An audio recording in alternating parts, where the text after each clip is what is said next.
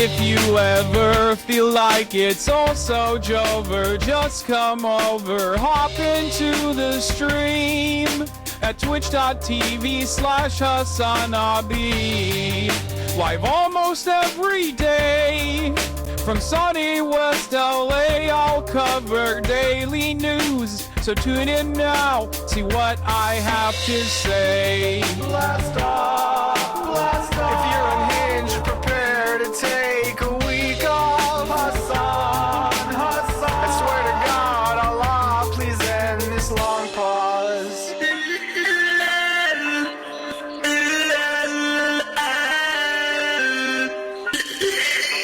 Boss makes $1 and I only make a dime.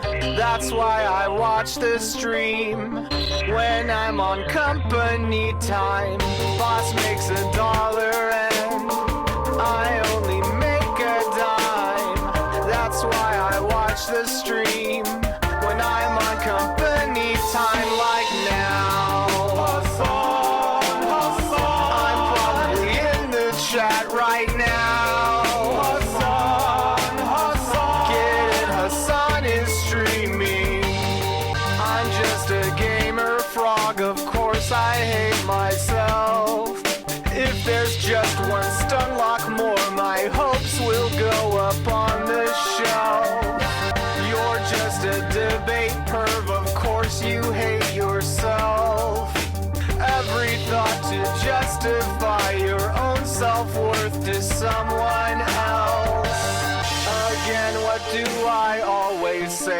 Lost in the sauce, you can't escape. How unhinged can one chatter get? Don't ban him, mods, they're our new pet.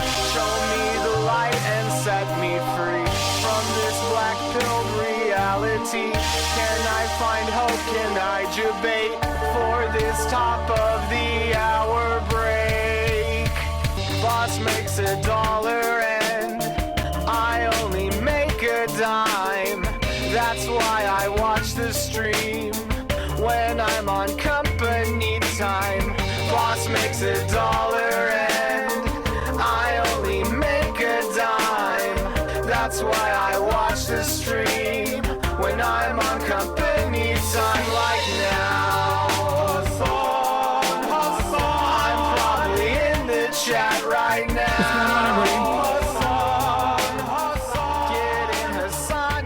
Everyone's having a fantastic evening, fantastic afternoon, fantastic pre-noon. No matter where you are in the world, I'm Hassan Piker, and this is the Hasan broadcast coming to you live from gloomy California, Los Angeles, folks. We're live and alive, and I hope all the boys, girls, and MBs are having a fantastic one, because today's a beautiful day. Today's a wonderful day. Today is, hold on, Thursday, ladies and gentlemen. Today is Thursday, or not Thursday, it's Wednesday. Fuck. All right, I fucked it up already. My brain is broken. It's Wednesday.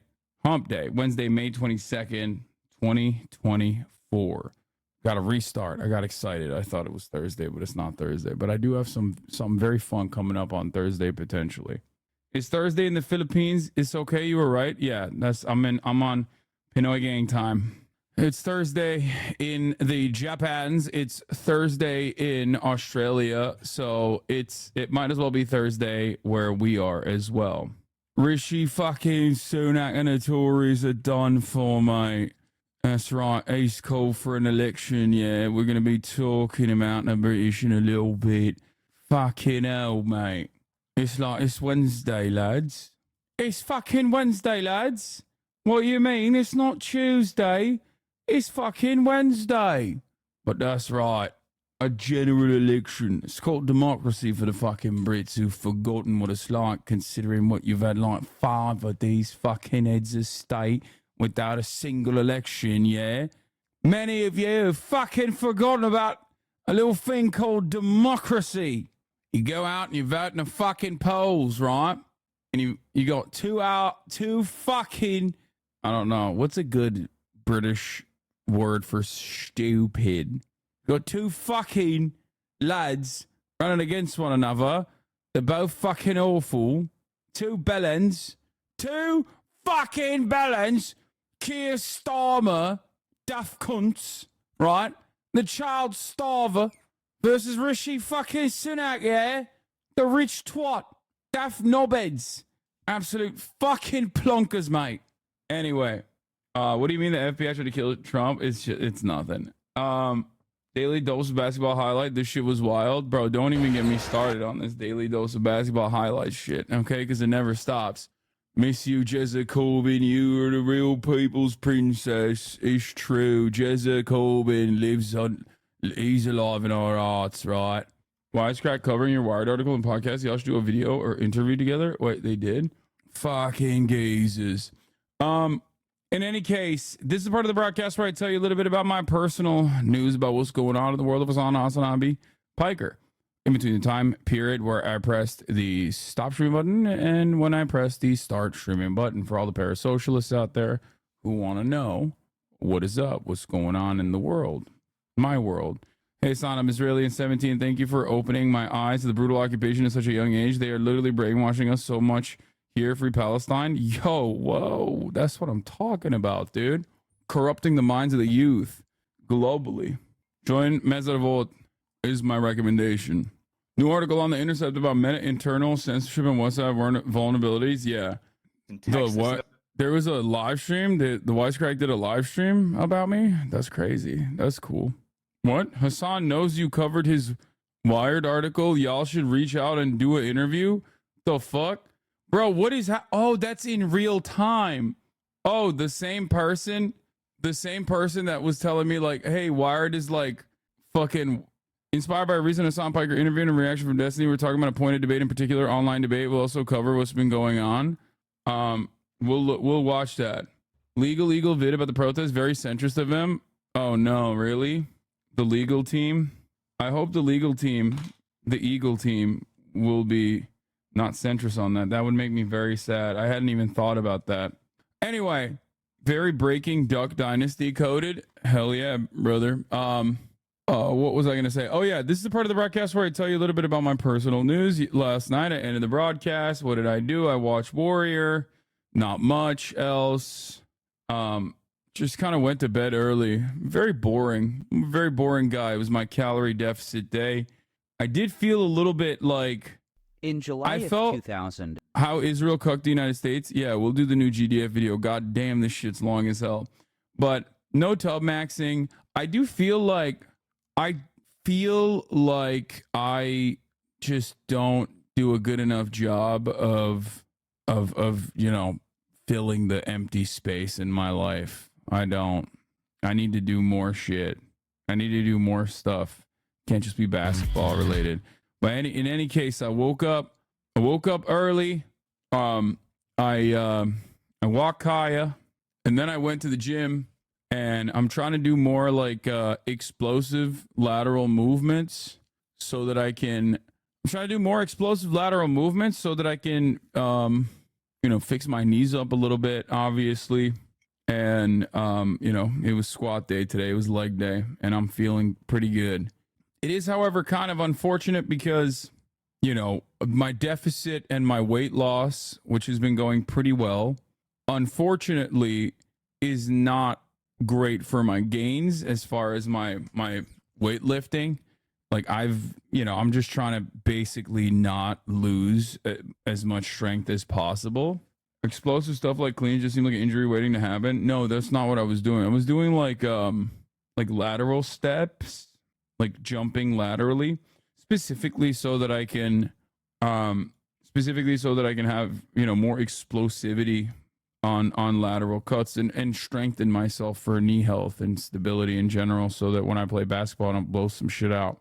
But in any case, that's it. There's not really anything else going on in my world other than that. That is the world of HasanAbi Piker. That's it. There's like literally not anything else going on in my life. I have a very boring life, and I like it that way. I like to keep it that way. I'm working on securing the rights to potentially watch Israelism, which is a documentary that came out. I'm talking to Alana Hadid, who is one of the founders and funders of Watermelon Co. Watermelon Co. is like the pro-Palestinian distribution project that they have. and they secured the rights to distribute Israelism, the documentary. So I'm working with them right now on figuring out how to stream it, basically, instead of just like straight ripping it, out of respect for them. And then also having them also on the stream. I'm working with Noah as well, because one of the two people on the documentary actually wants to come on the stream. So yeah, shit, has he gotten the Bill Maher yet? No, of course not. Considering how much you stream, you're already doing well, living a full balanced life. Yeah, please don't address the drama today. It got stupid. There's more drama. There's a newer version of the drama. What's the newer I don't even know. Blast off, gamers slandered. Gaming frogs went no sexo run. Yeah, that was fucking unfortunate yesterday. You lied to me and you said there's a blowjob scene in the Batman, and you were a fucking liar. Which drama? Yeah, I'm always involved in like 8 different dramas at the same time, to be fair, so I don't even fucking know which drama you're talking about. What is this? All I know is look at Hostock, thirst traps, hit it with a like, eat hot chip, and lie. That's all I know, baby. Anyway, there's no blowjob scene in Batman, but there's a DVDA scene. What the fuck is DVDA? Tucker Carlson program airing on Russian state TV without legal permission. That's awesome. I'm a unionist in Germany. In the past 2 years of me, I've been constantly fighting against the unionists within the corporation, as well as the general politics, standing up against blatant fascism on the rise. I've been getting really worn out, but recently watched some of your videos to help me remind why I'm doing all this work in the first place. Thank you. Keep up the good work, bro. You're in a tough predicament. You're in a tough predicament. Where's Scotcheroo talk? What the fuck is that? You're in a tough predicament, but keep pushing, you know? Double vag, double anal. DVDA. Oh yeah, I forgot. DVD ASA, right? That was like the thing Asa Akira used to do back in the day. The treat cutie made you, I think. I know what a Scotcheroo is, chat. Anyway, let's blast off, because that's it. I have like something very special I'm working on for tomorrow. I have something very special working on. I don't know if we'll be able to do that, but we'll see. Hasan finally going to Gaza. Yep, that's it, dude. Anyway, hold up. What was I gonna say? Just tell us. No, man, I'm not telling you shit. It's a secret. Once it's confirmed, I'll announce it, and we'll blast it off into the smithereens. But yeah, Trump claims FBI wanted to kill him. You already know what it is? No, you don't. You don't know what it is. He's balling with Donald Lemonade. Yeah, Don Lemon. Yeah, I'm announcing that I'm joining OTK. Guys, you need to stop. Are you hiding the fact that you're MPreg? I'm not even hiding that fact. I am MPreg. Anyway, Trump claims the FBI wanted to kill him. Ireland, Norway, and Spain announced recognized Palestine in the West, joining the rest of the fucking planet. Bro, Mr. Beast did a video giving a Ferrari to a kid in Gaza genocide, and instantly, yeah, okay. Bill Maher goes more right wing than ever before. What else was I gonna do today? Come out today that US believes Russia will launch a space weapon in an American satellite path. Nice. You won't catch me giving props to Spain. I still remember. I mean, I'll give props to Spain. The Red Lobster conspiracy is so fucking boring, I feel like, but why not? Are debates useful? And Batman Ep 3 later. You're just a seafood hater. Yeah, I just realized like Red Lobster as an institution falling has no bearing on my life. I just genuinely cannot get myself to care. Terrence Howard invented a new math. What the fuck does that even mean? Have you never had Trump pulling up to the Bronx? Let's fucking go. Yeah, I know. You should care. It's the same thing as VCs are doing with housing. No, like I care about what hedge funds and VCs and all of the vulturous capital institutions do to every corporation. They go in, put their tentacles in, you know what I mean, and destroy it. Oh, I forgot. We got the general election announcement for Owebruvland. UK announces election? Question mark. I didn't even cover the coup attempt in Congo. You were mentioning the new iDubbbz video. That's sick. Send me the timestamp and we'll cover it. Every Spaniard in chat celebrating Pedro Sánchez should remember that recognizing Palestine is something we've been promised for 15 years by different parties, and that we still buying weapons for Israel and won't stop it.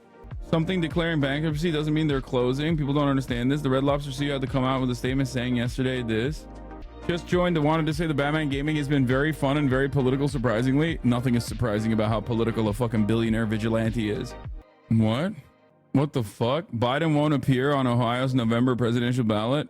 Secretary of State? There's no way. That's so awesome.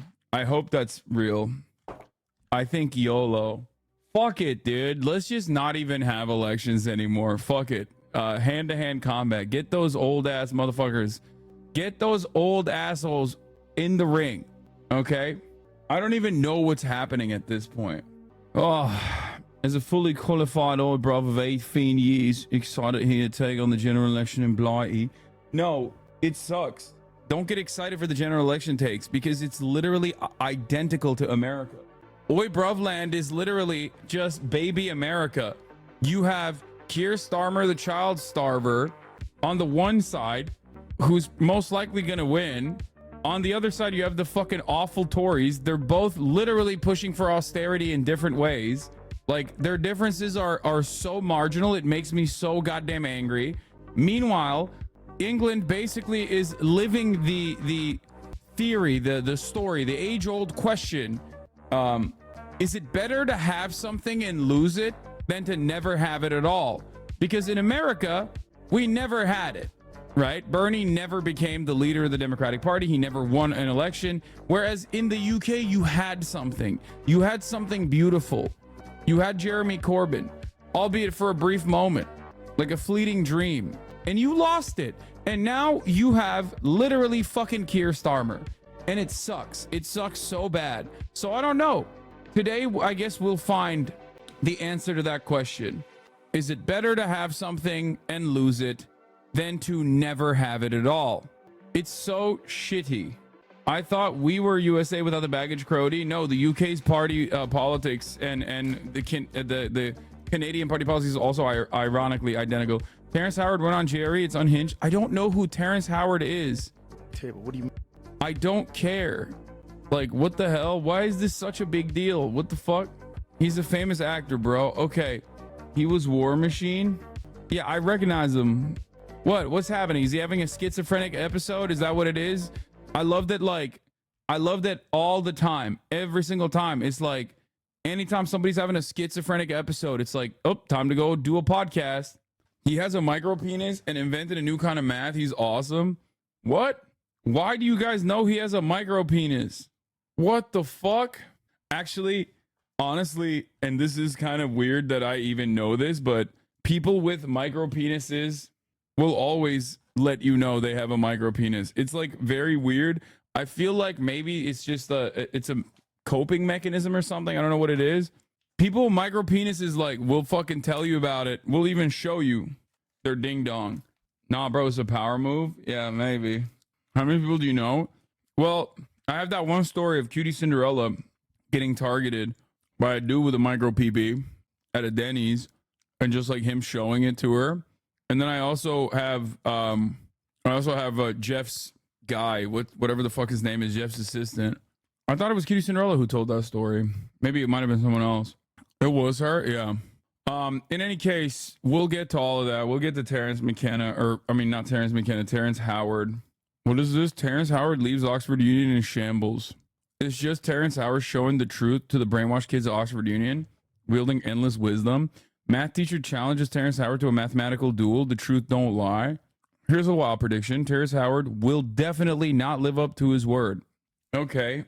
Speaking of Jeff, he went in on Snapchat for supporting Dobrik. 117K likes. Yo, Snapchat, you're paying a guy that smashed my skull in for a prank and left me with lifelong injuries. He also filmed and organized multiple sexual assaults. That's why I stopped posting. I don't want blood money.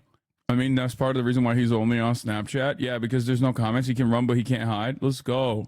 His name is David Dobrik. He's traveling the world and partying on your dime while I have another surgery next month. My goat. I love Jeff, dude. Jeff is a king. Jeff must be protected at all costs. I do shit on him a lot, and I call him blind and stuff, but you know, I hope people know that I have a lot of love for the man. Did you ever really get fucked up like that? Yes, dude. What the fuck? Guys, I don't know if you know this, but he almost died. Like, he's not like milking it, if that's what you're thinking. You know what I mean? That's like, it's a pretty fucking severe injury that he got, that he withstood, almost died, and literally his face was destroyed. He had to get like reconstructive surgery. He's like kind of blind in one of his like he is kind of blind in one eye. There's a whole video on everything. There's a documentary on it. Yeah, he got slammed by a fucking construction machine. Didn't he also run from the police on a cross motorcycle? Yeah, that's way back in the day though. He's the man. Doctors literally told him if he was 1 centimeter away from where he was hit, he would have had his hit. He would have hit his head so hard he would have died. Anyway, Hasan, you don't have the best karma with one-eye people. Yeah, except for my man Jeff. Kind of. Doesn't he have a fake eye? No, he's not like fully. He's not blind, and he's not fully blind in that other eye. It's not like a fake eye or anything. It's his real eye, but he has vision problems for sure. And also, on top of that, there's a lot of issues. Like, you can't, he's constantly doing surgeries and shit. Anyway, it's not good to get your head smacked. This is the point. Which is partially the reason why I don't fuck with fighting like that, despite everybody being like, dude, you need to go fighting. You need to go in the ring. You need to get in the ring and start fighting. Bruh, you need to get in the ring and start fighting, bruh. It's like, nah, man, I'm good. Like, this is my moneymaker. This is my moneymaker. This is my other moneymaker. I'm good. I don't want to fuck that up. I don't want to fuck the bag up. You feel me? Like, I'm already dumb as fuck talking about politics all day, every day. You know what I mean? I don't want to, like, also get CTE on top of that. I don't want to get dumber. I'm already not a particularly intelligent individual. I'm already stupid as fuck. If I get even stupider, it's over. You know what I mean? I'm cooked. I ain't got nothing left. Let's talk about this political climate, though. Yeah, we will. We will talk about this political climate. All right, let's get started on some good news. Once again, Ireland, Norway, and Spain recognize the Palestinian state. These are 3 states that I routinely give mentions to, and with the exception of Spain, I guess. Okay. I'll just say it like this. Shouts out to all the HasanAbi adjacent states out there. You're doing the most. Welcome to the rest of the world, because as Ireland, Norway, and Spain recognize Palestinian statehood, we must remember that there is more than 140 nations that have already recognized Palestinian statehood. It's just that Ireland, Spain, and Norway are some of the first in Western Europe to recognize Palestinian statehood. Spaniard here. The Spanish shit is so bullshit. Still sending arms to Israel, piggybacking off the encampments. Yeah, Spain is in a unique, it's always the same map, huh? It is always the same map. It is always the same map. It's literally everything is the same map. It's always the same map. Now, the difference, however, is that map is getting a little bit smaller for Western Europe. Ironic, because like this map right here happens to be where 4/5 of the entire planet live. We are talking about damn near every single person. 4 people out of every 5. Like one person, only 1/5 of the planet lives in the gray areas. The rest is just the rest of the fucking planet. It is like an omega super majority. So it's wild to consider that, like, these guys are kind of running the game. They're running the show still. And they will, at least for the time being. But this is kind of what we talk about when we say the Western world, the sphere of Western influence. This is it. But it is odd. Unequal exchange only happens in one direction for most of this, for most of the nations on this. And yet, the great countries kind of dominate the world. But it's good. It's good that things are changing, and they are very mad. Of course, Israel is so fucking mad. Fuck Ireland, fuck Spain, fuck Norway, fuck Spain, fuck Ireland, fuck Norway. It's like, are we for real right now? Like, what's happening? Anyway, let's get to the way that BBC is covering it, and then we'll move on to the reactions of it. Spain, Ireland. And I'll also, of course, talk about what it means. Oh yeah, the Stop Anti-Semitism account that considered me to be anti-Semite of the week has also been hallucinating rapes once again, doing rape fantasies once again because they're fucking mentally ill. Spain, Ireland and Norway have announced that they'll formally recognise an independent Palestinian state. The Irish Prime Minister Simon Harris said that the children of Palestine and Israel deserved peace and that it was the right thing to do. Meanwhile, Spain's Pedro Sanchez said that there was an obligation to act, while Norway's Prime Minister said that a two-state solution was in Israel's best interests. At least 140 members of the United Nations already formally recognise Palestinian statehood. Others, including the US and the UK, do not. Reacting to the news, the Palestinian Authority and its rival group Hamas have welcomed the recognition and urged other nations to follow suit. But Israel's Foreign Minister Israel Katz said the move endangers his country's security. He's recalling the ambassadors to the three countries. While Irish Prime Minister Simon Harris explained his reasoning for the move, let's have a listen. Recognition is an act of powerful political and symbolic value. It is an expression of our view that Palestine holds and should be able to vindicate the full rights of a state, including self-determination, self-governance, territorial integrity and security, as well as recognising Palestine's own obligations under international law. It is a message to those in Palestine who advocate and work for a future of peace and democracy that we fully respect your aspirations to be living freely, in control of your own affairs and under your own leadership. The Irish Taoiseach there. Well, let's have a listen to what the Spanish Prime Minister had to say. Here's Pedro Sanchez. The Progressive Coalition government of Spain, echoing the majority feeling of Spaniards at large, next Tuesday on the 28th of May will, at Cabinet meeting, recognise the State of Palestine. We are going to recognise the State of Palestine for many reasons, which I can summarise in three words: peace, justice and logic. Peace, because this is the only solution to the conflict. And by that, I imply the essential... I still don't understand why recognizing Palestine is such a bad thing by Western countries, because they're bad people. That's it. I don't know how else to describe it other than they want to do bad things to the Palestinians. And even a symbolic recognition of Palestinian statehood is seemingly breaking through that narrative that, like, no, the Western world is actually unified under the common goal of doing bad things to the Palestinians. That's it.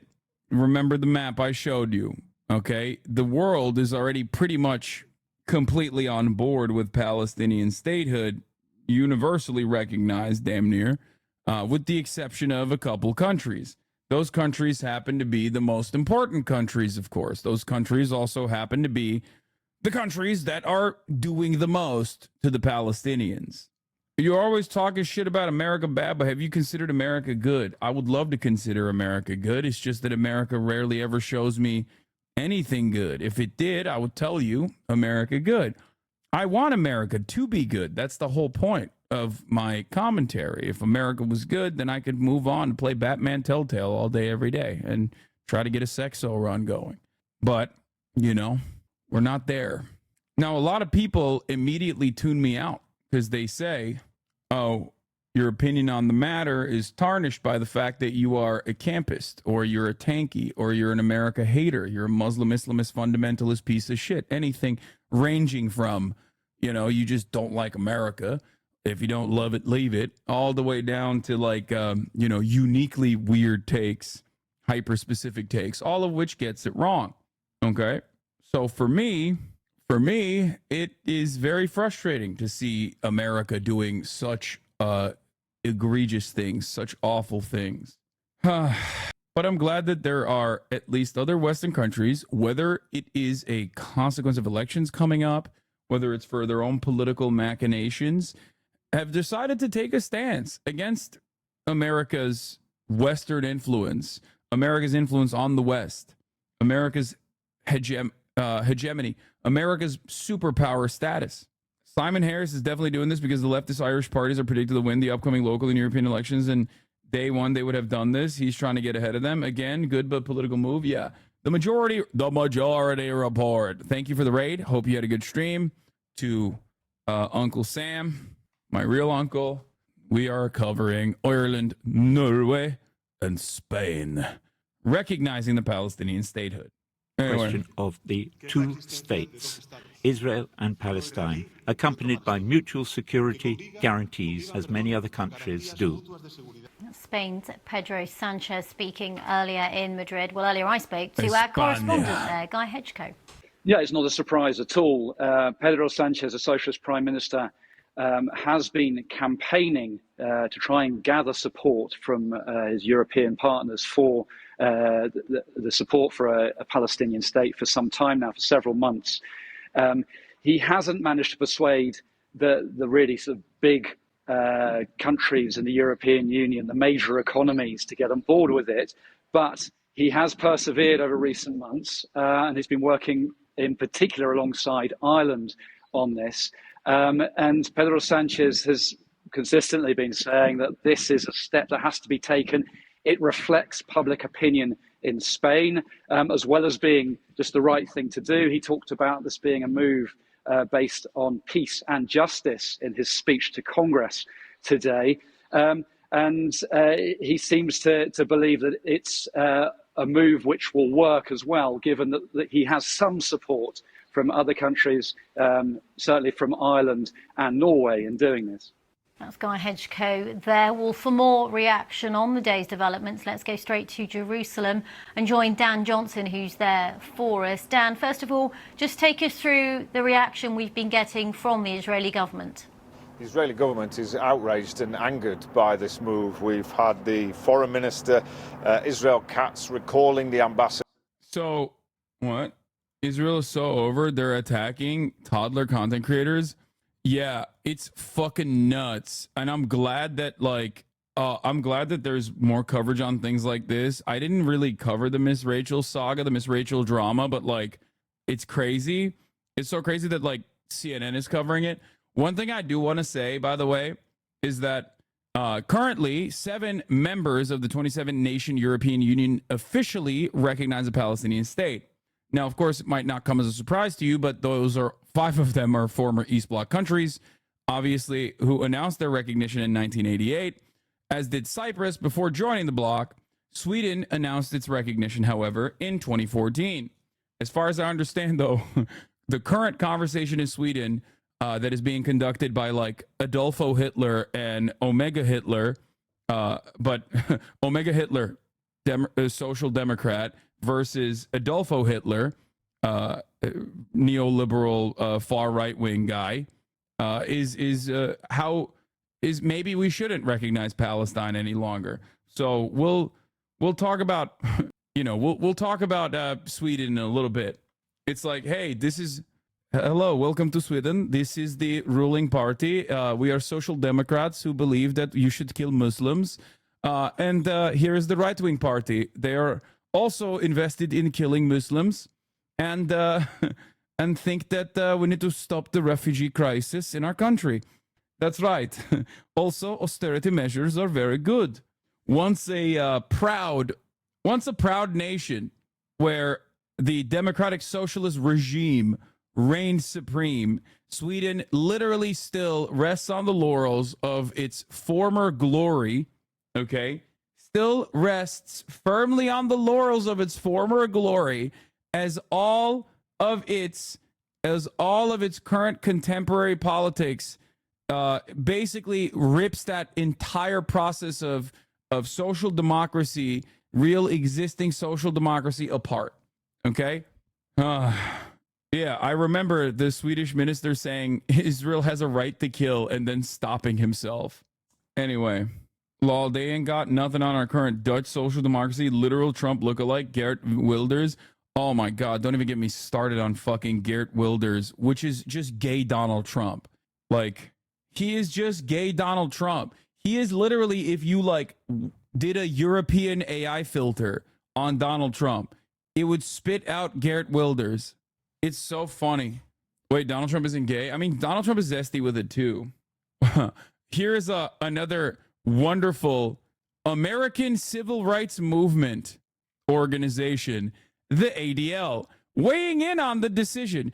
Shame on the governments of Norway, Ireland, and Spain for unilaterally recognizing a Palestinian state. This was always the wrong approach, but doing so in the wake of Hamas's genocidal massacre is a victory for those seeking Israel's violent destruction. It's just like, dude, you're an American civil rights organization. What are you talking about? What? Like, why does nobody go, that's weird that an American civil rights organization is chirping? You've tweeted that before. I know. There's a couple things that I just keep repeating over and over again until it sticks, okay? One of them, obviously, is calling the ADL the Apartheid Defense League. And also, the other one is consistently saying, fuck copyright. Those are two things that I will always repeat. Dutch Liberal Party is about to be ousted, be the EU Liberals, for joining a coalition with Wilders' extremist party just now. But I would love if it happened. It's kind of funny how much airtime is given to a few majority white countries recognize Palestinian human rights. Meanwhile, the rest of the fucking world recognizes at the top of the hour. God damn it, dude. It's 11:51. It's 11:51. Dude, it's not even like 11:53. That's crazy. Okay, that's cheap. That's cheap. You're being cheap. That's not, that is like, the grace period is 5 minutes. Okay, 11:55 and onward. God damn it. I got fucking blasted on that. I got blasted on that, and I'm annoyed, okay? I'm very annoyed. Here, let's listen to the Irishman, okay? Because honestly, I got fucking owned. I got owned. I will recognize that. But you got owned as well in some ways, because I was going to say that at the top of the fucking hour, there's a 3-minute ad break. And if you no longer want to see those ads, all you need to do is subscribe, ladies and gentlemen, boys, girls, and MBs. Because we celebrate Ireland here every day of the week, regardless. What a beauty. And at the top of the hour, we celebrate Ireland once again.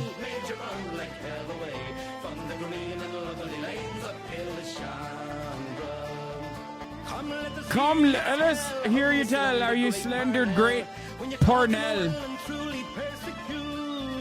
How you slew them Arabs 2 by 2. Anyway,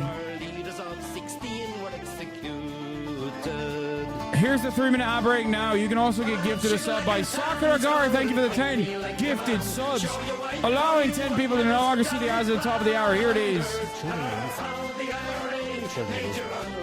The children of Palestine, they deserve peace. It is long past time for a ceasefire, for the unconditional release of hostages, for unhindered access for humanitarian aid. There should be no further military incursion to Rafah. There should be no more Hamas or Hezbollah rockets fired at Israel. Civilians on all sides must be protected under international humanitarian law. We will see a united Ireland in my lifetime. We will see a united Ireland in my lifetime. Today's decision to recognise Palestine is taken to help create a peaceful future, because a two-state solution is the only way out of the generational cycles of violence, retaliation, resentment, hatred, where so many wrongs can never make a right.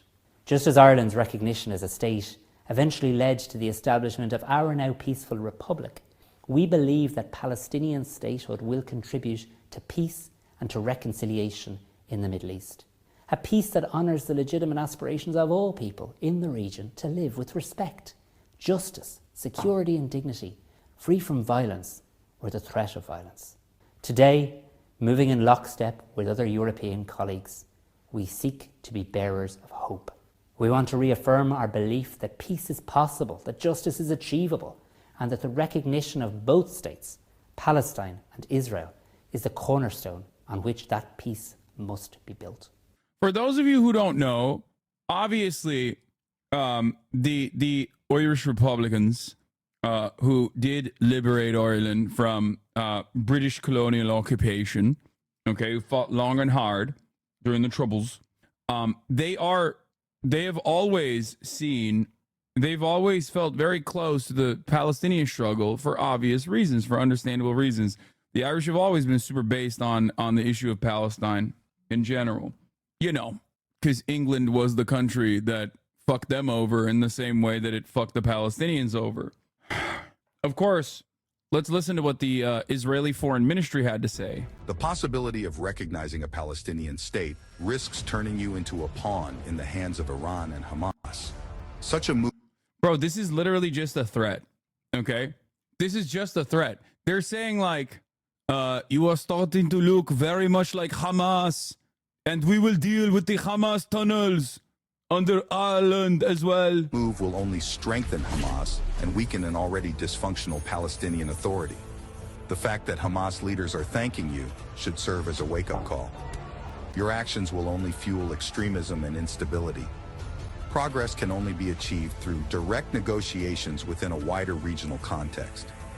Don't be pawns in the hands of Hamas. Say no to recognition. That's great, man. Thank you. The only ones who would cause more instability following a recognition of Palestinian state are you. Mind your own business. Anyway, Foreign Minister said Israel will not let this go. Katz recalls envoys from Norway, Ireland over Palestinian state recognition. Israel will not let this go quietly. Oh no. Oh no. They're isolating themselves further diplomatically from the Western world.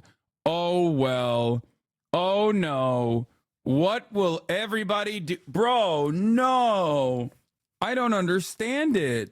What will anybody do without Israel? What will anybody do without Israeli cooperation? No more ways for you. Say bye-bye to Waze and the shittiest techno music you have ever heard. No more Soda Stream. It's like without incredibly invasive surveillance technology and like weapons, some weapons. What the fuck is Israel good for? What the fuck has Israel done? Soda Stream, dude? Bubbly water? Is that it? That's it? Ways? Israel only knows one speed, bro. Just killing children. That's it. That's like the best thing that Israel is good at. The number one thing that Israel is good at is just like killing children and then training our fucking cops in the United States of America. Look no further than how gross Sabra hummus is, which I was automatically doing a BDS before I even knew the existence of fucking BDS because of how dog shit it was. It literally doesn't taste like chickpeas. I don't know how they did that.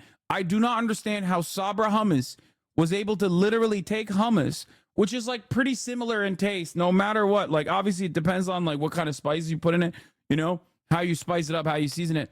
But it blows my mind. It just doesn't taste like hummus at all. Anyway, literally all ADHD medication. Teva is one of the largest pharmaceutical manufacturers in the world. Also, all amoxicillin is made in Israel, if I recall correctly. Also, like a fuck ton of computer chips. Well, I mean, ultimately, it doesn't really matter. Let's be real. If they were to fucking try to actually legitimately stop trading with the world, it would be unironically worse for Israel overall. That's my point. Israel has no way to pressure people. Okay? It doesn't. It is a settler colonial state that was literally designed by the Western world and has only been able to be as violent as it wants to as a consequence of the Western world. Without the Western world, without the Western world and its unconditional support, Israel is nothing. It doesn't exist. It is fake. Okay? Isn't real. You might as well call it. That's it. And this is something that I've tried to stress to people over and over again since October 7. And many people have even chirped at me and said that I'm wrong. Like, oh, America comprises only 5% of Israel's like overall weapons or whatever. Dude, literally, America can shut Israel down tomorrow. Okay? Without ever even firing a single fucking bullet, mind you. It could. If the United States chose to do so, tomorrow Israel was real. Okay? It could. I mean, we'll never do it, but that is the reality. Think about it. Israel needs our unconditional support. Israel needs our political cover. Israel needs our steady trade, more so than many other countries. It's not just the military support that we offer, even though we offer plenty of that as well. And it's baby-killing endeavors and its ceaseless bloodthirst. America always has weapons. It's extremely funny to see the video mention Hamas leaders thanking them as something bad because most countries don't consider Hamas to be a terror organization. My country doesn't. Almost the same map as recognition of Palestine, but inverse. Yeah, that's the other part of the process as well. But yeah, Foreign Minister Israel Katz recalls the Israeli ambassadors in Ireland, Norway for immediate consultations as Oslo announces it will recognize a Palestinian state, and with Dublin expected to make a similar decision. I'm sending an unequivocal message to Ireland and Norway. Israel will not let this go quietly. Ireland and Norway intend to send a message to Palestinians and the entire world. Terror pays, says Katz in a statement. Can I just also do another fucking I told you so moment? Remember when I said that if Israel continues to be this like violent psychopathic entity that is like hyper focused on bloodshed, and I said this basically on fucking October 8th, that, you know, it is going to dismantle America's influence over the world. Our undying loyalty, our fealty to the state of Israel and its endless bloodshed is going to basically dismantle American power status, is basically going to show the world that we have no fucking smoke. We cannot control our own attack dog.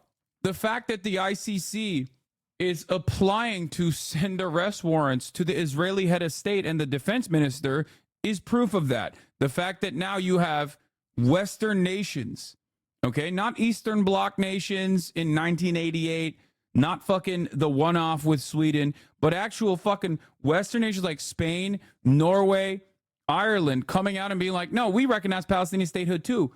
This is why I always state it opens up new pressure points. It's massively important, okay?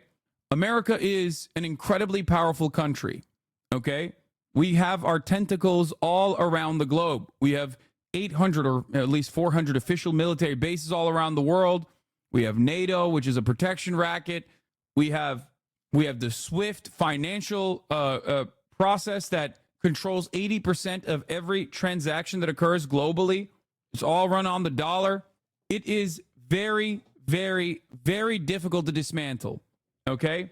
Obviously, virtually impossible to dismantle, as a matter of fact. When America says, no, we are going to let Israel go crazy mode, it's really, really hard to push back against that. But due to how resilient both the Palestinians have been and also the pro-Palestinian protesters have been, the pressure points, the pressure is getting to a boiling point, okay? It's impossible to avoid. It's impossible to not recognize. And it is genuinely causing fear in the hearts of many in the American leadership who absolutely will have a very difficult choice to make. How many more AIPAC dollars do I want versus completely losing America's grip on the entire globe and its affairs? I already ran the top of the ad break, by the way. I did. I got debated. And you can tell that people are terrified of it, especially the Israeli officials. I mean, look, Benjamin Netanyahu tweeted this out. The intention of several European countries to recognize a Palestinian state is a reward for terrorism. 80% of the Palestinians in Judea and Samaria support the terrible massacre of October 7. This evil cannot be given a state. This would be a terrorist state. It will try to repeat the massacre of October 7 again and again. We will not consent to this. Rewarding terrorism will not bring peace, and neither will it stop us from defeating Hamas. You make Bibi sound like Bernie? Bibi literally has a fucking Philadelphia accent. Don't even give me that shit. That's what he sounds like. Just to be clear, that logic doesn't even work on the Irish. I'm literally only a citizen of the UK because of terrorism. Anyway, just something to consider about when you hear all of the pro-Israel defenders chirping on the timeline. Yes, Benjamin Netanyahu is from Philadelphia. Do not let anyone tell you otherwise. Many Philadelphia boys out here, many Pennsylvania defenders will lie to you and act like he did not grow up and have most of his formative experiences in Philadelphia. He did. Okay? You cannot erase that stain, Philadelphia. He also went to MIT.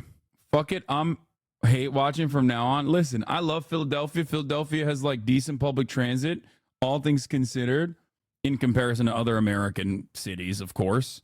But, you know, let it be known that Benjamin Netanyahu is from Philadelphia. He grew up in Philadelphia. Okay. Philly has not been doing well. Yes. You got the move bombing. You got Meek Mill, Big L. You got the Eagles. There's a lot wrong with Philadelphia. You wouldn't believe how mad the Israelis get when I deny them a stay in our hotel. They literally can't comprehend their actions have consequences to the West. They also stay arrogant like we are the evil ones. So far only tourists, but I'm doing my part. What do you mean? You're denying Israelis a stay at your hotel? I don't understand what that means. You can tell the dam is breaking when even Jerry is having takes like this. Wait, what? Dave Smith? Oh yeah, Dave Smith is like a libertarian. Philadelphia has Uzi Vert? Yes. That's a bonus. I think you just created a few more Zionists by going after the birds. Listen, man, I make fun of every fucking state. I make fun of every goddamn city, including Los Angeles. My fucking state, California, is the absolute worst when it comes to dealing with homelessness. Like, I got the smoke for all American states, okay?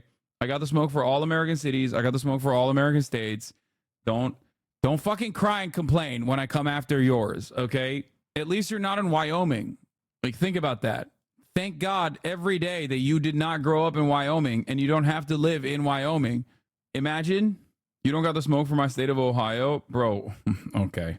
German government spokesman Stefan Hebestreit was just asked in Berlin whether the ICC arrest warrants would be implemented. His answer, of course, yes, we abide by the law. Hält sich die Bundesregierung an das, was der Internationale Strafgerichtshof entscheidet? Ich dachte, ich hätte durch meine normative Setzung die Frage beantwortet. Ansonsten, wenn Sie da noch Fragen haben, natürlich. Natürlich. Also, es wird umgesetzt. Ja, wir halten uns an Recht und Gesetz. This is the one thing, bro. This is the one redeeming quality of Germans, is that if there's a rule that they've already associated themselves with, like, they will abide by it. They're like, what do you mean? It's a rule. Excuse me, it's a regulation. Are you kidding me? What? Yeah, naturally, we will abide by the rules. We will arrest Benjamin Netanyahu. This is not a question. We love following orders. You give us a rule, we will follow it. Finally, Germany's just following orders on the right side of history. It's not even that. They just love following rules. It doesn't matter. Good, bad, doesn't matter. If it's legal, if it's regulation, they will follow. You could flip this entire script, dude. If you could just pass legislation in Germany that says, like, all genocide unconditionally is bad and wrong, oh my God, they'd be the #1 advocates for Palestinians. They love rules, man. They fucking love rules so much. Hält sich die Bundesregierung an das, was... What? Biden officials shocked that Hamas is recruiting people as Israel bombs their family members. Biden officials have become increasingly concerned that Hamas has been able to recruit during wartime, thousands over the last several months, allowing the group to withstand most of Israeli offensives. How did that work, man? That's crazy. I can't believe it. I can't believe that people, when they become orphaned, when their homes are blown up, they go, I am going to do everything in my power to physically fight back against these people that are destroying my life. That's so weird. How did that work, bro? That's so weird. I am so shocked. I thought people loved getting killed. No, but in all seriousness, Germany is considered a pretty central pillar of the international legal system. They just can't afford going against the ICC. It's too much of a break. I agree. Rep Randy Fine says, in Florida, if you support Muslim terror, you will be treated like a Muslim terrorist. Next session, I will introduce legislation that adds any country that recognizes Palestine in Florida's list of scrutinized countries with severe limitations on entities from those countries doing business with and in Florida. Spain, Ireland, Norway will join Iran, North Korea, Cuba, and Syria, among others on that list. Govern yourselves accordingly. That's so funny. Hey, have fun with that, okay? Yeah, that's like 75% of the whole world, dude, including 3 of your top 5 trading partners. Florida depends on world markets. They're so stupid. They're so dumb. These people are so fucking stupid. Yeah, good luck, dude. By the way, there is nothing funnier, to me at least, the way I see it. There's nothing funnier than being like, we're no longer doing business with Ireland. Excuse me, are you familiar with the existence of Ireland? For all of the based, politics that Ireland demonstrates when it comes to global affairs, it also happens to be the primary tax shelter for every American mega corporation. What the fuck are you talking about? It's literally a tax haven. The fuck? Yeah, okay, good luck, dude. I love that. Yeah, bring all those assets back home, baby. Let's go. Stop trying to fucking bait me at the top of the hour ad break. Oh, I already did it. I already did it. You wrote it like a million times. I already ran the top of the hour ad break. Congratulations on your 6-month anniversary. Take a fucking second off. Breathe. Florida's like, no more Apple. No more Google. DuckDuckGo only for us, baby. Anyway, speaking of how fucking unimaginably unhinged Zionists have gotten, let's take a look at my favorite account on the platform, my favorite website on the platform, Stop Anti-Semitism, which, of course, famously called me an anti-Semite of the week a couple of weeks ago. As you guys know, I was honored by StopAntisemitism.org as anti-Semite of the week. Well, turns out that wasn't schizo enough for them. They're literally still personally, they're still personally hallucinating. Meet Ireland's Foreign Minister Michael Martin family. On October 7th, Hamas terrorists raped and kidnapped his daughter, Abi Martin, into Gaza. Today, Foreign Minister Michael Martin announced he's rewarding his daughter's rapists with a state of their own. Lunacy, right? Then why are you doing this to Israel? Now, that would be, yeah, it's that Abi Martin, I assume, is probably like Jenny or something, or Eva. Okay, that's just Irish shit. I don't really understand it. I can't find any reports of his daughter being kidnapped in the Gaza and raped. Think that would have made it to the news, no? This is a hypothetical comparison for illustrative purposes only. Are you saying his daughter was raped and kidnapped, or imagine his daughter was raped and kidnapped? I'm confused. This is a hypothetical comparison for illustrative purposes only. It never happened. This is a hypothetical comparison for illustrative purposes only. Thank you, Stop Anti-Semitism, for doing unhinged rape fantasies once again. Mihal and Eva is how you pronounce those names. How fucking normal. How normal. Except it is normal for the most rabid Zionist, psychopathic rape fantasies are literally like, that's the game. That's half of the fucking argument. Is in this hypothetical, I am fantasizing that you raped, like the people that you're defending came in with one purpose, which was anti-Semitic rape attacks. Okay, they were serializing rape attacks. Meanwhile, speaking of hypothetical rape fantasies, which you hear all the fucking time from those who want to defend Israel, takeaways from AP's examination of how 2 debunked accounts of sexual violence on October 7 originated. It turns out Western media does have the capacity to legitimately conduct investigations into shitty fucking news generation. The United Nations and other organizations have presented credible evidence that Hamas militants committed sexual assault during their October 7 rampage in southern Israel. They did not. The only credible first-hand account of sexual violence actually came from a Hamas militant from a hostage, okay? Once they were apprehended. The rest of it so far, and I'm not discounting it, okay? I'm not saying that it did not happen. Once again, I have to stress this, okay? There's a likelihood that it did. But so far, there's only one first-hand account.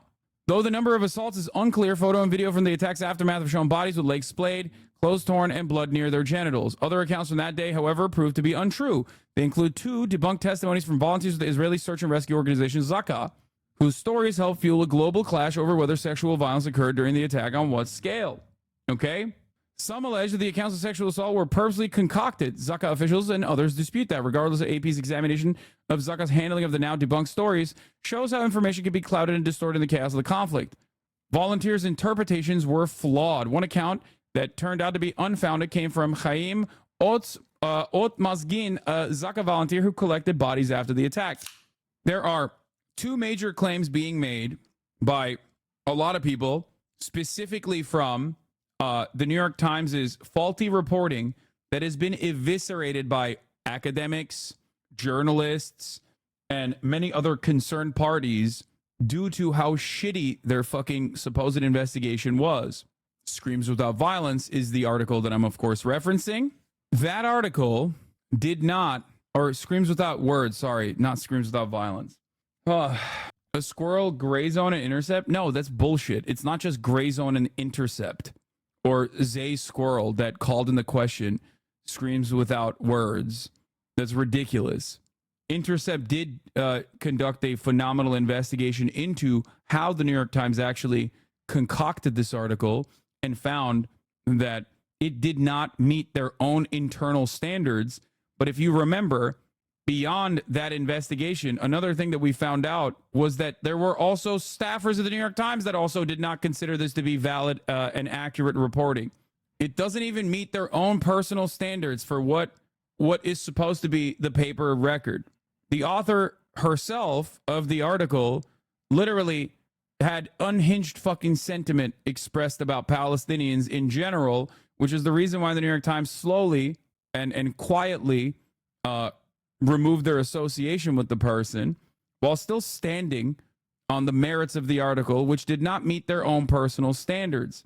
Now, having said that, once again, this does not mean that sexual assaults did not occur on October 7 or after, okay?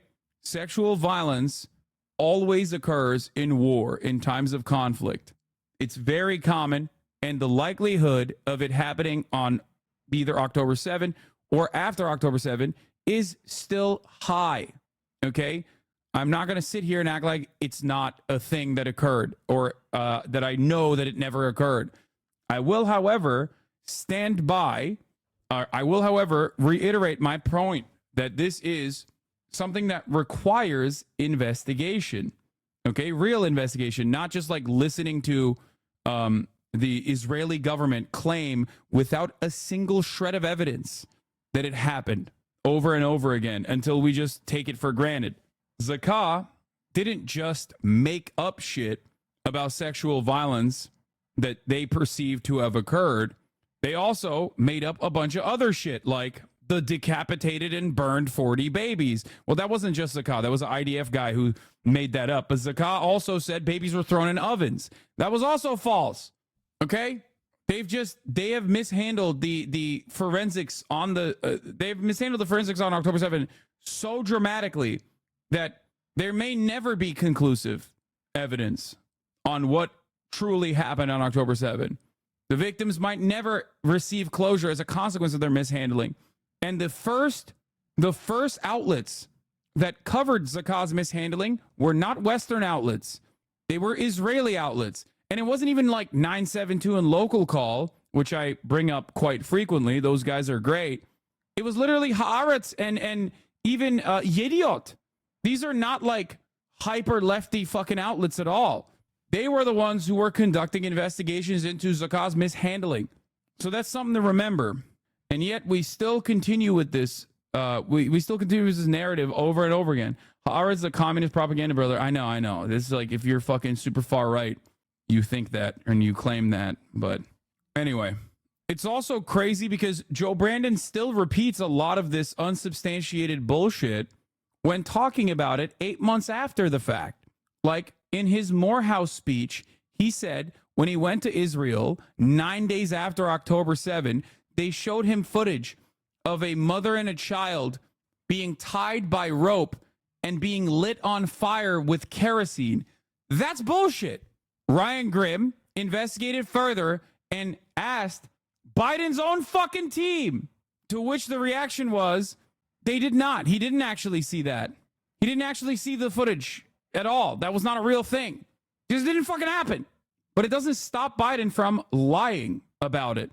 And there is no punishment, once again, something that I always reiterate, there is no punishment for lying in the direction of the American State Department interests.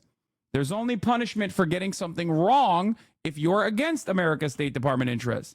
You can always lie in the direction of America, which happens to also be in the direction of Israel as well. If you're pro-Israel, you can lie all the time. Seems like you're picking and choosing what to believe. It did happen. Seems like you're picking and choosing what to believe. I'm confused by what you're saying here. I'm not discounting that there is a the fact that someone was tied together by a rope and lit on fire with kerosene did not happen. Joe Biden also never saw that footage because it didn't happen. And he never saw footage like that. And his officials have openly stated that it did not happen. Just like Joe Biden never saw decapitated babies being thrown into ovens or whatever the fuck he was also saying. It's bullshit. It was debunked. But that's it. Like you're repeating You're basically proving exactly what I was saying. You never get punished. Biden saw it in his tram. He said, wait, what? Biden said he saw it in his tram, said he didn't. You choose to believe one, not the other. Wait, what? You mean his team? Biden said he saw it and his team said he didn't. You choose to believe one and not the other? Yeah. Do you want to know why I choose to believe his team and not Biden? Because this is not the first time that Biden has hallucinated seeing things that did not fucking happen, dumbass. Yeah, of course. Of course I believe his team more than I believe Biden. Yes, I'm picking and choosing. I'm choosing people who are more credible than the 800-year-old man who has lied multiple times now. What the fuck? Why would his team go against what he is saying? And this is not the first time this occurred. White House walks back Biden's claim he saw children beheaded by Hamas. Do you also believe that Biden has surrounded himself? Do you also believe that Biden has surrounded himself with Hamas? At this point, you're basically saying, no, you don't understand. You have to believe the hallucinations of an old man, a doddering old fool, over, like, zero evidence being presented so far. The question you must ask yourself is this. If Israel actually had this footage, would that not be plastered everywhere? Do you think that they do not have an interest in showcasing this footage over and over again? You would have seen it if it was real, trust me. You haven't cared about this conflict long enough to know the history as to why Biden is so much better than Trump here? I'm kidding, baited, sorry. Oh, thanks, man. Good bait. In any case, let's get back to the reaction from the rest of the world. At least from Dublin and from Oslo, and he'd already threatened that if Spain made the same move as Norway and Ireland, they would face consequences too. He says there'll be further consequences beyond just recalling the ambassadors. He said this is a distorted step which shows the world, bro. You gonna fucking treat them like Hamas? You gonna fucking blow them up? Is that what you're gonna do, bitch? That terrorism pays. We've had a response from Israel's finance minister as well, who is hinting that he will react to this by refusing to transfer any further funds to the Palestinian Authority, which represents Palestinians in the West Bank. There is a feeling that Hamas has been rewarded for the attacks that it carried out on the 7th of October, that is how this is being seen by some high up in Israeli politics. We've just had a statement from Itamar Ben-Gvir, the national security minister, who said the countries that have recognized the Palestinian state today are giving a reward to murderers and abusers. And I say we will not allow a declaration about a Palestinian state. I say one more thing. In order to destroy Hamas, we need to get into Rafah all the way. That is the city in the south of Gaza. In order to return our hostages, we need to stop the fuel, determine that humanitarian aid only in exchange for humanitarian steps. So he is suggesting the reaction to this should be a step up in military action in Gaza, should be a restriction on aid to make sure that none of it is going to Hamas. And we know already that the aid situation in Gaza has been dire. In contrast, this has been welcomed by the Palestinian Authority and by... It's so psychotic, but also in a way kind of comical that, like, every single time the rest of the world, like Western leaders, are like, hey man, you should probably not kill so many Palestinians, like what are we doing here? Israel will be like, I'll show you. Like the world will be like, hey, you're really restricting a lot of aid from going into Palestinians' houses, like going into Gaza. Like, it's really fucked up. Israel will be like, I'll show you. I'll fucking restrict even more aid. Ha! Fuck you. And it's like ridiculous. They don't understand. They don't understand that like this is only further negatively polarizing the rest of the world against them. They don't understand it. I get that we want to be careful given Israel spreading misinfo and its use of anything to push genocide, but it's sad to see people just dismiss any non-first-hand account out of hand. First-hand accounts are always going to be rare for extreme sexual violence and extremists like this. It takes so much bravery to come out. There's other credible second-hand circumstantial evidence we should maybe handle with more care and empathy. I understand the instinct not to, but still, yeah, there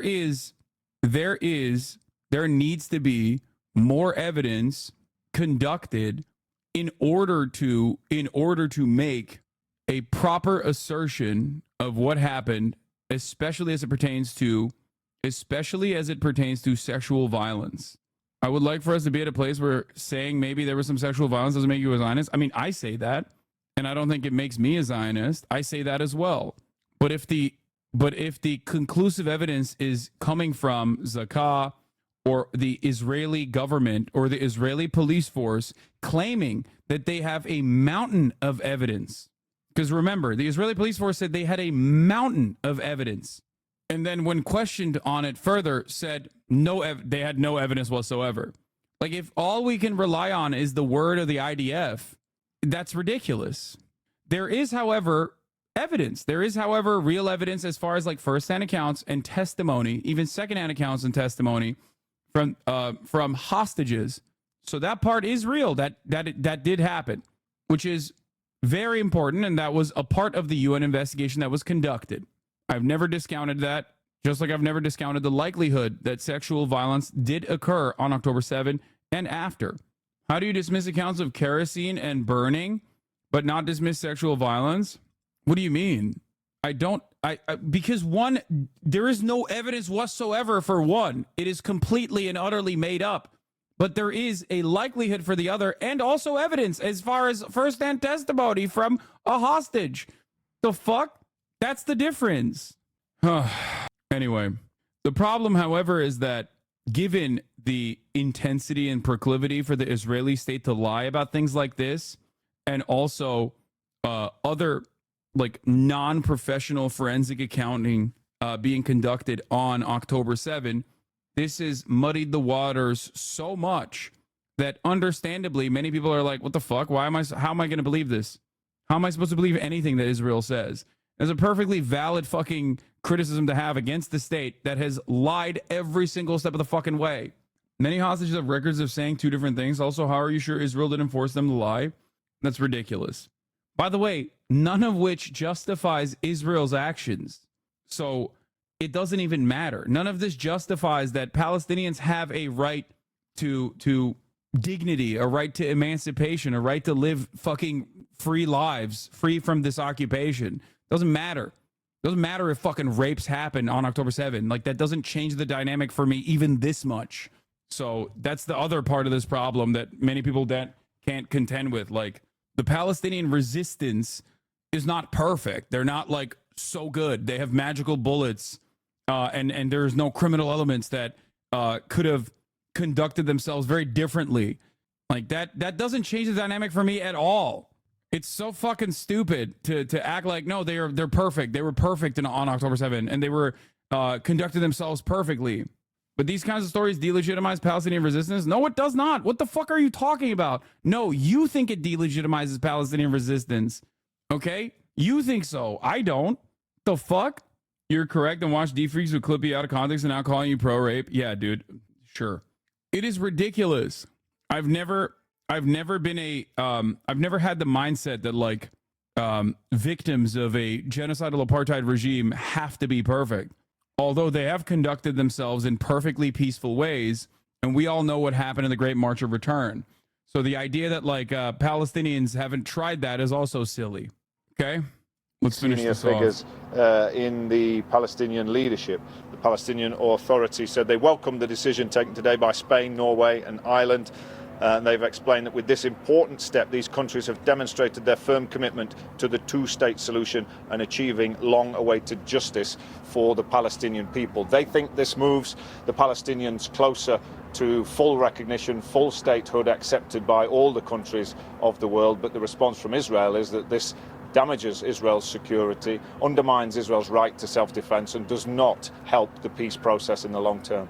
And Dan, all of this comes as we're hearing that the United Nations has halted food distribution in Rafah due to shortages and hostilities. Yeah, there's been a real difficulty getting aid into Gaza, whether that's over the land crossings or via the new maritime route that was opened up last week when the US military put in place this floating platform. We know some aid shipments have been able to get in via the sea route and via the land borders, but then there's a problem of distributing it. There's been a security issue. Some aid shipments have been ransacked by desperate Palestinians trying to get hold of food supplies and medical treatment, and that's prompted the UN to actually cease distribution. We know that very little aid's been coming in through that floating platform, despite the huge amounts of money and the effort that was put into putting that in place. They said they've got to resolve the security situation, make sure they can fairly distribute aid, make sure that it gets to the people who really need it, that it isn't intercepted and stolen.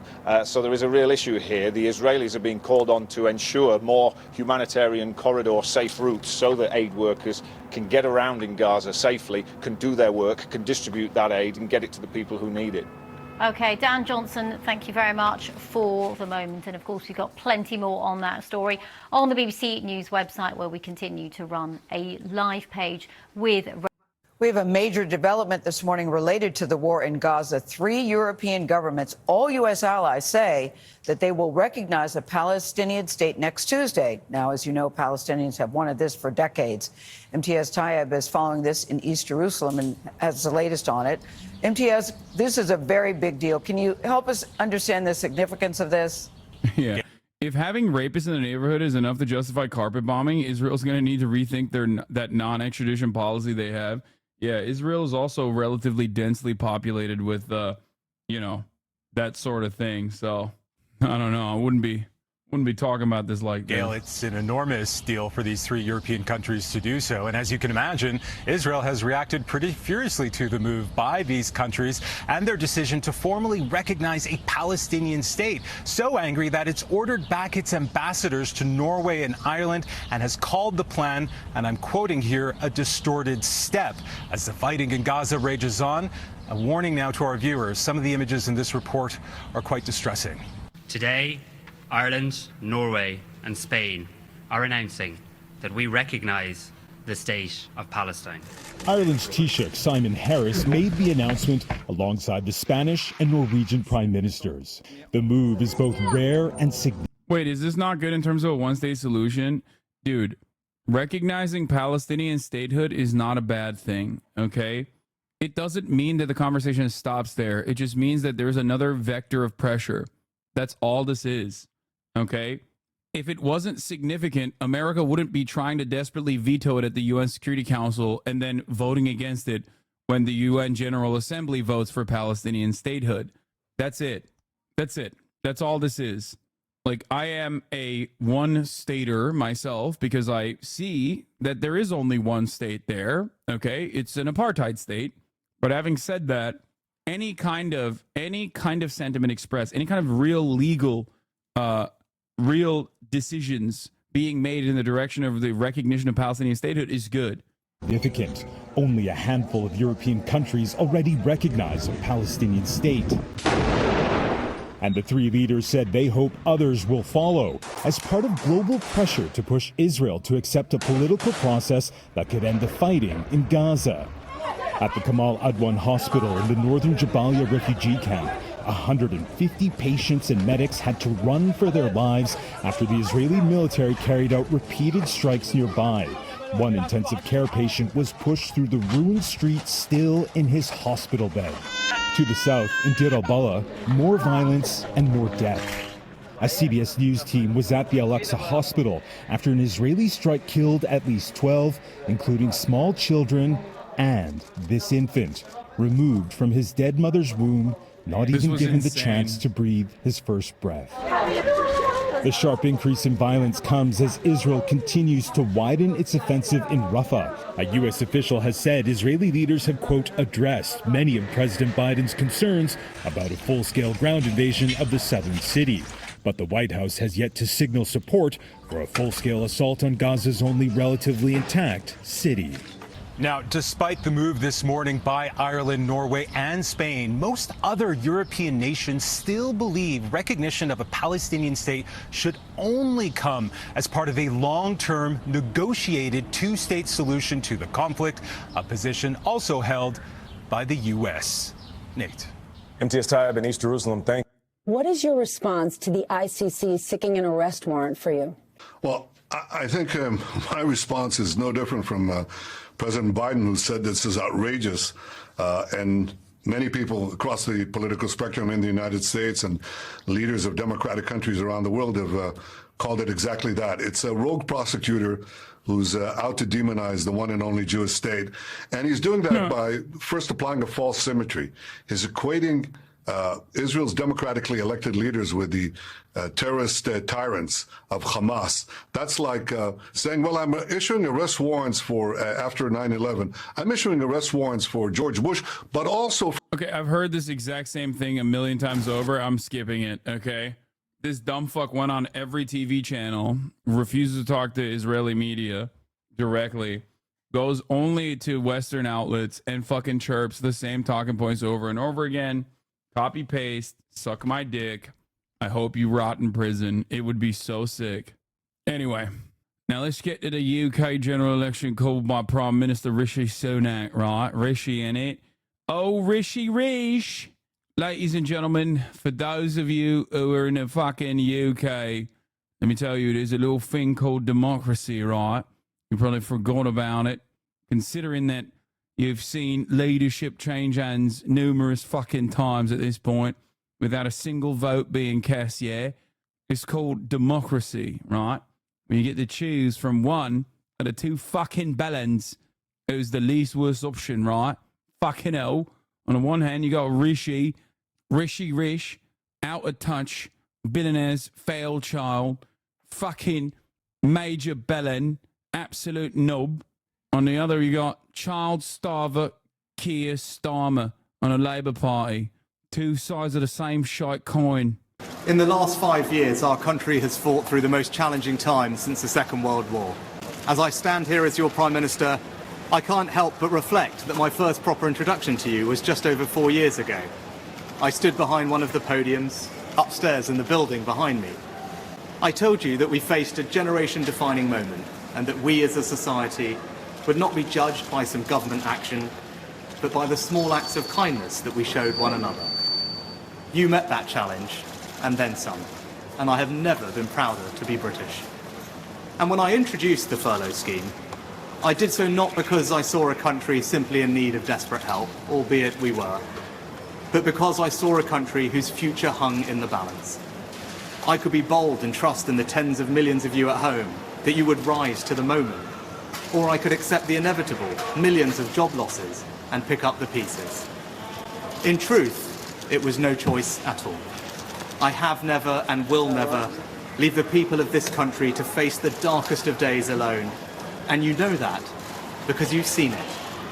As I did then, I will forever do everything in my power to provide you with the strongest possible protection I can. That is my promise to you. Because for so many of us, it's easy to forget the scale of what we've been through. We were hit by a pandemic that upended normal life. Who would have thought that the government would ever tell us how many times a day we could leave our homes? Then, just as we were recovering from COVID, war returned to Europe. With Putin's invasion of Ukraine sending your energy bills spiraling, I came to office, above all, to restore economic stability. Economic stability is the bedrock of any future success.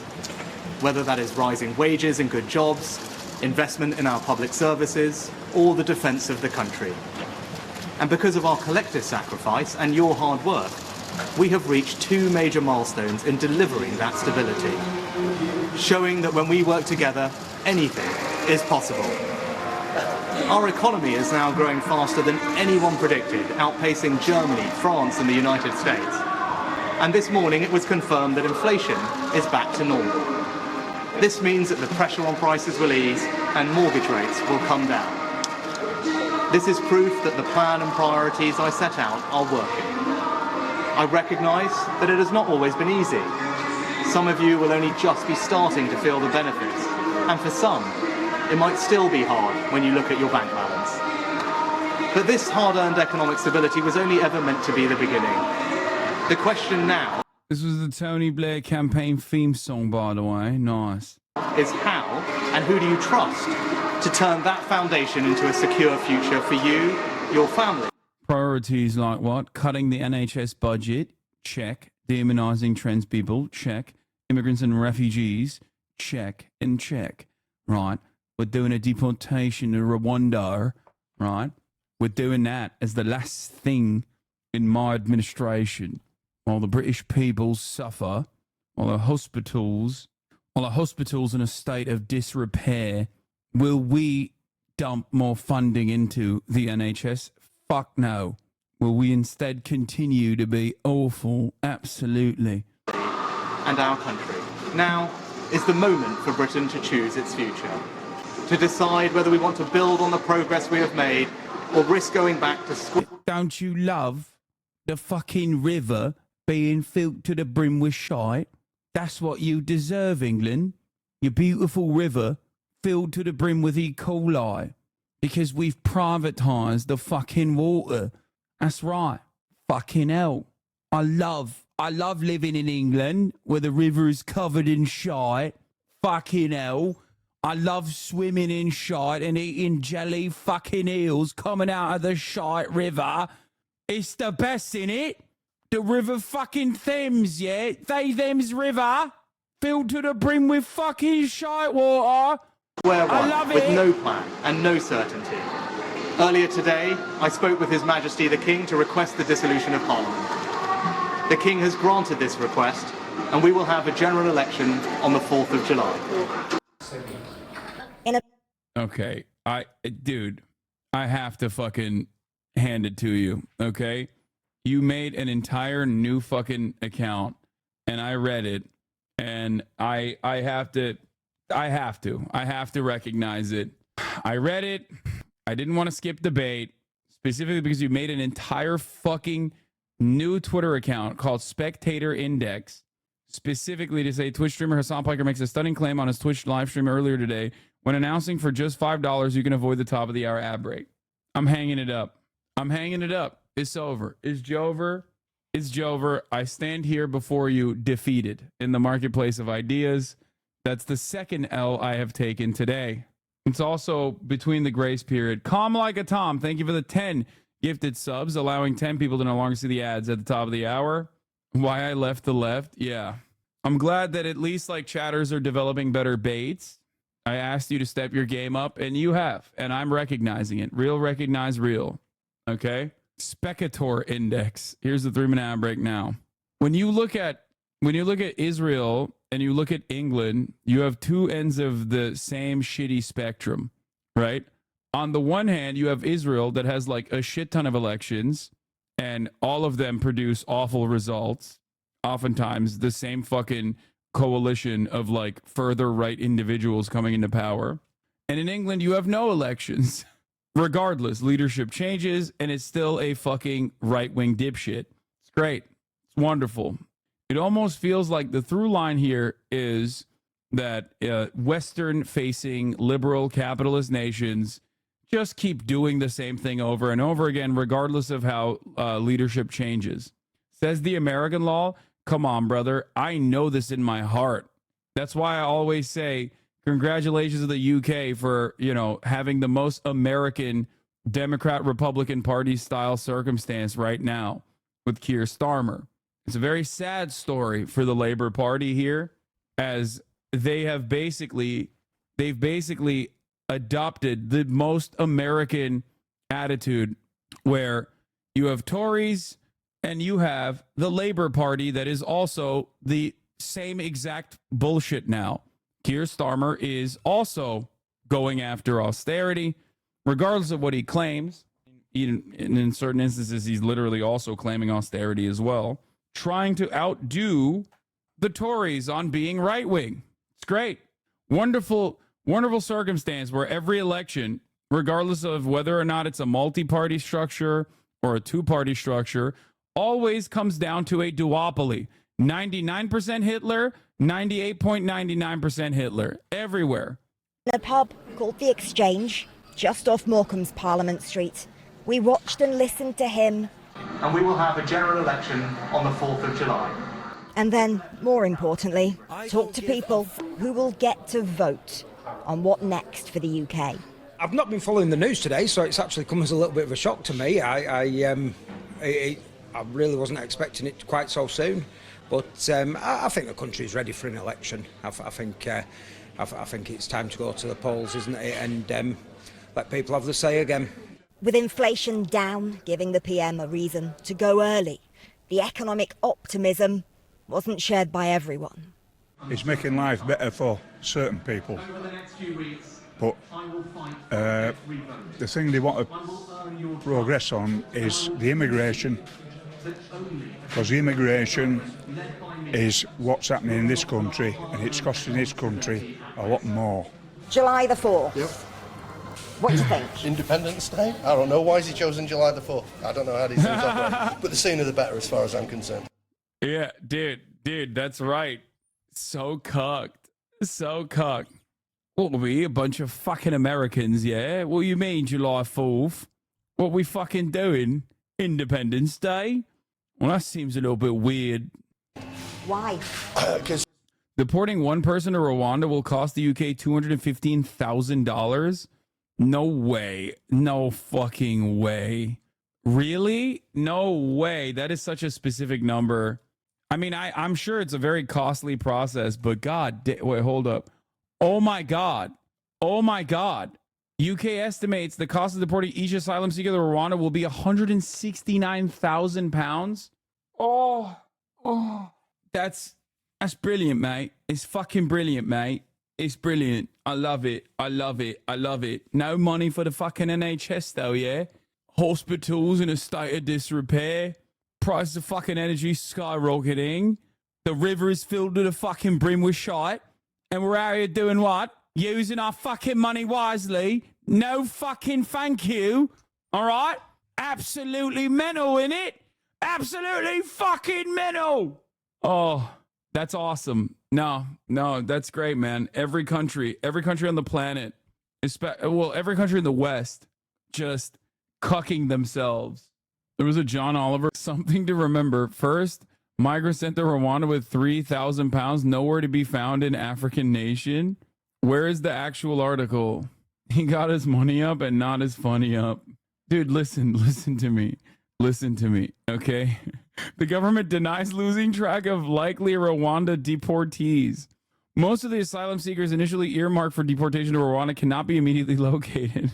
But only 2,143 continue to report to the Home Office and can be located for detention, the documents say. No 10 said it was not accurate to say Home Office was unable to locate the others. The PM spokesman said the Home Office continues to have a wide range of tools to maintain contact with them. It's separate from the Conservative government's plan to deport to Central Africa country those arriving via small boats on the English Channel. But according to the reports in the Sun, Hope Hostel, which has been cleared for migrants sent by UK, remains empty with the gates locked, with sources suggesting the man sent from the UK is lying low elsewhere in Rwanda. It'd be pretty funny if he made his way back to the UK only to take another 3K to be like, no, I'll voluntarily go back to Rwanda. What do you mean? It's an infinite money glitch, yeah? Fucking hell. He comes back with a top hat. Yeah. Something to always remember. Something to always remember. As Americans, we think British people are smart automatically, okay? Because, like, usually the way they're portrayed in American media is like, oh, if you have an accent like this, you're a nerd, you're very intelligent. We often forget that we are descendants in many ways of the British. This country is filled to the fucking brim with white Anglo-Saxon Protestants. So, of course, Americans, in their endless stupidity, are going to be just as stupid as the British. Tory party, whose naked cruelty has been exposed yet again for all to see. Oh, my God. And Sunak didn't... Where's the fourth one? Sunak claims deportation plan saves the UK billions. The UK already paid Rwanda $240 million. And will pay $540 million total to deport just the first 300 migrants. That's $1.8 million each. The money needed to deport one migrant under the scheme would give 234 children education for a year. That's great. Here, let's also check in on the River Thames. So I've just got back from my expedition and I'm down at the sewage outlet because this week Thames Water have had a number of what they call blips. That is sewage outages into the Thames and our local nature reserve. This is not the best otter footage I've had since I've been away, but it is right in the middle of one of those blips. Going down the edge here, I've seen big piles of brown slurry. There are coots and ducks swimming around inside of it. Our local neighbours have got in touch. They've said they have resolved the issue and consider it closed.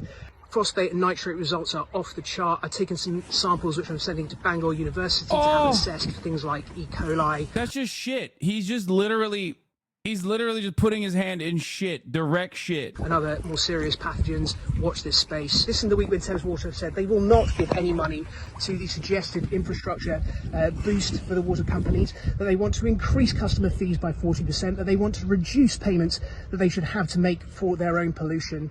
And that they want to be able to increase dividends and to get a massive bailout to boot. I would love to hear what you think about this. Please put it in the comments below, because myself and my good friends at River Action are determined to do something about this. England is turning back the clock to 1850. Bro, I'm sorry. There is nothing more English than literally taking a working active sewage structure from the Romans and Roman civil engineering, which is a genuine marvel for its time, and turning it into a grouping of people who don't know how to fucking wipe their asses properly. This is very British. This is positively British. Do you understand? It's the most English thing you can do. Remember the Sunak TikTok? We've introduced tough new measures today to help us stop the boats. The Yeah, new I do illegal remember. migration bill means that if you come here illegally, you will not be able to stay.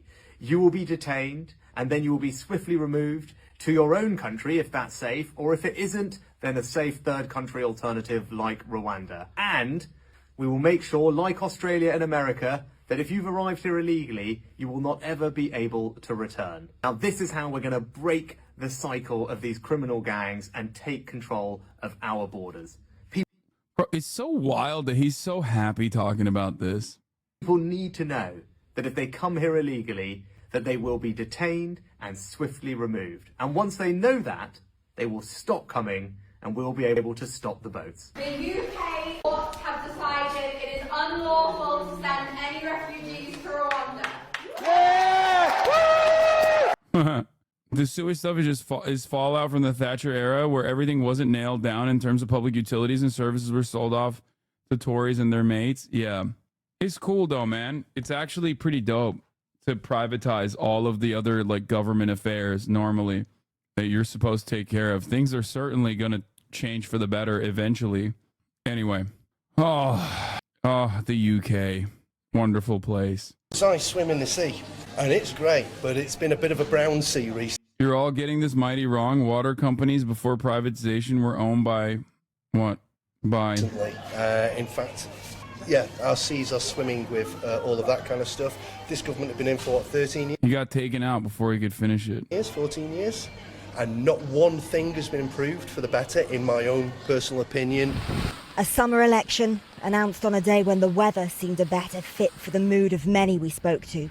We're in a town famous for bringing sunshine, because the swing needed for a Labour win in Morecambe and Lonsdale mirrors almost exactly the national numbers.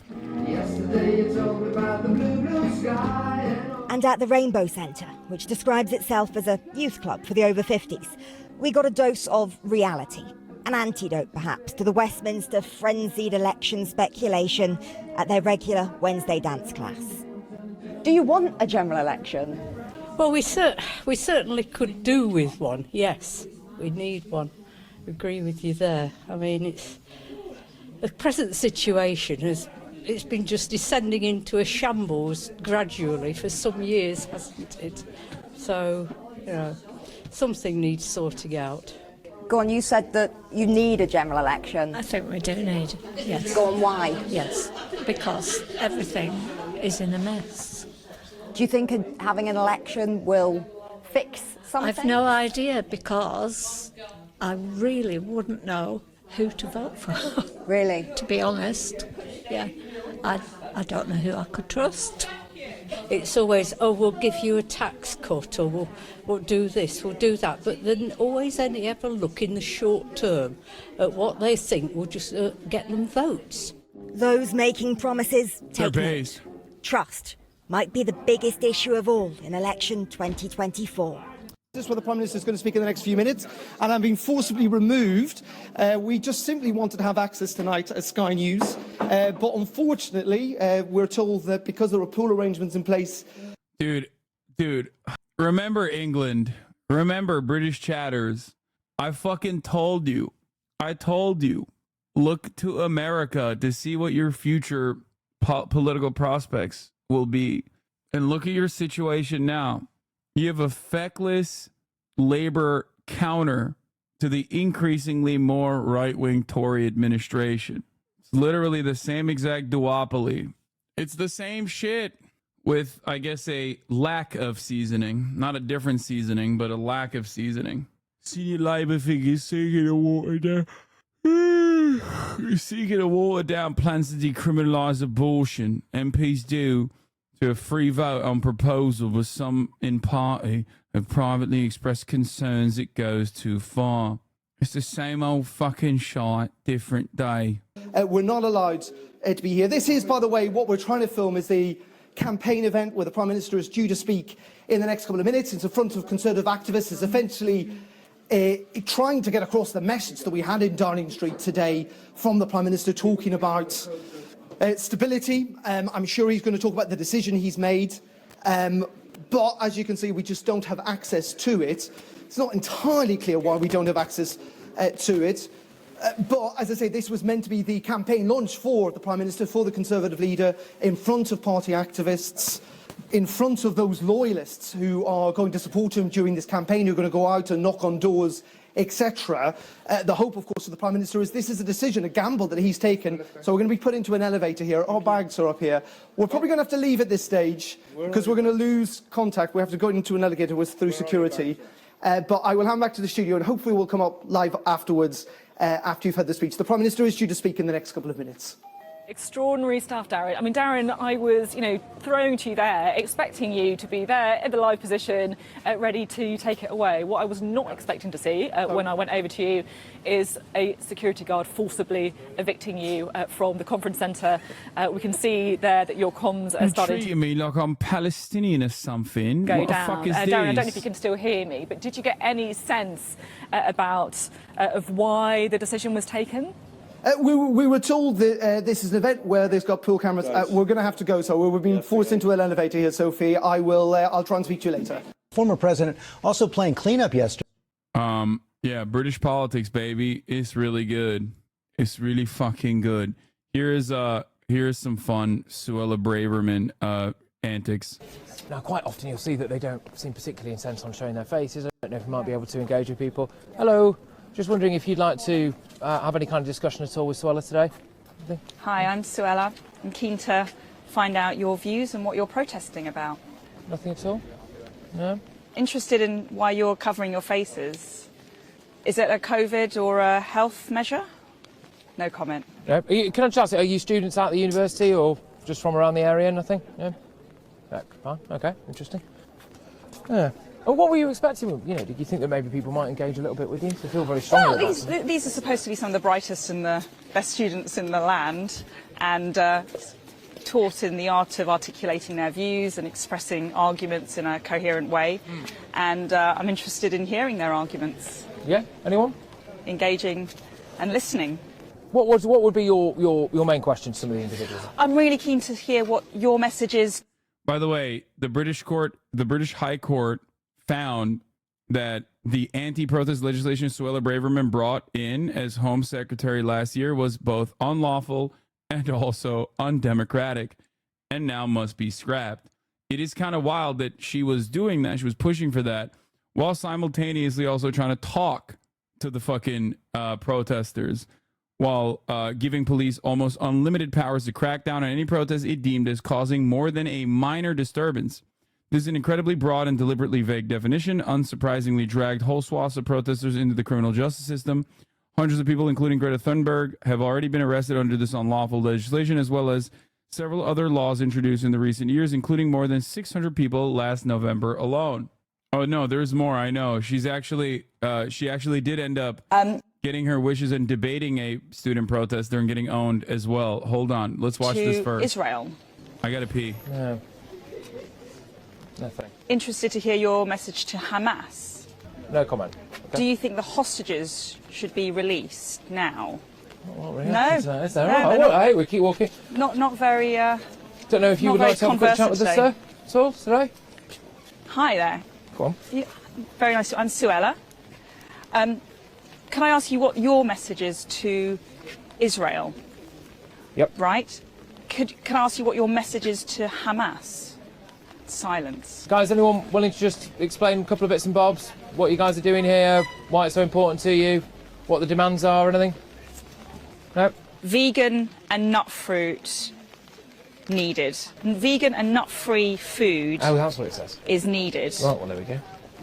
Morning, everybody.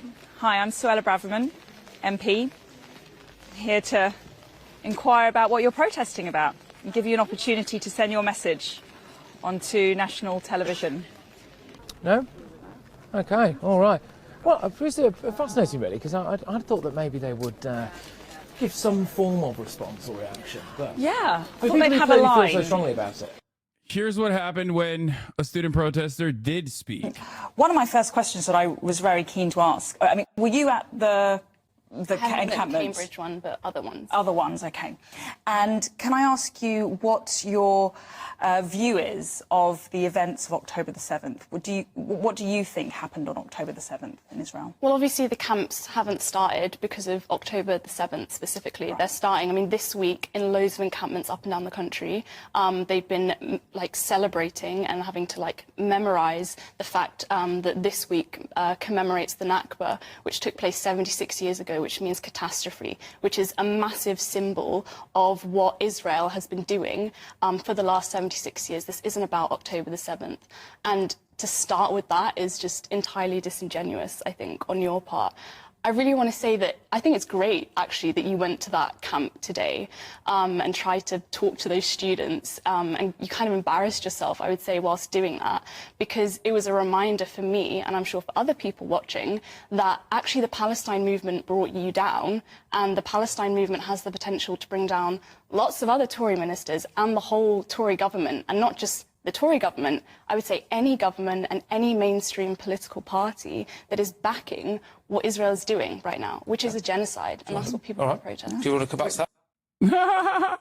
It's so sick. It's great.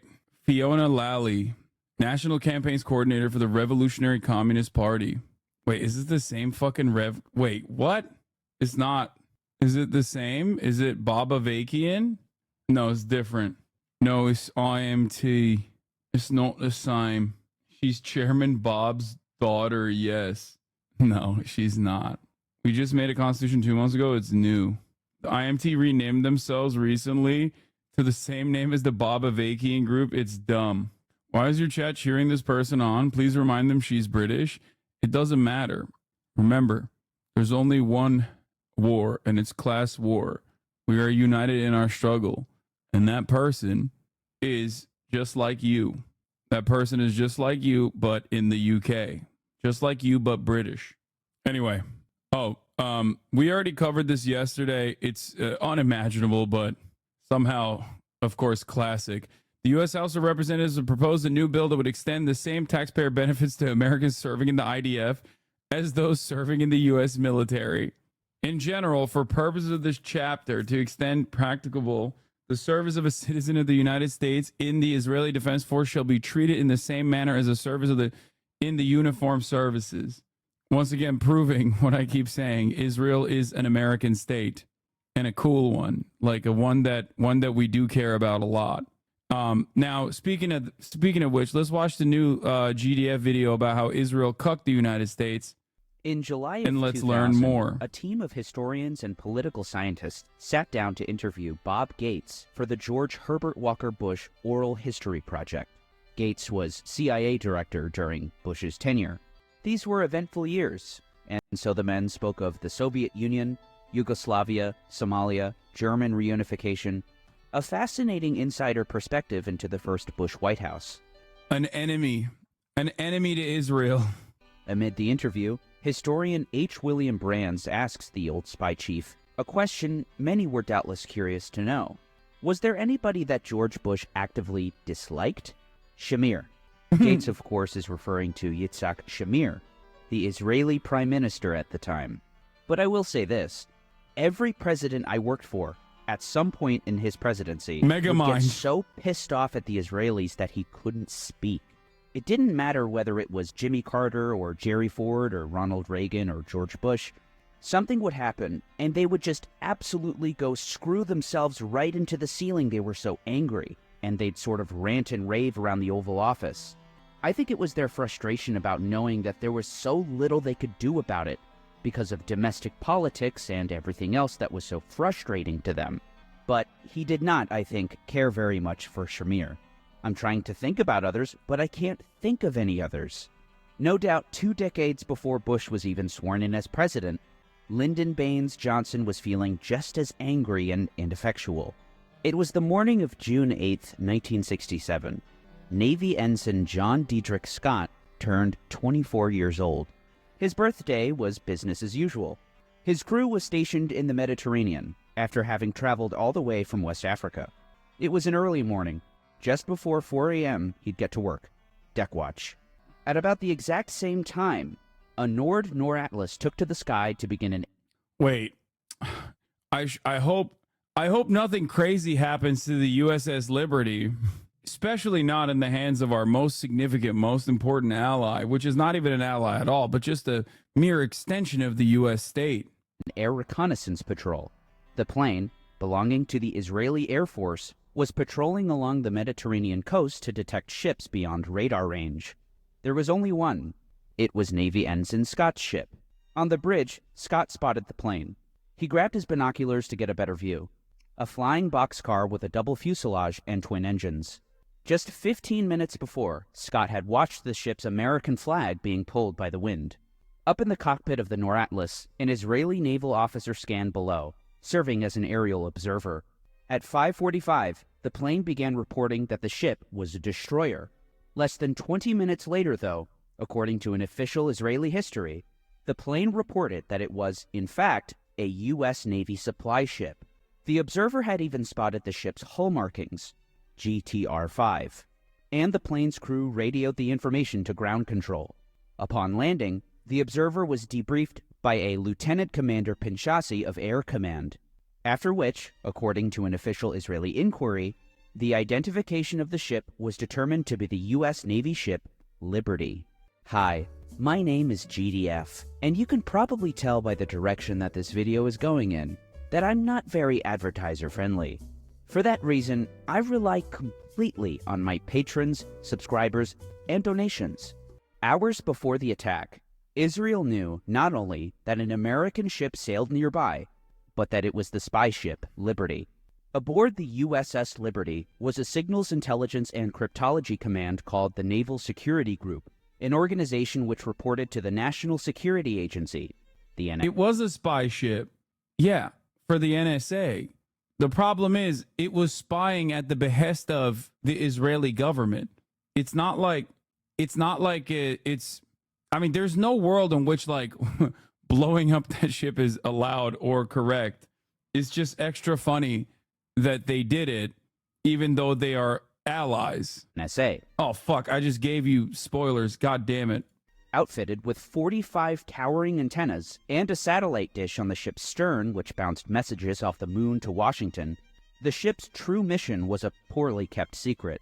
Ugliest ship in the Navy, and the most unusual, and therefore the easiest of all ships to recognize. The ship's captain, William McGonigal, would later testify that the configuration of the ship with unusual mast antennae arrangements had resulted in some surveillance from the Southwest African countries during its first 2 deployments, its usual stomping grounds. African art and masks decorated the ship's walls. Summer 1967 was supposed to entail steaming off to Angola, Liberia, and Gabon. From the port of Abidjan, however, the ship received new marching orders. Late spring saw things heat up rapidly in the Middle East. Egypt and Israel appeared ever closer to war. The ship was now to sail towards Spain, and finally, off of the Sinai Peninsula. It was here that the Liberty was to listen in on communications flying between the warring parties of the ensuing 6-day war. Each day, beginning with Israel's preemptive attack on Egypt, the Liberty was sending a steady stream of updates back to Washington about Israel's capturing the Sinai and the West Bank, including the old city of Jerusalem, in just the first 3 days. The ship was very much not a battleship, and as we shall see, almost completely defenseless. The Liberty carried no cannons and was armed with 4 Browning 50 caliber machine guns. The ship's 4-page gunnery doctrine declared the mounted gun's primary function was to repel boarders, not shoot down fighters. The ship's infirmary was, in turn, not outfitted for war zones. Out of a crew of almost 300, the main ward could accommodate just 4 patients. On a previous cruise, a sailor had to be evacuated to a hospital in Senegal for appendicitis. The examination room, with its lone surgical table, carried sutures and local anesthetic. However, the sailors did not have much reason to believe they'd be targeted for attack by anyone.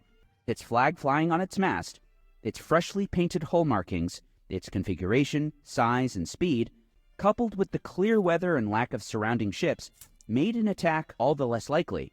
After all, no nation had ever attacked a spy ship, so the worries were not overt, particularly because the Liberty sailed in international waters. Navy Ensign Scott still had eyes on the plane, and even shot 4 photos with a 35mm camera. The plane circled around several times, then took off in a true direction toward Tel Aviv. A single jet aircraft circled the ship at 8:50. 2 more jets circled 3 times at 10:30. 11 a.m. another plane circled. More planes came at 11:30, 11:45, 12:20, and 12:45. The weather log on the Liberty showed clear skies, calm seas, and excellent visibility north of the Sinai on June 8, 1967. The calm preceded a vicious storm. Just before U.S. Navy vet here. This incident is why the U.S. doesn't sail spy ships anymore. So extremely, very ultra rare Israeli W. I mean, it doesn't really matter because aren't all the Navy ships functionally spy ships now anyway? It just means that like any ship that the Navy flies is no longer a civilian vessel, but instead directly just a vehicle for war. We use submarines for that now. We did that / do that, I promise. 2 p.m., Captain McGonigal peered through binoculars from the starboard wing. He spotted a fighter jet. Also, yeah, we have satellites, we have submarines, we have so much. Ensign Patrick O'Malley studied the radar. On the screen were 3 blips. We've got 3 unidentified vessels, steady bearing, decreasing range, coming right at us. As a captain, I've never seen anything approach the ship this fast. McGonigal turned to Lieutenant Junior Grade Lloyd Painter.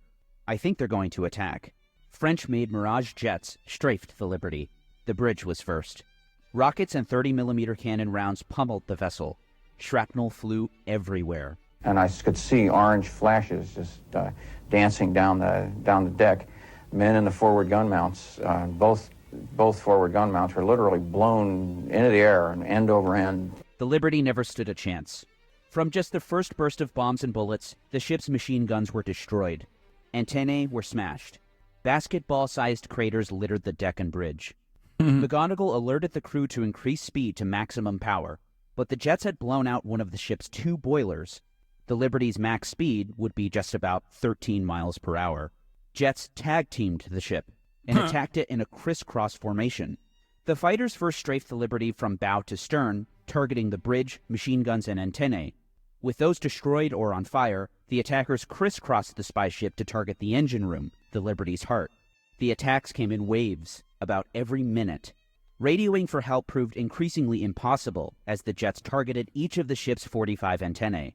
6 minutes into the attack, the radiomen switched transmitters hoping to get a message out, but the receiver blared feedback noise.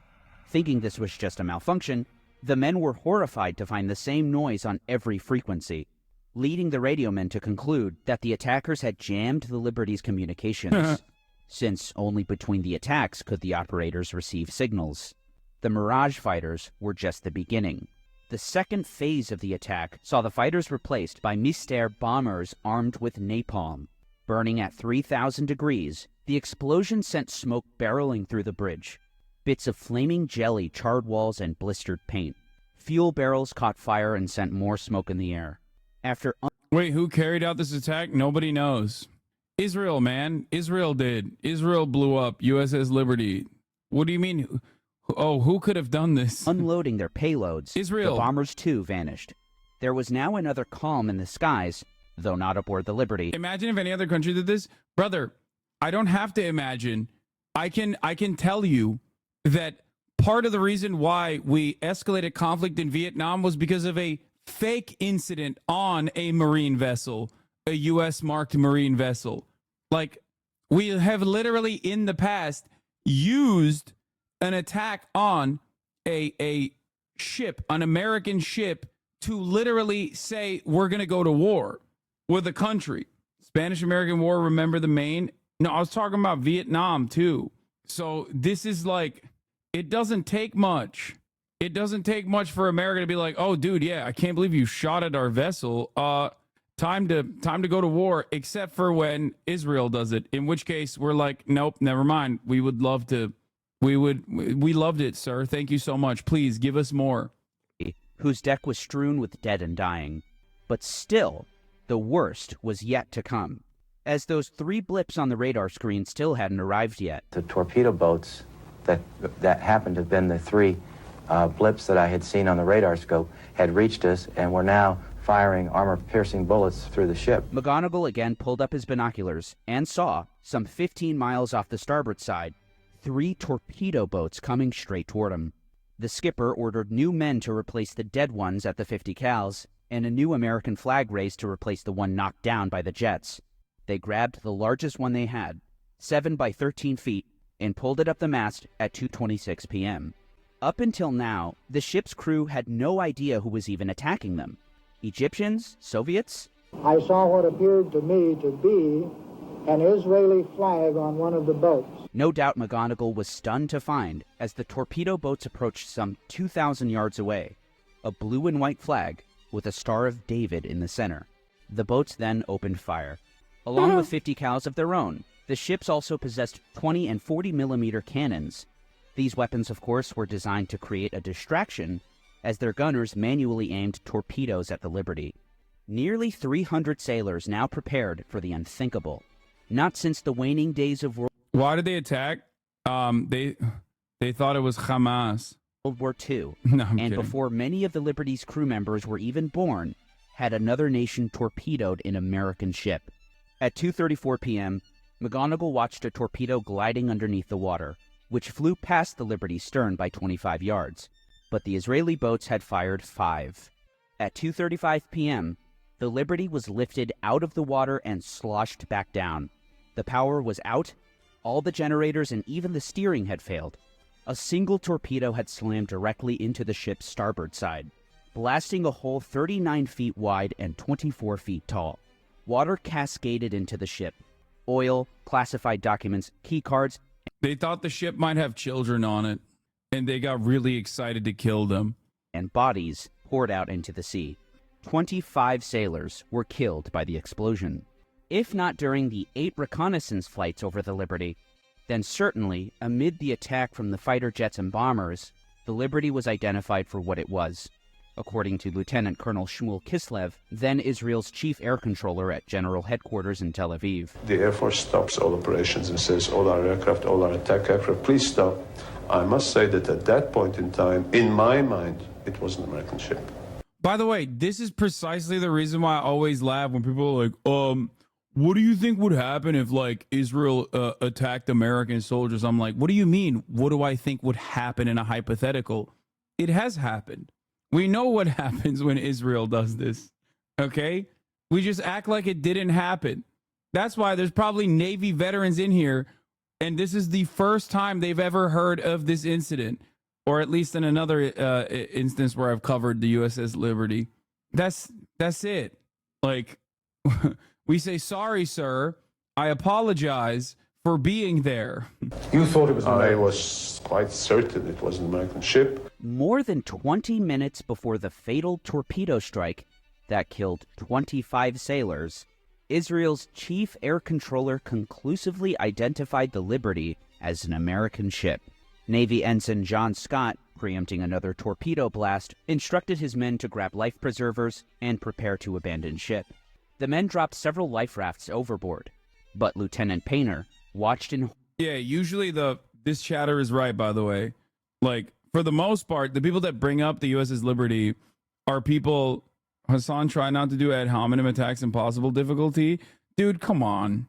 Come on, dude. The only ad hominem attack is the top of the hour ad attack. Okay, it's 3 minutes long, and you're gonna fucking see it. If you think that this bait is good enough, like the last two baits, that's lazy. Okay, that's lazy. It's too lazy for you. Yeah, fuck off. Yeah, exactly. Exactly. Weak bait. Weak fucking bait. You can't catch me slipping now. I'm aware. I'm woke to the ways in which this chat spends every fucking minute coming up to the top of the goddamn hour. Okay? Yeah. I'm awake now. I'm wide awake. I've grown. Yeah, your baits have gotten me stronger. I'm stronger and better than before. Weak baits will get you nowhere. Okay? At the top of the hour, however, you'll see a 3-minute ad break unless you subscribe for $5 or for free with a Twitch Prime. By connecting your Amazon Prime account to your Twitch account, you get 1 free Prime subscription a month. Here's a 3-minute ad break now. Horror as one of the torpedo boats zoomed past and machine gunned the rubber rafts. The torpedo boats continued to rain shells. Lily the Chaos God, thank you for the 5. Get the subs. And armor-piercing 50 caliber rounds at the ship. Finally, the firing stopped. One of the torpedo boats approached to about 500 yards away from the Liberty. At this point, the Liberty's crew were using a lamp to signal U.S. naval ship. Bizarrely, the torpedo boat signaled back. "Do you need help?" "No," they replied. "Do you want us to stand by?" "No, thank you," they replied, followed by the last communication from the Israeli vessel. "Good luck." It was still morning in Washington. At 11:04 a.m., President... Is this why right-wingers hate learning, especially history? Because then we find out these truths? No, right-wingers love the USS Liberty. Nazis fucking talk about it all the time. Nazis who are anti-Semitic, and that is the reason why they hate Israel, because they're jealous that Israel gets to have an ethno-state for Jewish people, and they don't get to have a white ethno-state for white people in America, who just hate Jewish people because they think that all of the Hitlerian arguments are real. Those freaks love talking about USS Liberty because it's like it is a very clear, shameful moment. They're always jealous of Israel and Japan. True. They also are very jealous of Japan too. Johnson left his White House residence. He had just learned what happened. He stopped at the Oval Office and then made his way into... Yeah, they also think it's hidden knowledge. That's the other thing that's like funny. They're like, ooh, what about the USS Liberty? It's like, yeah, what about it, man? The Situation Room, where he was greeted by Defense Secretary Robert McNamara, Secretary of State Dean Rusk, Walt Rostow, the National Security Advisor. Also joining them was Clark Clifford, chairman of the President's Foreign Intelligence Advisory Board. "We were baffled," Clifford later wrote in his memoir, Counsel to the President. "From the beginning, there was skepticism and disbelief about the Israeli version of events. We had enormous respect for Israeli intelligence, and it was difficult to believe the Liberty had been attacked by mistake. Every conceivable theory was advanced that morning. It became clear that from the sketchy information available, we could not figure out what had happened. Despite doubts in the Johnson administration, and as we shall see, from Johnson himself, Congress was either completely silent or came to Israel's defense. As the Liberty crew was clinging to life, turning their mess hall into a makeshift emergency room, plugging hundreds of shell holes to keep the tilting ship from... Is being anti-Zionist bad? This guy has to be Turkish, right? Zionist. What? No. Being anti-Zionist is not bad at all. It's very good.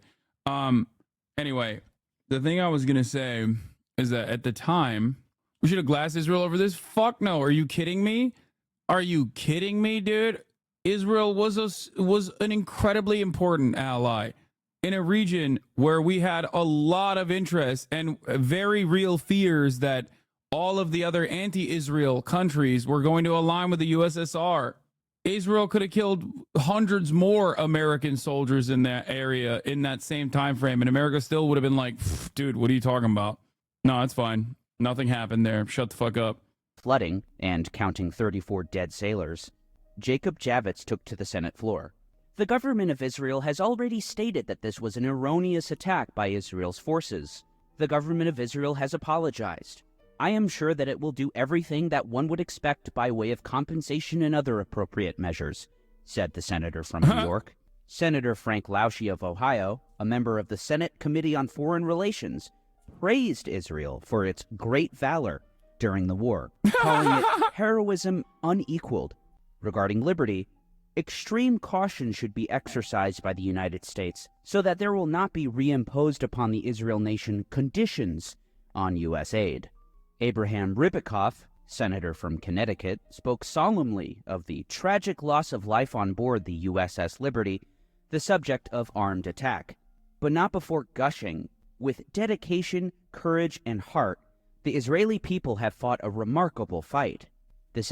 It was remarkable how they fucking blew up our naval vessel, dude. That shit was awesome. They demonstrated profound courage when they torpedoed our NSA civilian ship. You don't understand.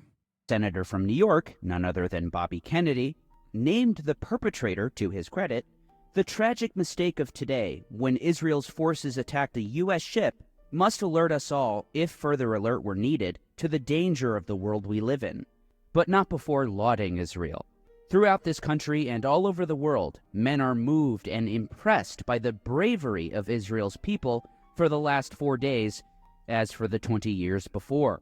Democrat representative from Illinois, Roman Puchinski, also chimed in from the other side of Congress, again naming the culprit.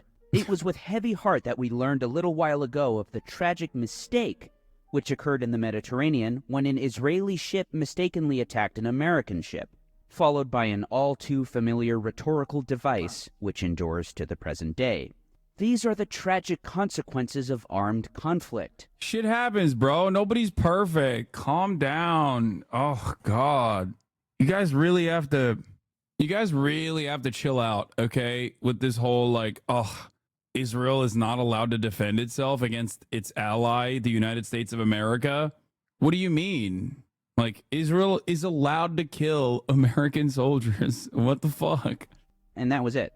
Sure, more than 24 law. Did AIPAC exist at the time? What the fuck? Why are the congressmen so cucked? Okay, couple different things. AIPAC did not exist at the time because it was called something else, and ironically enough, JFK wanted to actually change the consideration of, I forget what its prior name was called, but JFK at the time wanted to change its classification to a foreign lobby, which it should be. But having said that, one thing you have to remember, it's not just AIPAC, okay? It's not. AIPAC giving dollary dues to American congressmen is not the reason why these guys were dick riding Israel into oblivion, okay? What I just described to you earlier about how important our maintenance of the relationship with Israel was to American interests at the time is infinitely more important than AIPAC, okay? No, this is not the Holocaust collective guilt era either. No, the most important, most significant aspect of this relationship was Israel's positioning in the region against other countries that were potentially aligning with the USSR. That's it. That's why I always tell you, like, AIPAC money and lobbying money in general, okay? Lobbying money in general only is important for times of need, like pressure points, where there's a lot of fucking people being like, dude, what the fuck are you doing? You're getting an unlimited amount of money from Israel. What the fuck are you doing? Fuck you. Do something about it. We can't be out here fucking slaughtering children with our tax dollars. Like, spend it on us instead.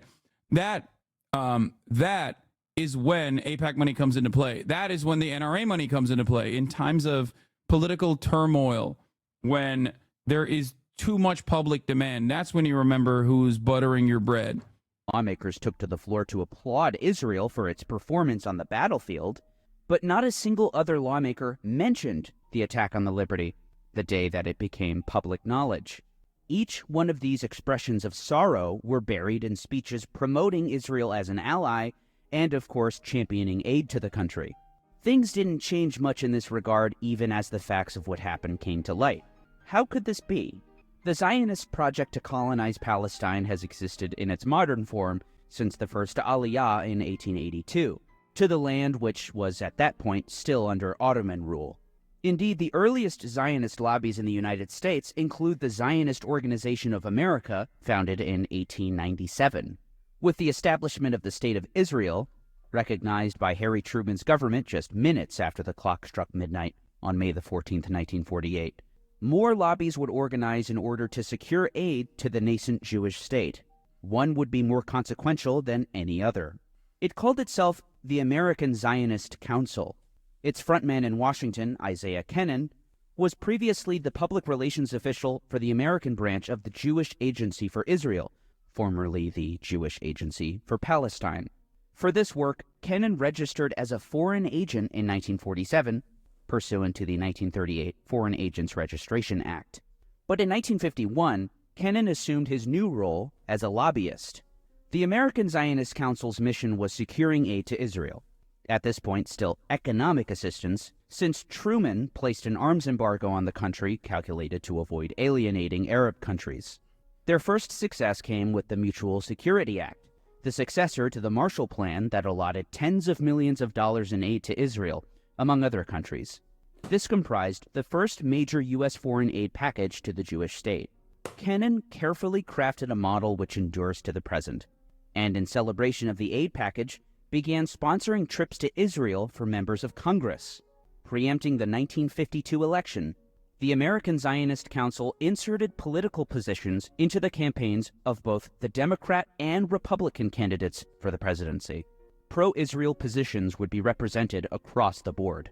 The idea that tax-exempt donations were being used to lobby for aid to a foreign government irked the ensuing Eisenhower administration, writes Middle East policy scholar Stephen Spiegel. The tension between the Eisenhower administration and Israeli supporters was so acute that there were rumors, unfounded as it turned out, that the administration would investigate the American Zionist Council. Therefore, an independent lobbying group was formed within the auspices of the American Zionist Committee. And so, the American Zionist Committee for Public Affairs was born. Kennan would additionally put his background as a journalist to use, founding the Near East Report. Over the years, at the request of the Jewish Agency for Israel made available to the American Zionist Council the sums listed below for subscriptions to the Near East Report. The weekly editorial would be sent to, ultimately, every single member of Congress. Money poured into the AZC coffers, courtesy of the Jewish Agency. When Executive Vice Chairman Gottlieb Hammer was asked, "Do you know, prior to 1960, approximately how much you supplied to the American Zionist Council?"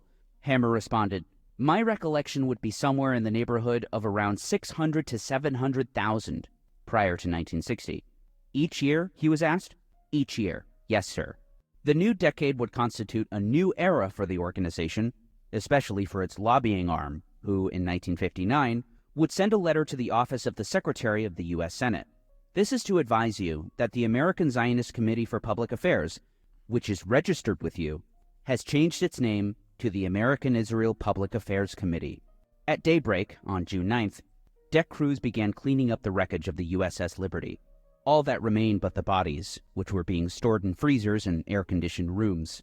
With hoses, they washed blood, flesh, and bone off the deck. Sailors even discovered a shoe with a foot still inside. Just 2 days after the attack, the Naval Court of Inquiry investigating the event convened in London. Admiral John McCain, Jr., Navy Commander for Europe and the Middle East, appointed Rear Admiral Isaac Kidd, Jr. to lead the inquiry. And Kidd chose Captain Ward Boston as chief counsel. My name is Ward Boston, Jr. I'm a retired Navy captain, United States Navy. I was the counsel of the Court of Inquiry that was appointed by Admiral McCain as a result of the Israeli shooting. Yes, the John McCain. Not like the John McCain that you know. John McCain comes from a long line of Navy admirals, which is part of the reason why he was able to literally drop a shit ton, like six American planes during Vietnam and still be allowed to continue piloting planes. Brave revolutionary Ho Chi Minh supporter John McCain destroying the American Navy from within. Shooting up the USS Liberty on 8 June 1967. Their report was completed by the end of the month. Among their findings, the ship was hit by more than 821 shells and rockets, many of them incendiary. Notably, from the time of the first air attack onward, attackers were well coordinated, accurate, and determined. Crisscrossing rocket and machine gun runs from both bows, both beams, and quarters effectively chewed up entire topside, including ship control and internal communications. Well-directed initial air attacks had wiped out the ability of the 450 caliber machine guns to be effective. As for the torpedo boats which followed the jets, PT attack first developed from starboard side and was identified as a high-speed run-in. And very shortly thereafter, the commanding officer identified the Star of David flag on this lead boat. The inquiry addressed a number of Israeli explanations for what they maintained was an accidental attack on the Liberty. Namely, the claim that the Israelis had mistaken the Liberty for the Egyptian El Qudsr, which they say was sailing in the vicinity of a shell bombardment on the Sinai. Navy investigators called this resemblance highly superficial, saying El Qudsr is less than half the size and lacks the elaborate antenna array and distinctive hull markings of Liberty. The location of the superstructure island, a primary recognition feature of merchant-type ships, is widely different.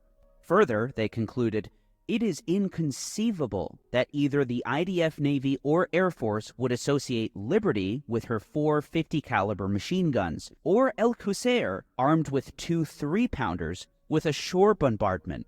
Of course, the Israeli claim that the Liberty flew no flag was roundly contradicted by each witness, including Ensign David Lucas, Lieutenant Junior Grade Lloyd Painter, Ensign John Scott, who we'll remember was up. Excuse me. Who are you going to believe, dude? Your own fucking military or the most moral army on the planet? Yeah. According to Lindsey Graham, Israel's defense brigade, Israel's defense force, and its generals are more trustworthy than our generals. Our Department of Defense is compromised. They're gay.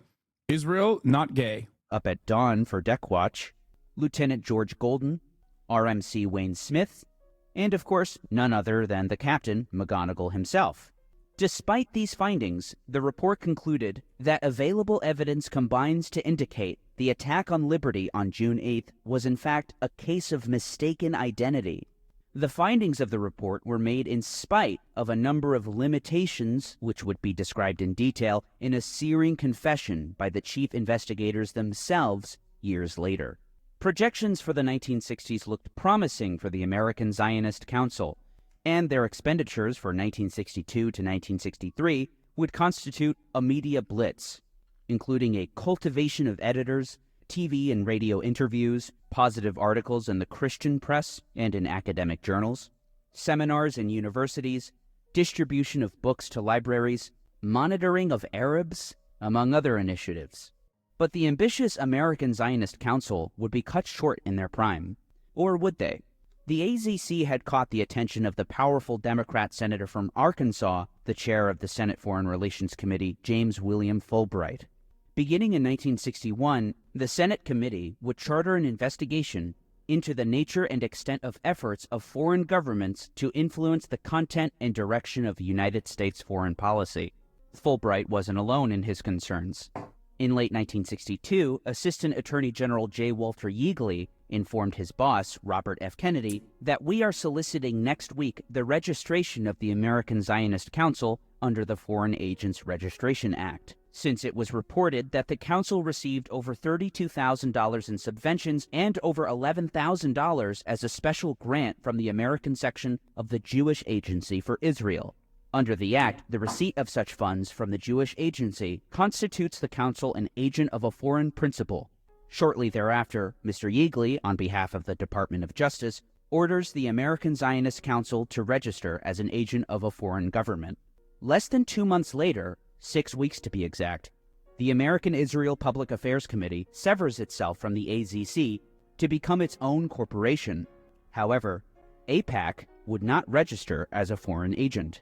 Despite taking over the entire American Zionist Council's operations, the Fulbright investigation culminates in hearings later in the year, where it is revealed that the Jewish Agency from January 1, 1955 through December 31, 1962, made payments totaling $5,100,000 to the American Zionist Council to carry on activities within the United States. Through its failure to require itemization, the Department of Justice and, therefore, the public was unaware of the public relations activities in the interest of Israel carried on within the United States by the agency. It wasn't until the year 2004 when an aging Ward Boston, the senior legal counsel to the Navy Court of Inquiry into the Liberty attack, gave in to his guilty conscience. In a sworn affidavit that was inserted into the congressional record, Boston told all, "For more than 30 years, I have remained silent on the topic of USS Liberty. However, recent attempts to rewrite history compel me to share the truth."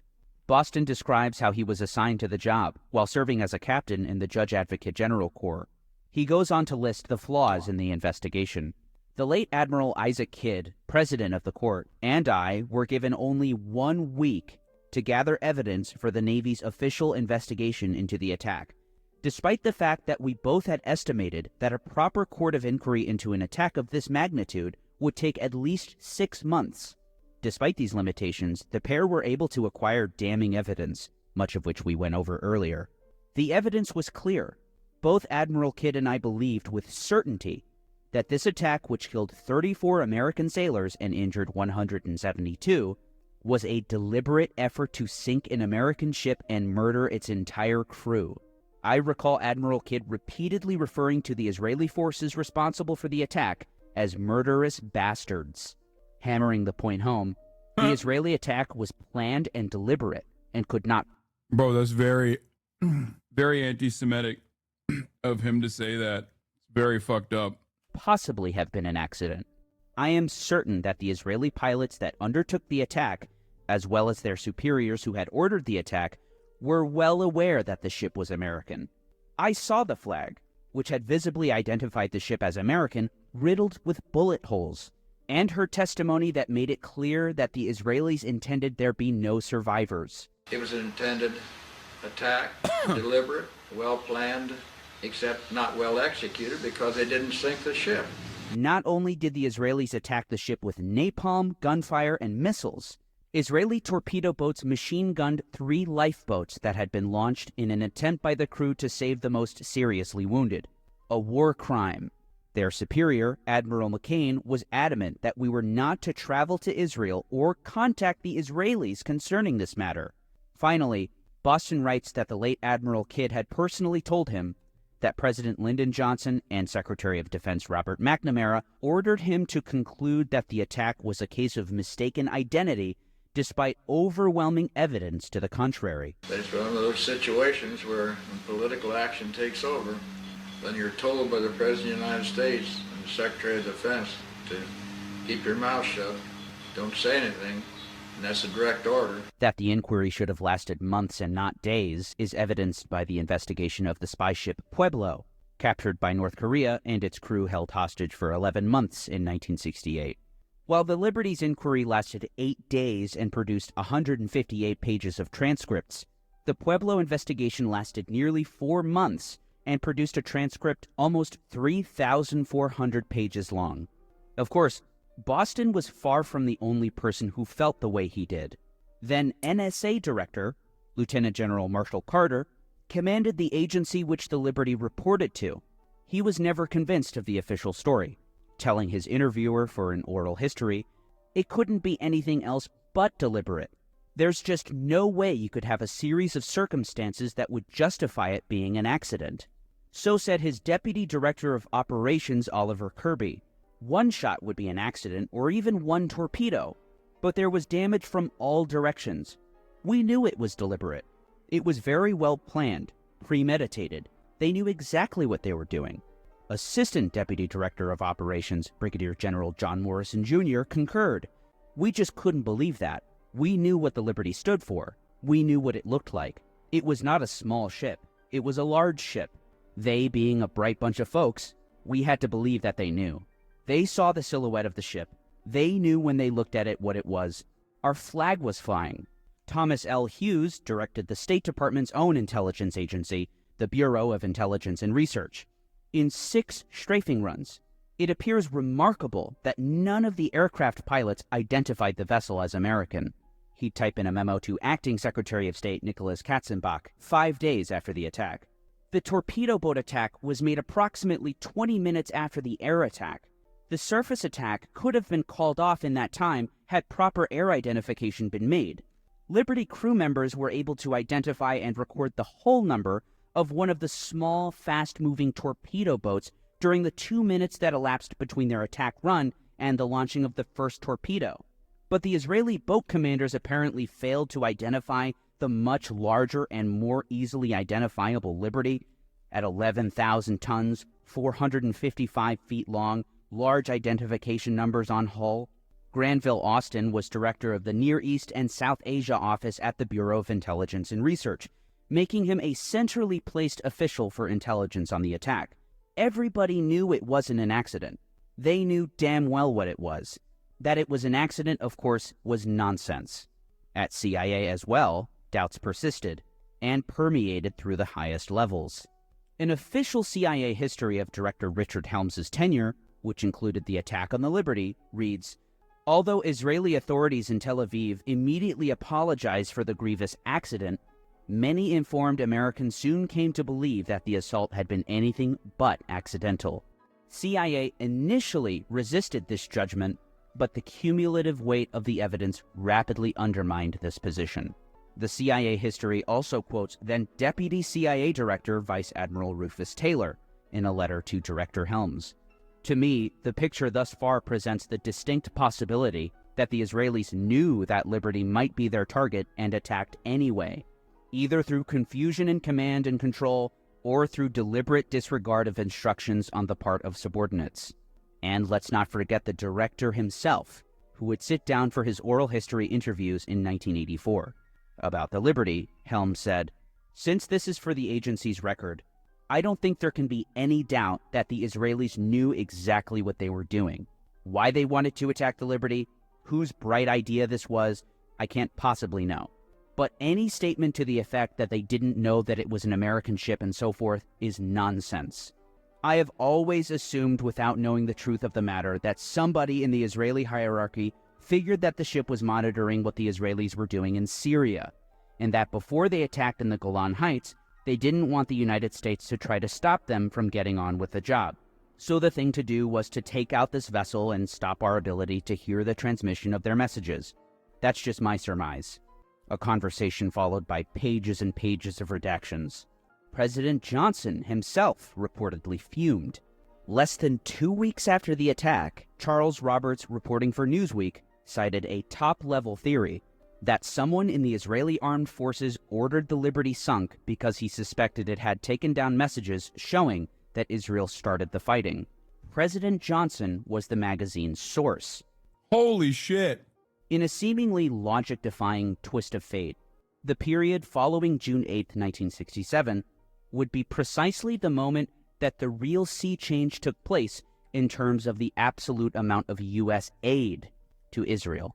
The efforts of the lobby to stifle dissenting views in Congress and to push for the lifting of the arms embargo began to bear fruit.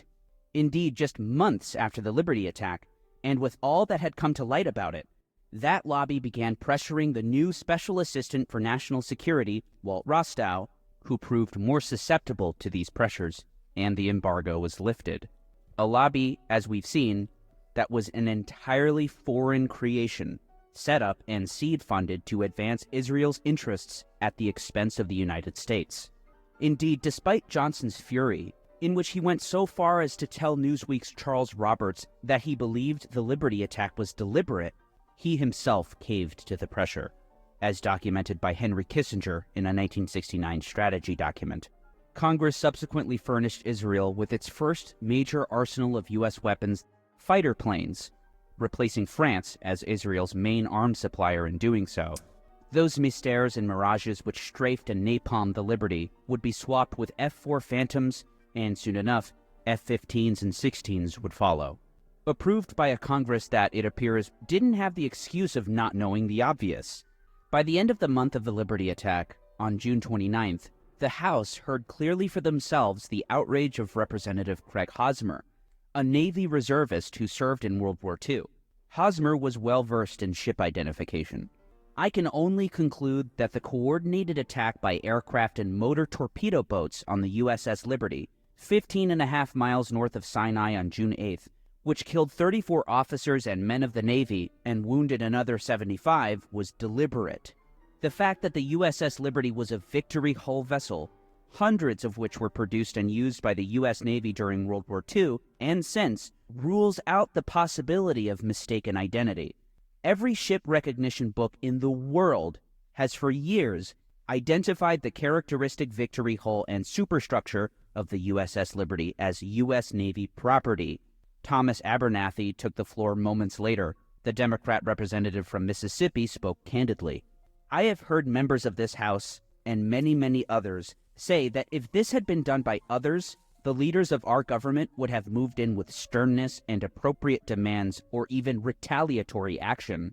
Regardless of who is responsible, friendly or unfriendly, when American sons are unnecessarily killed by unprovoked military attack, even in a case of mistaken identity, Uncle Sam as a rule demands to know why, and ordinarily we do not stop with just a demand. The ship was well marked, so said the Pentagon. Its name was painted on its stern. U.S. letters and numbers were on its bow.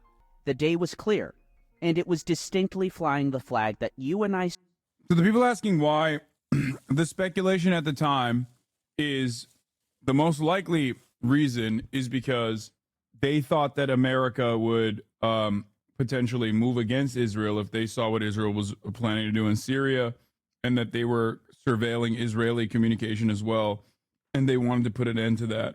I heard Israel never attacks first. Yeah, well, part of the reason why you think that is because even when Israel attacks first, which is almost all the time, it's seen as not premeditated, but actually defensive. They'll wipe out the entirety of the fucking Egyptian Air Force and then be like, we did it defensively. Stood here and so praised and respected just a few days ago on Flag Day. What complaint have we registered? What has Washington said? To tell you the truth, this great capital, as well as this great government, if it can still be called great, was and is as quiet as the tomb regarding this horrible event. Few other elected leaders said or did anything. Of the 435 House members, only Hosmer and Abernathy spoke out during the 3.5 hours that legislative body met. No one in the Senate, which met for less than 2 hours, mentioned the attack. It's not a mystery as to why. The reason for such silence from Congress, and for, not to mention, impunity from consequence, from the invasions of Lebanon, siege of Beirut, the occupation, annexation, and apartheid in the Palestinian territories, the continued genocide in Gaza, or from the very outset, the deliberate attempt to sink an American ship and its crew, the reason for such total impunity was there all along for everyone to see. That a foreign government has operated freely through its agents in the American democratic system. When I was a kid, we were taught that Israel never attacks first and that the 6-Day War was preemptive defense. Yeah, but like, think about that. Preemptive defense seems odd, no? Don't you think? Like, it literally, within it, basically gives the game away. Not all the time, but almost always provoked or preventable. Israel tried to provoke the 6-Day War using operations in the Syrian DMZ. The Yom Kippur War only happened as a result of Israel's rejection of the jarring mission, etc., etc. Today. Anyway, let's talk about restricting contraception. Trump is trying to do messaging and failing to do so. After posting a Nazi phrase on his website and suggesting restrictions on contraception in an interview. Rachel Scott has the story. Good morning, Rachel. Hey, George, good morning to you. Former President Donald Trump was asked directly whether he would support restrictions on birth control. The former president said it was something they were looking at, only to backtrack hours later. This morning, Donald Trump walking back his comments, suggesting he's open to restricting birth control if reelected. Do you support any restrictions on a person's right to contraception? Well, we're looking at that, and I'm going to have a policy on that very shortly. And I think it's something that you'll find interesting, and it's another issue that's very interesting. But you will find it, I think, very smart. I think it's a smart decision. But we'll be releasing it very soon. In an interview with a local Pittsburgh TV station, the former president asked to clarify if that meant he would in fact support restrictions on contraception. You may want to support some restrictions, like the morning after pill or something. We are also, things really do have a lot to do with the states. and some states are going to have different policies than others. The Biden campaign seizing on those words, saying women across the country are already suffering from Donald Trump's post-Roe nightmare. And if he wins a second term, it's clear he wants to go even further. And then hours later, Trump backtracked, writing on social media he has never and will never advocate imposing restrictions on birth control. It's so funny that, like, the Republicans keep giving gifts. Like, it's a handoff. It's a back and forth. Every day that the Democratic Party is like, yeah, we love giving Israel unlimited funds, shut the fuck up, is another day where Americans are like, what the fuck are you doing? Every day, on the other hand, that the Republican Party turns around and goes, actually, we are going to literally kill women for having abortions, is another day where they're just basically handing it back to the Democrats. It's awesome. New GDF video. Oh, man, that seems awesome. We should probably watch that. That's got to be a joke, right? There's no fucking way that chatter literally just now, like just at this very moment. No, he's memeing. There's no way. I refuse to believe that chatter came in here right now. Wait, dude, I just hopped on. No, bro, I literally just clicked away. Like, just clicked away. It almost always happens. Like, I feel like it's a bit at this point, and it turns out it's never a bit. Or other contraceptives. But that's something he never made clear in the interview. The former president often boasts about appointing 3 of the 5 Supreme Court justices that overturned Roe v. Wade, clearing the way for 21 states to ban or restrict access to abortion. We broke Roe v. Wade. Just weeks ago, Trump told Time magazine he wouldn't intervene if states wanted to monitor or punish pregnant women seeking abortion, saying, it's irrelevant whether I'm comfortable or not. It's totally irrelevant because the states are going to make those decisions. There are still major questions about whether the former president supports further restricting access to the abortion pill mifepristone, which is used in more than half of abortions in the United States. Trump said he would. I don't think you understand, bro. How do people have the gall to assume you haven't covered something when they join in? No, I'm not even angry. I'm just shocked that it happens literally like 30 seconds after I'm done watching a video, almost every single time. It's just funny. Like, every day I will watch like a YouTube video from one of my friends, and it'll be like a 47-minute YouTube video like the one that we just watched, and I'll cover it for approximately an hour and 30, maybe even 2 hours sometimes. And 30 seconds after I'm done watching it, someone will be like, yo, so there's a new video from GDF. I think it'd be cool if you covered it. It's not like something that frustrates me. I'm not angry at that chatter at all. I just think it's hilarious that it had happened genuinely 30 seconds after I had clicked away from the video after I finished watching it. Released his position weeks ago, and he still has not done so, Michael. Yeah, still waiting there. Still waiting, Rachel. Thank you.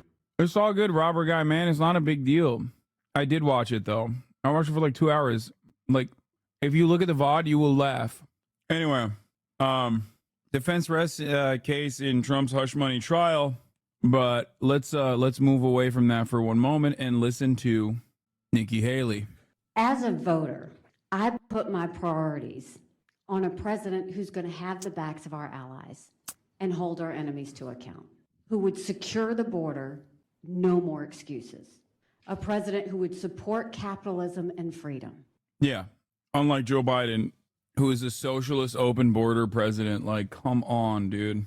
Oh, another byproduct of our fucking idiotic duopoly. But I don't get it. I thought Nikki Haley was the one who was going to save us. We need you, Nikki, right now, I thought. A president who understands we need less debt, not more debt. Trump has not been perfect on these policies. I've made that clear many, many times. But Biden has been a catastrophe. So I will be voting for Trump. Having said that, I stand by what I said in my suspension speech.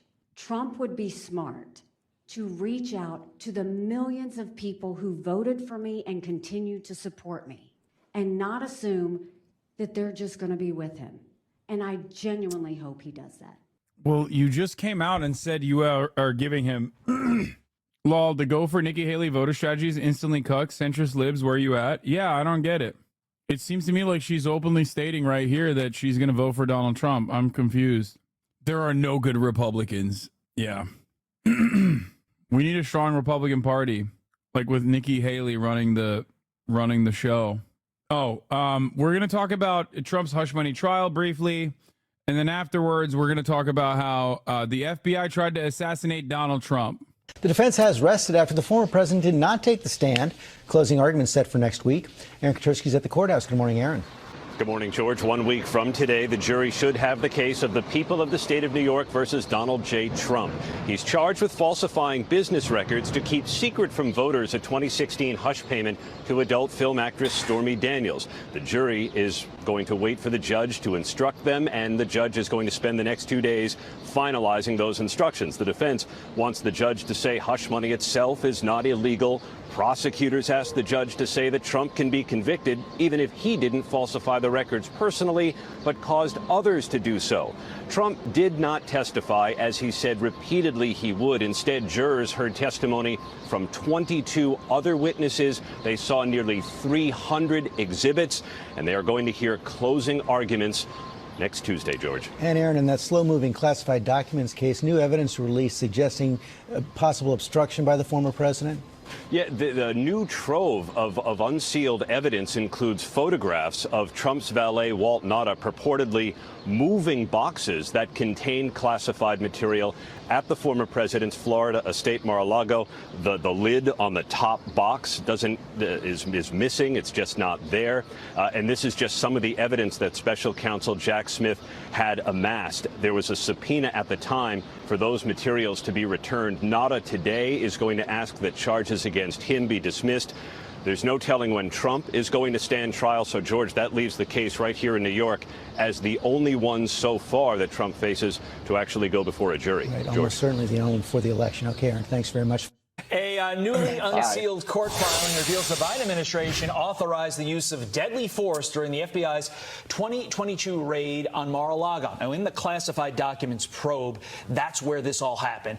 Former President Trump reacting on Truth Social, writing, quote, crooked Joe Biden's DOJ and their illegal and unconstitutional raid of Mar-a-Lago authorized the FBI to use deadly, lethal force. Now we know for sure that Joe Biden is a serious threat to democracy. He is mentally unfit to hold office. 25th Amendment. There's a lot to unpack here, and Pam Bondi is going to help us do that. I love this story. I love the Republicans freaking the fuck out. And it's totally fake, by the way. Like, they're not actually mad about this. They know exactly what happened here. But I love, personally, having Donald Trump's own lawyers directly argue in a court of law that the president should be able to do exactly what they're fantasizing, which is to send armed assailants to their political enemies' homes and kill them, okay? Even though the actual story is just, as far as I understand, look, I'm no big city lawyer, but pretty sure that's just regular fucking process. Like, yes, they have the capacity, if they are shot back at during a raid, they definitely have the capacity to, shoot. They have the prior authorization. It's the fucking FBI. She's a Trump campaign surrogate and, of course, former Florida Attorney General, and joins us now. You just saw me in your shot. How dare I get in the camera shot? Yes. The theory is with the Mar-a-Lago raid, which is pretty funny because Trump was not at Mar-a-Lago. Why wasn't Trump at Mar-a-Lago? Because the Mar-a-Lago raid was actually facilitated with Trump's own lawyers. That's why this story is fucking hilarious. Okay, so the FBI is responding to this. They're saying this is standard protocol wording, the way we worded this search warrant. The problem is that this isn't a standard raid. So what do you think about this, and what should have happened here? Yeah, it's not a standard raid because it should have never happened at all. Yeah, dude, it's not a standard raid. That's why they were in plainclothes, dumbass, because they did not want to, again, create a chaotic situation. Trump famously is the reason why we even know Mar-a-Lago got raided, because he tweeted out, "Cops are raiding me," saying how unjustifiable it is, when in fact his team of lawyers were in communication with the federal authorities and had actually, as far as I understand, I might be wrong on this part, secured exact details of how the document extraction process would occur at Mar-a-Lago in a way to not disrupt regular order of business at Mar-a-Lago. Donald Trump was not at Mar-a-Lago at the time. Neither was his Secret Service.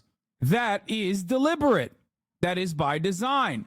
So, Carly, I was in trial with President Trump all day yesterday. We walk out of trial and then get this news. And how upsetting is that, especially to all the great men and women of the Secret Service who were in Mar-a-Lago? It was a safe place. I've been a part of executing multiple search warrants. Nothing about this was standard.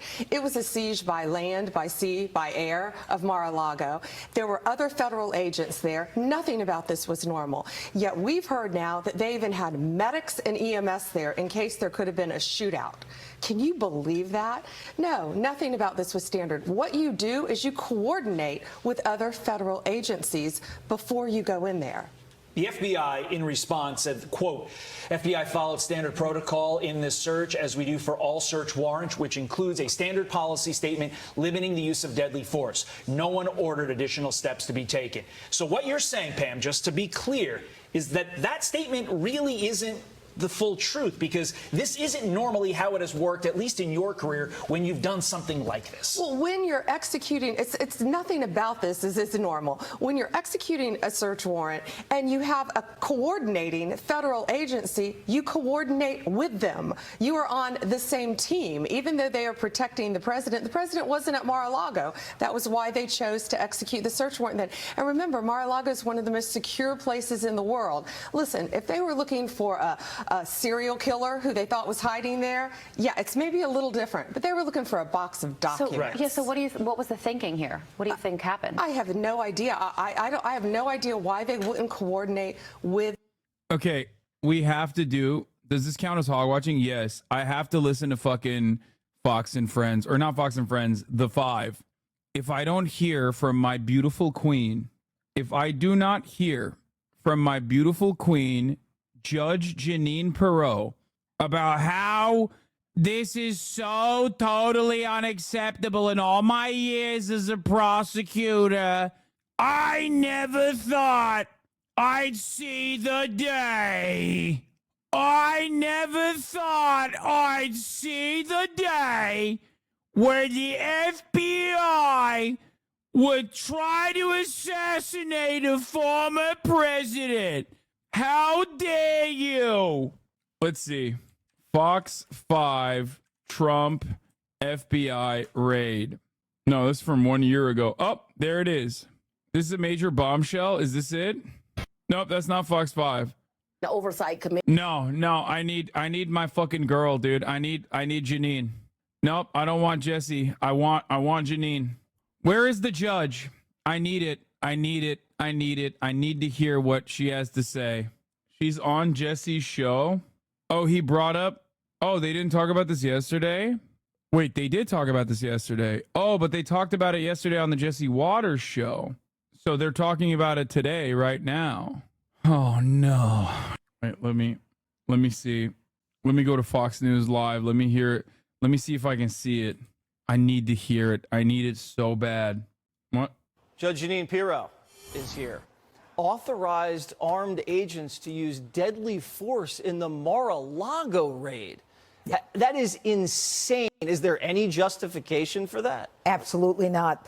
The thing that concerns me about this, the approval of the use of deadly physical force to engage the president and his security detail, who you know, Jesse, is the Secret Service, is a... Who was not there, Jeanine. Because guess what? Trump wasn't there, Jeanine. So the Secret Service wasn't there either, Jeanine. In all my years, I've never heard of such insanity. Is a pre-authorization where they assume something's going to happen and they don't even call us for the use of force. We're giving it to you ahead of time, preemptively. But more important and more telling to me is that they told them not to wear shirts that identified them as law enforcement agents, just to wear unmarked polo shirts. Yeah, I wonder why. Yeah, it's because they did not want to cause a chaotic situation that would disrupt the regular daily business of Mar-a-Lago, not for some other secret reason. And I think they wanted to cover up they keep law enforcement equipment concealed. Now, why would they do that? I don't know. Maybe because they are raiding the former president, and it's like a historic act due to the fact that the Trump administration literally left the agencies no other choice but to conduct a raid because they just, one, refused to cooperate with authorities and then actually lied and hid evidence, hid some of the documents. Perhaps that's the reason why. And even then, they still didn't want to make a big stink. And that's the reason why they were wearing polo tees. Yeah, no, it's because they wanted to secretly assassinate the president. That's why. Oh, no, but, my mind as a prosecutor goes to maybe they wanted the engagement of physical force. Maybe they wanted to come in without FBI, without, DOJ, without all of that, identifying so that they could engage in deadly physical force. And let me ask you something, Jesse. When we were getting out of Afghanistan, did the Biden administration... Afghanistan? Okay, see, the beautiful judge never ceases to amaze. Okay, I did not think that there was going to be an Afghanistan angle here. Okay, but she's done it again. She did it again, dude. She contains multitudes. Okay. Oh, what about Afghanistan, huh? What was Sleepy Joe doing in Afghanistan when he was pulling out of Afghanistan? Approve the use of deadly physical force when we had someone in a suicide vest in our sight with actionable intelligence? No. Wait, what? Is she insane? Wait, what the fuck? We literally blew up a humanitarian rights worker and his whole family, like, leaving Afghanistan. After we left Afghanistan, we fucking sent one final gift package to a human rights worker that was going home after a long day of giving aid to people. And 13 Americans died, but here they're ready to use force. It's smart. They didn't do it against Joe Biden when they seized his records. So when someone is... Yeah, first of all, Joe Biden cooperated with the authorities. This is a raid where potentially some crazy shit could possibly happen. It's understandable that in the search warrant, they also say you could use, if attacked, you could use deadly force to defend yourself. And secondly, even then, the raid in and of itself was supposed to be inconspicuous in an effort not to, bring additional attention to the agency. And the irony here is that I'm pretty sure that was still facilitated with the lawyers. Trump was not there, for example. Are you claiming the police never use excessive force? Dude, the only excessive force the police use is at the top of the fucking hour, okay? If you come at me at 2:59 with this bullshit, I'm gonna fucking give you the excessive force, and I'm gonna serve you the 3-minute ad break. Now, of course, you won't experience that because you're a 43-month subscriber. You should know better. Yeah, exactly. Oh, excessive force at the top of the hour law.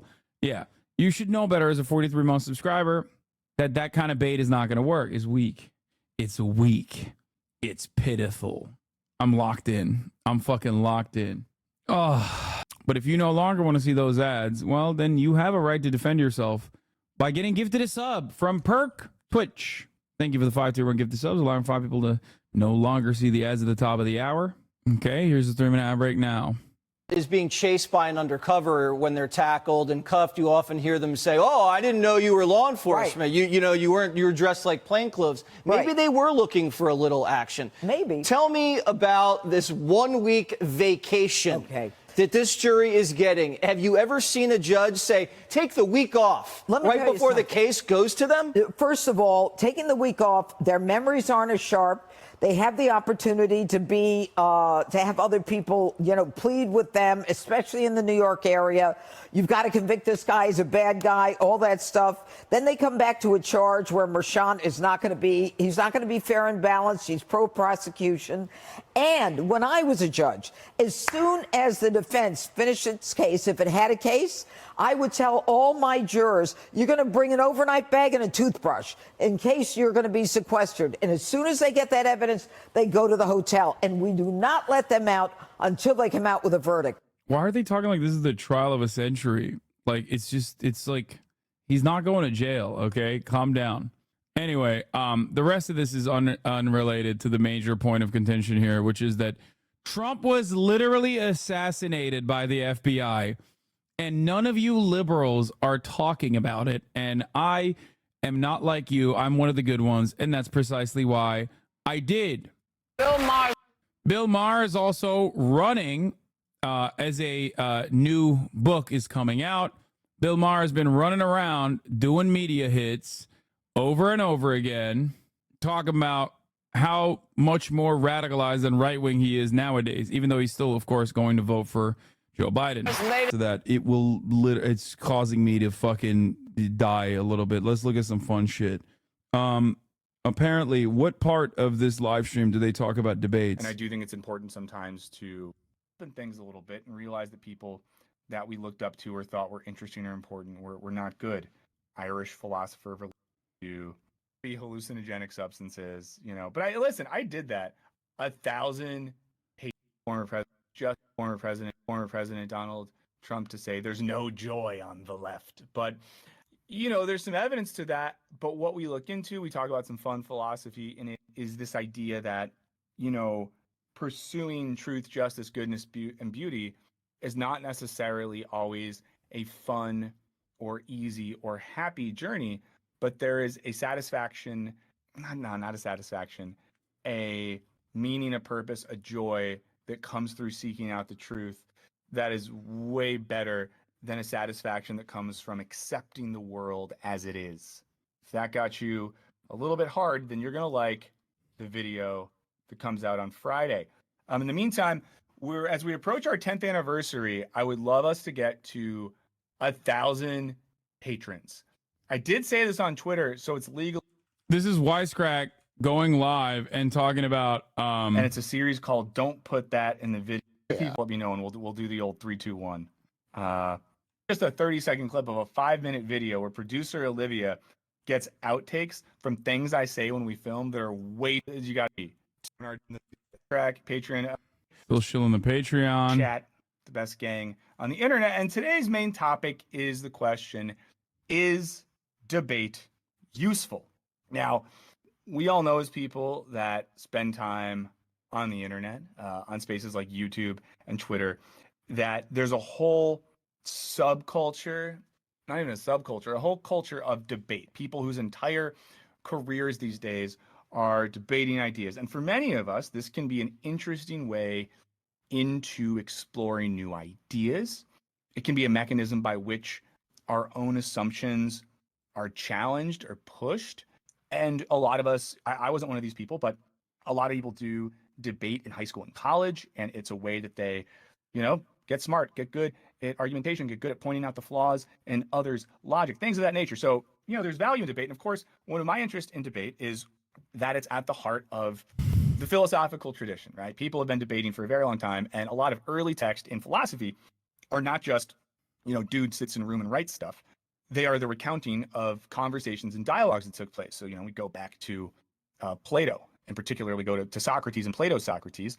And all those texts, if you've ever read them in like an intro to philosophy class, they're just conversations. They're back and forths. Now, the reason they were back and forths is because the idea is that when we explore ideas collectively, when we participate in dialogue, we're able to go further. We're able to push each other. If you think about it in terms of, I don't know if we got any jazz heads in the chat, but think about improvisational music, like jazz music.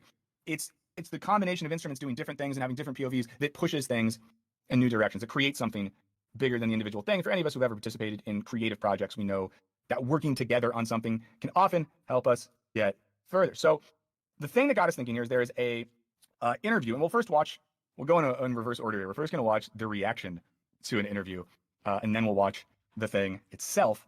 That sort of made, let me see this one second, that sort of made things go viral this week. And it is a clip, and we have it, I'm sure Henry will get that pulled up, and we'll do our little countdown to watch it. This was posted by Slushy. It is a clip from a Destiny stream He's watching a Hasan Piker interview, an interview that we will look at some of later, and he reacts to some comments that Hasan Piker makes about debate.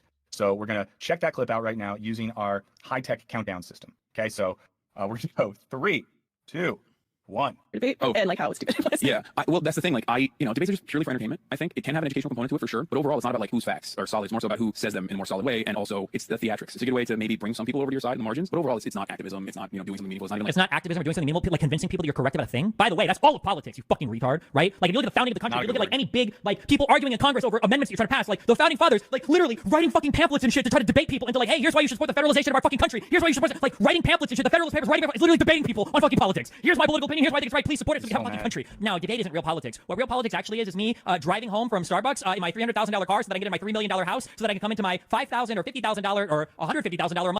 Just a normal reaction to someone saying something objectively true, by the way, which is that debates can have some educational components, but ultimately it's about whose side has better rhetoric and not actually about the facts, which is precisely why someone like Ben Shapiro could technically own someone who is infinitely more knowledgeable on any matter that they're speaking of in the marketplace of ideas, but that doesn't mean that Ben Shapiro is correct.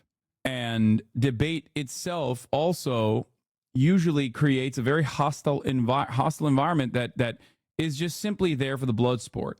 Okay, there's nothing funnier than watching him fucking lose his mind over a relatively understandable, relatively reasonable statement, while simultaneously comparing himself to the founding fathers, when in fact the only comparison to the founding fathers is probably his proclivity to use the N-word, and the energy that comes from that.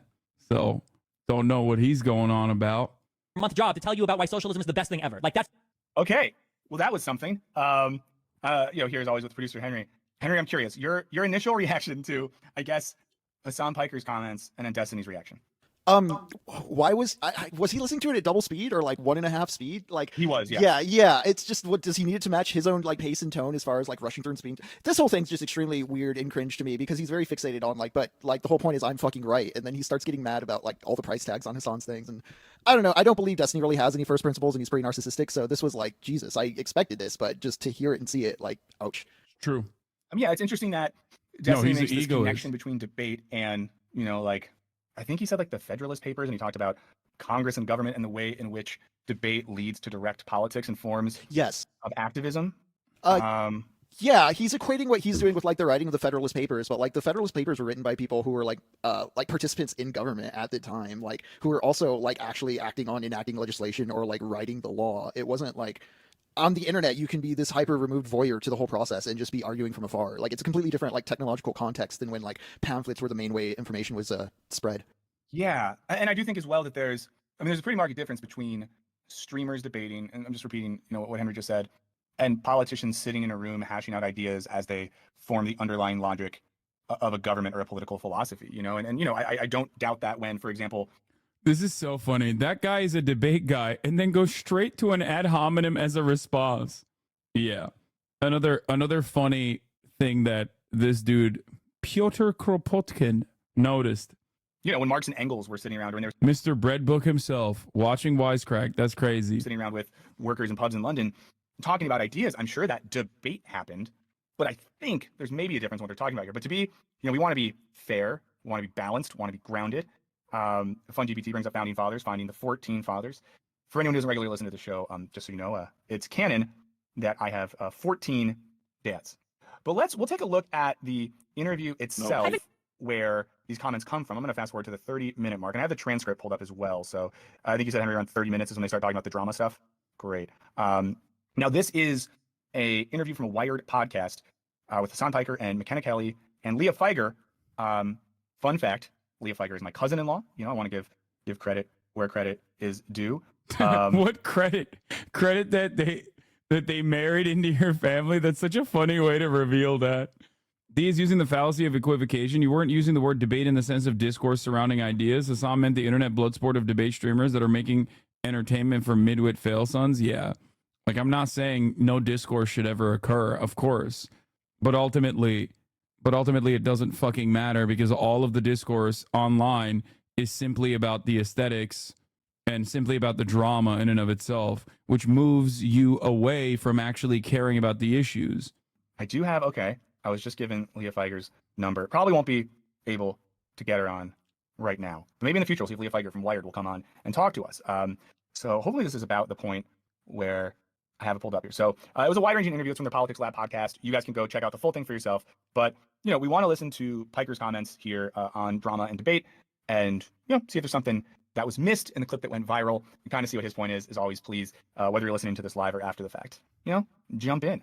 And listen, we're not upsetting anyone here today. We're just here as objective, apolitical observers to see what's happening. So I'm going to start this interview right now, and we'll pause throughout as necessary. Organizations as well, including like Heal Palestine. So like we're trying to look for charities on the ground that are actively working on the ground right now. Talking about other creators, there is a lot of drama on Twitch, and yes, I'm curious, you know, do you get stuck in it? I will entertain drama from time to time, specifically because what a way to put it. Yeah, I mean, specifically because like I am human after all. I am weak, and also because I think that that's like what a lot of people in the margins, that's what they care about. They care about the drama. So I'll use that as a launching point, as a jump off point to like go back to more serious news coverage. So like, you know, I bring in the eyeballs for playing video games, or I bring in the eyeballs of the collaboration, and then I try to refocus their interest on something that's like genuinely important. And for every, you know, 3,000 people that come in just for the drama, if 500 stick around to hear my coverage on what's going on in Rafah, right? And then that's great. That's what I'm trying to do. I'm always, the reason why I'm trying to grow always isn't necessarily because like I'm on my Sigma grind state shit. I'm always trying to fucking max out on my revenue. I'm rev maxing. Like, no, it's also because like I want to bring awareness to certain causes and try to instill some. Why is everybody throwing up copiums for fucking video games? Like, what the fuck? I play video games all the time. What are we talking about? It is you who is throwing up a copium that doesn't actually watch me play video games. Shut the fuck up, chatters. Some charitability in a broader audience. That, I mean, that's like an interesting idea there. We'll keep going, but the idea that Hasan Piker is saying that he instrumentalizes both drama and the desire for consuming content around drama to bring people into broader conversations they might not be privy to otherwise. That sounds fair. You know, I'm not mad at that. We'll keep watching out, you know, like it if you're here. We'll then listen to what I have to say on certain issues instead of going, oh, I hate that guy. That guy's like a socialist with a nice car. Fuck that guy. So turning these like dramatic moments and like beefs with other creators into teaching moments for your audience. I try to, yeah. Like the last round of this was like so laughable to have this conversation like with adults, but are you bringing up Destiny? Is that what yeah, I was about to say like. And I just want to note the name Destiny was said by a host of a podcast that we are listening to. That's who. I wasn't going to name names. Yeah, no, there's a content creator who like loves debating, doesn't really care about any of the things that he debates about, but like he will assume like ridiculous stances, ridiculous positions. He's relatively skilled in rhetoric, not necessarily very knowledgeable on the issues, but rhetoric goes a very long way in debates. But beyond that, this dude is very edgy. Loves saying gamer words, the N-word specifically. Okay, so let's pause there for a second. So, you know, Hasan just said that there's a kind of creator who loves debating, doesn't really care about any of the things that he debates about, and is relatively skilled in rhetoric. I think it's really interesting. I think we can learn something about this, and I know a lot of us know this history, but you know, we look back in the history of philosophy, especially Greek philosophy, you see a distinction between, let's say, like a Socratic figure, right? And what marks a Socratic figure, or literally Socrates followers, Plato's students, was an underlying motivation for knowledge and wisdom. In particular, an underlying motive for knowledge of oneself and understanding oneself such that they can understand the world around them and seeking out ideas like truth and justice. And of course, a knowledge of their fundamental ignorance. You see this in all those dialogues. Now, there was another type of person operating in that context, the sophists, you know, here like sophistry. And these are people who are skilled in rhetoric as an art, who are good at giving convincing speeches. But these are often people whose aim or goal wasn't self-interrogation and external interrogation about wisdom, truth, beauty, meaning. The motivation was currying favor, being on the side of the politicians, making money, convincing people to follow your ideological program, or just getting attention, right? So I think that when we think about debate and rhetoric, one of the things I think about is, you know, what is the motive for those things? And here, at least, Hasan Piker is describing someone who debates because they love debating, debates because they're skilled at rhetoric, not because they are knowledgeable, not because they care about those things. And I think this is important. And I do think, we'll talk about this more, when it comes to debate, I always think the first thing you have to ask, or at least the first thing I would ask myself is, does this person care about the thing they're speaking on? Do they have an invested, emotional, or like in the Greek sense, pathetic, pathos-based interest in the thing? Or is this just like a sport or a game for them? You know, and whether that's someone debating political ideas, debating their favorite games, debating music, people who love the thing are always going to be more interesting, and people that have a humility and are willing to interrogate themselves, always going to be more interesting. And of course, Hasan brings up that a lot of these people, one person in particular, loves saying gamer words, the N-word specifically. And you know, we don't have politics or stances on Wisecrack Live, but Henry, are we comfortable in agreeing that white people just don't get to say the N-word ever? Yeah, I think we are. Yeah. Oh shit, dude, it's time to do another sequence. We have to fucking come after him now. How dare he say that? I don't know how you manage seeing comments like this. on articles about you. Stay strong, brother. Now, I am going to give this person, I'm going to tell this person, congratulations for trying and yet still failing to debate me at the top of the hour. Why will I congratulate you? Because I know that that is actually not just any normal comment under the Wired.com article, but instead a top of the hour ad break debate. However, I will congratulate you and I will tell you, at least you tried. At least you tried. Good try. You're fucking cooked nonetheless. Don't come at me with that. I'm ready. I'm ready. But are you ready for the top of the hour ad break? Because at the top of the hour, there's a 3-minute ad break regardless, unless you're subscribed. So get ready for the top of the hour ad break by subscribing for $5 or for free with the Twitch Prime. Here's the 3-minute ad break now. Dude, I feel like D does debate things he cares about. He really cares about being able to say the N-word. Yeah, that's true. Great. So yeah, I think that, you just don't say the N-word, guys. Just don't. Even if, never mind. So go ahead. I feel like you're about to say something. Oh no, I don't. I was gonna just bring up the same thing. Like even in stuff where people cite it as an excuse to say the N-word, like Blazing Saddles, like the bad guys are the ones saying the word in Blazing Saddles, and they're portrayed as complete fucking idiots. So like even within the context of like whenever people try to justify it, just don't try. Yeah, and I think that's the thing too. Like if someone who presents themselves as an intellect or a rhetorician or a debater, you just ask yourself, if someone takes the time to try to intellectually justify using the N-word as someone who's not a black person, what is the motive, right? Like what would be the self-interrogative or externally interrogative principle? What would be the seeking of wisdom? What would be the teleology of that desire other than A, it's dank to be edgy, or B, like getting off on transgression or something like that, And there is a way, of course, that one could you can do a thing where you rhetorically break down logic and break down language such that technically it's okay when I say this word, but then that completely, in this case, obfuscates the idea that that word is connected to a history and a context, and that that word has a very effective, particular political oppressive meaning in a community of people that you are not a member of. Okay, let's go back to the Wired interview. We're not here to express opinions. We're just seeing what is on podcast. Recently, I feel like that happened recently. It happened like 2 weeks ago where he said the N-word on a podcast. In 2024. And we have people getting really upset about the word cracker. Yes, which is really funny because that is... I'm going to pause real quick. I don't know if any of you guys probably know this. I didn't catch up on this till recently. That then the response to, in this debate, it went from it's okay for white people to say the N-word, but then cracker is hate speech. It's not. Definitely a very reactionary aspect of the game. Wait a minute. This guy needs a manifesto of his own, I think. Cracks knuckles. Methinks a manifesto is in order. Seems like the puppet master Hasan has been pulling your strings as well, sir. I'll have you know, I'm doing a compilation video of all the many different instances where your vibes were off. Gaming space in general, unfortunately. Yeah, I mean, the power dynamics there are questionable at best. Yeah, and it's been going on. It's been going on for the past 5-6 days now, where everyone's like, yeah, you can't, anti-white slurs are unacceptable. What do you mean? You don't care about anti-white racism. And I use that as an opportunity to try to explain to people the etymology of the word and the power dynamics and the history of chattel slavery. So it's not just drama per se. It's not just me being that guy says the N-word. You're listening to a guy who says the N-word, and I don't hear you criticizing him saying the N-word. You left that shit off, but then you fucking spend a ridiculous amount of time talking about how dangerous it is to make anti-white racism permissible. I mean, all three of us are white in this room. This is laughable, right? It's a laughable thing to be someone called me a cracker. Oh no. I've been called so many worse things. I'm curious in the chat, or if anyone listening has opinions on being called cracker. If someone's from Florida, there was, the Florida cracker thing was a thing. Florida so crackers. Someone in the chat, SciComs, good afternoon, Republicans, when you're talking about this, is I'll be in a debate with the D character tomorrow about whether online debates matter. Send us the link to that. SciCom. That's interesting. That is interesting. Bingo Bear says, I don't think anyone white feels bad if someone uses anti-white slurs. I do not feel bad. If you see me in the streets, please use an anti-white slur at me and be creative with it. Let's get back. Exactly, right? And it's it's so obvious what's going on, but I do think that a lot of people get duped, good-natured people that have some biases get duped into reactionary framing on that issue. It's like bullying. It's wrong. It's bad, sure, but it's when you make that comparison, when you flatten it out and say this is all bigotry and it's all unacceptable, and the people saying that are literally also saying the N-word simultaneously, I'm like, well, you don't think that kind of bigotry is unacceptable at all. Kind of seems like you're making this a talking point because you want to expose hypocrisy where no such hypocrisy exists. So that's, I try to use that as a teachable moment. We're going to listen a little more. He gets back around to some of the comments on debate. Other people who listen. Who are the other streamers that you do like that are focusing on politics coverage right now and doing it well?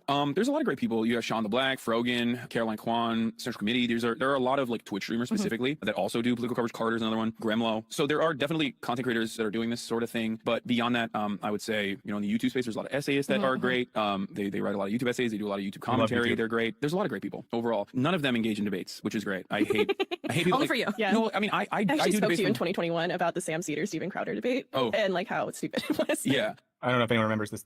Were you around for the Sam Cedar Stephen Crowder debate, Henry? I vaguely remember. Didn't like Ethan Klein surprise Stephen Crowder with Sam Yeah. Cedar, and then he ran off. Yeah. It was not great. It was not great. Well, that's the thing. Like debates are just purely for entertainment. I think it can have And then just note right here, this is the part of his comments that Destiny reacted to in particular. So the first thing he just said was debates are just purely for entertainment. And I mean, I do think, and we'll listen to the rest of his comments and then we'll talk about this a little bit more. But I think we have to ask the question as well, when a debate takes place, what is the context for the debate? What is the goal of that debate in maybe a more material sense? Because, for example, I've been at academic conferences before where there's a debate. And maybe it's a panel of people and they're discussing a book and they're debating that book. Or I've given papers before when I used to be an academic where there would be a respondent. And in that room, at that setting, I would say it was always one of two things happening. Either one, I would give a talk or someone else would give a talk and I'd respond. And that person would respond because they shared an interest in interrogating the meaning of a text. Chatters mad have been looking down and not reading their comments when their comments are literally, can we pet Kaya now? Or an idea, and maybe they disagreed with me, or maybe they wanted to push me on some ideas. That's what happens most of the time. Occasionally, you would have that person in the academic context who wanted to use that as an opportunity to say, look at me, I'm the biggest boy, I deserve all the treats. But that's, not as common. But some of these debates that happen now, we have to ask ourselves, they're happening on platforms that are designed to grab our attention, to get clicks. They're monetized. They're people trying to sell us things. So I think to act as if a lot of the modern online debates weren't at least, if not purely, at least in part or large part for entertainment, seems disingenuous. We'll listen to the rest of Piker's comments. It's an educational component for sure, but overall, it's not about like whose facts are solid. It's more so about who says them in a more solid way, and also it's the theatrics. It's a good way to maybe bring some people over to your side in the margins, but overall, it's not activism. It's not doing something meaningful. It's not even like genuinely learning about an issue. It's more so learning the talking points. Which honestly, so that's the end of the interviews. There's a couple other comments there. Again, that's on Wired. Shout out to cousin-in-law Leah Feiger at Wired. It did that. So, I'm going to mention one thing from the chat and we'll get back to that. Amcom Psycom said, my position in tomorrow's debate is that online debates are typically entertaining sophistry. They're more for the entertainment of an audience than attempt to convince, much less to find truth. And again, to look back at Piker's comments, he says, it's not about whose facts are solid. It's more about who says them in a more solid way in the theatrics. It's a good way to maybe bring some people over to your side in the margins, but overall, it's not activism. It's not doing something meaningful. It's not even genuinely learning about an issue. It's more so learning the talking points. Henry, I want to tag you in for a second. Do you have thoughts on this? The reciting the talking points. It's about putting on the aesthetic of how to best make it look cool. How do I, within this constraint of conversation, make my thing look like the most aggressive and boastful? I'm thinking back to how he jumped immediately to the founding fathers as his reference for what he's doing, and it speaks to me of just where his head is at as far as where he wants the performance of being as prestigious as the founding fathers, or is integral to the importance of national cultural doctrine as the founding fathers. It's wanting that skin more than it is digging into it.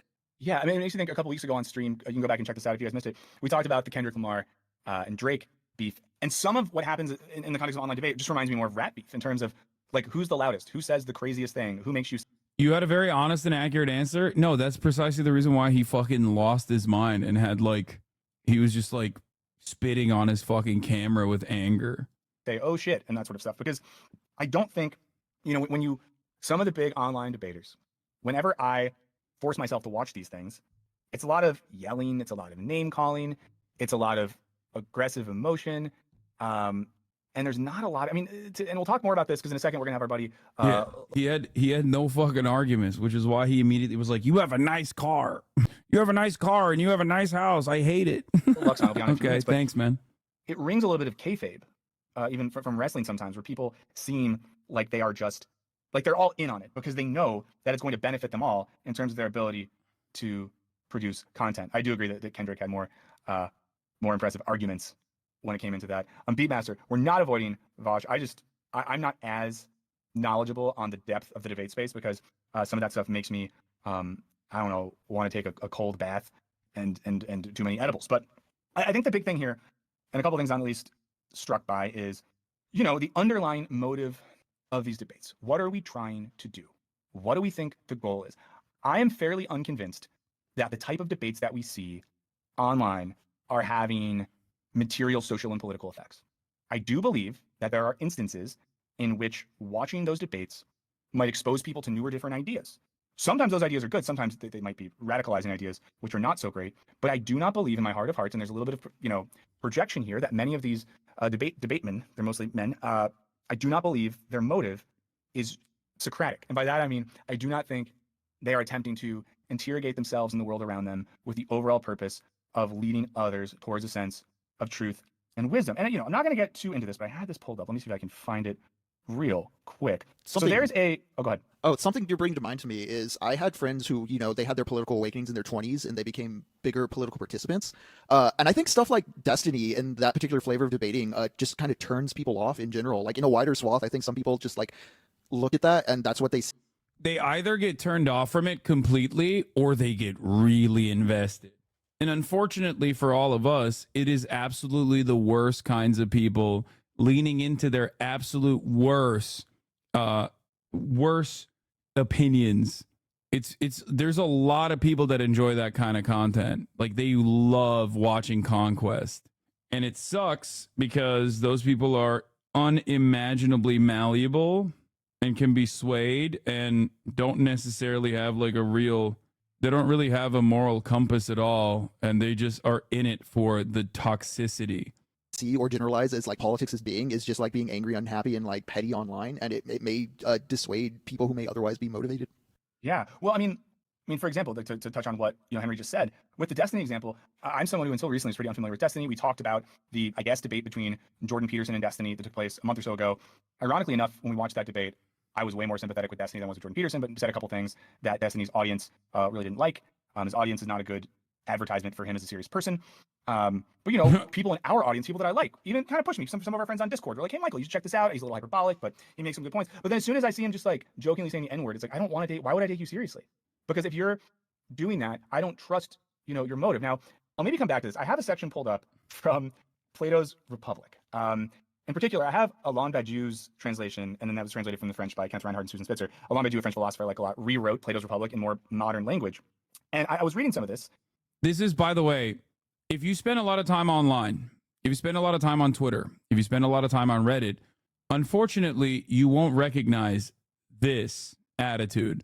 But that is the overwhelming majority of people.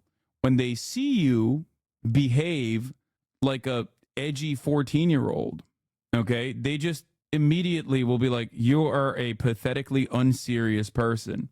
That is the Norman attitude. And you should remember that. And I think fans of this kind of edge should also recognize that and maybe re-examine their own perspective, re-examine their own attitudes in general. What? Door's open. Is it not? Oh, shit. My mom is texting me saying, open the door, please. There's an Amazon package for you. Maybe we'll get to this in a little bit. And I was reading it to remind myself, because there are people on YouTube and in the streaming space who will reference Socrates and the Socratic method to give a structural justification for their style of debating. But I think that what they miss out on is there's a motive underneath that structure, and the motive is the seeking out of truth, justice, and the good. And in reading through Socrates debating with young people, there's a care and there's a strategy and there's a desire to get someplace that I don't see in a lot of the online debating spaces. Now, in one sense, is it fair to hold, Twitch and Kick and YouTube streamers to the standards of Socrates? In a sense, no. But in This is a funny take. I wonder if D will come to regret his conduct one day when he has kids. Brother, it might shock you to your very core. He already has a child who's like fully conscious too. Not even like a baby.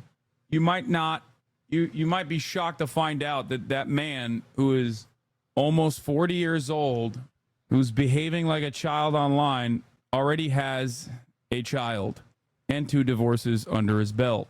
He even said he was sympathetic at first to Density, and then his rabid fan base decided they didn't like something he said, and he got hate rated by them in one of his streams. Those freaks turn off any and all normies with how gross they are. Yeah. But no, it must have been me. I'm pulling the fucking puppet strings here.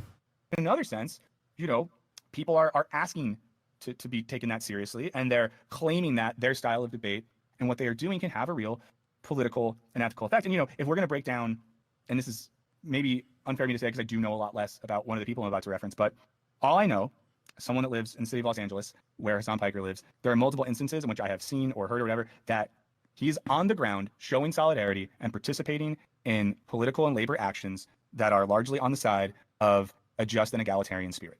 And whether that is supporting, striking union workers in Los Angeles, bringing pizzas to protesting students at UCLA, I think that when I see things like that, and then I watch someone like Hasan participating in any sort of debate, I think to myself, like, this is someone who, regardless of rhetoric, seems to have made clear in an active way what their social and political principles are and how those motivate things. And as someone who is, at the end of the day, a good materialist, that is what matters, and I think that's what colors things. On the other hand, if someone is just like using the N-word and talking about gangbangs, that makes me take them a little bit less seriously. But of course, that's just one person's opinion.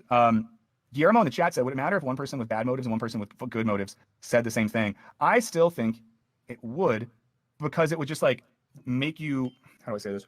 To me, it would make me wonder, what is the motive? Because like people say, for example, there's that guy, his name's like Jackson something. I don't even care to say his last name.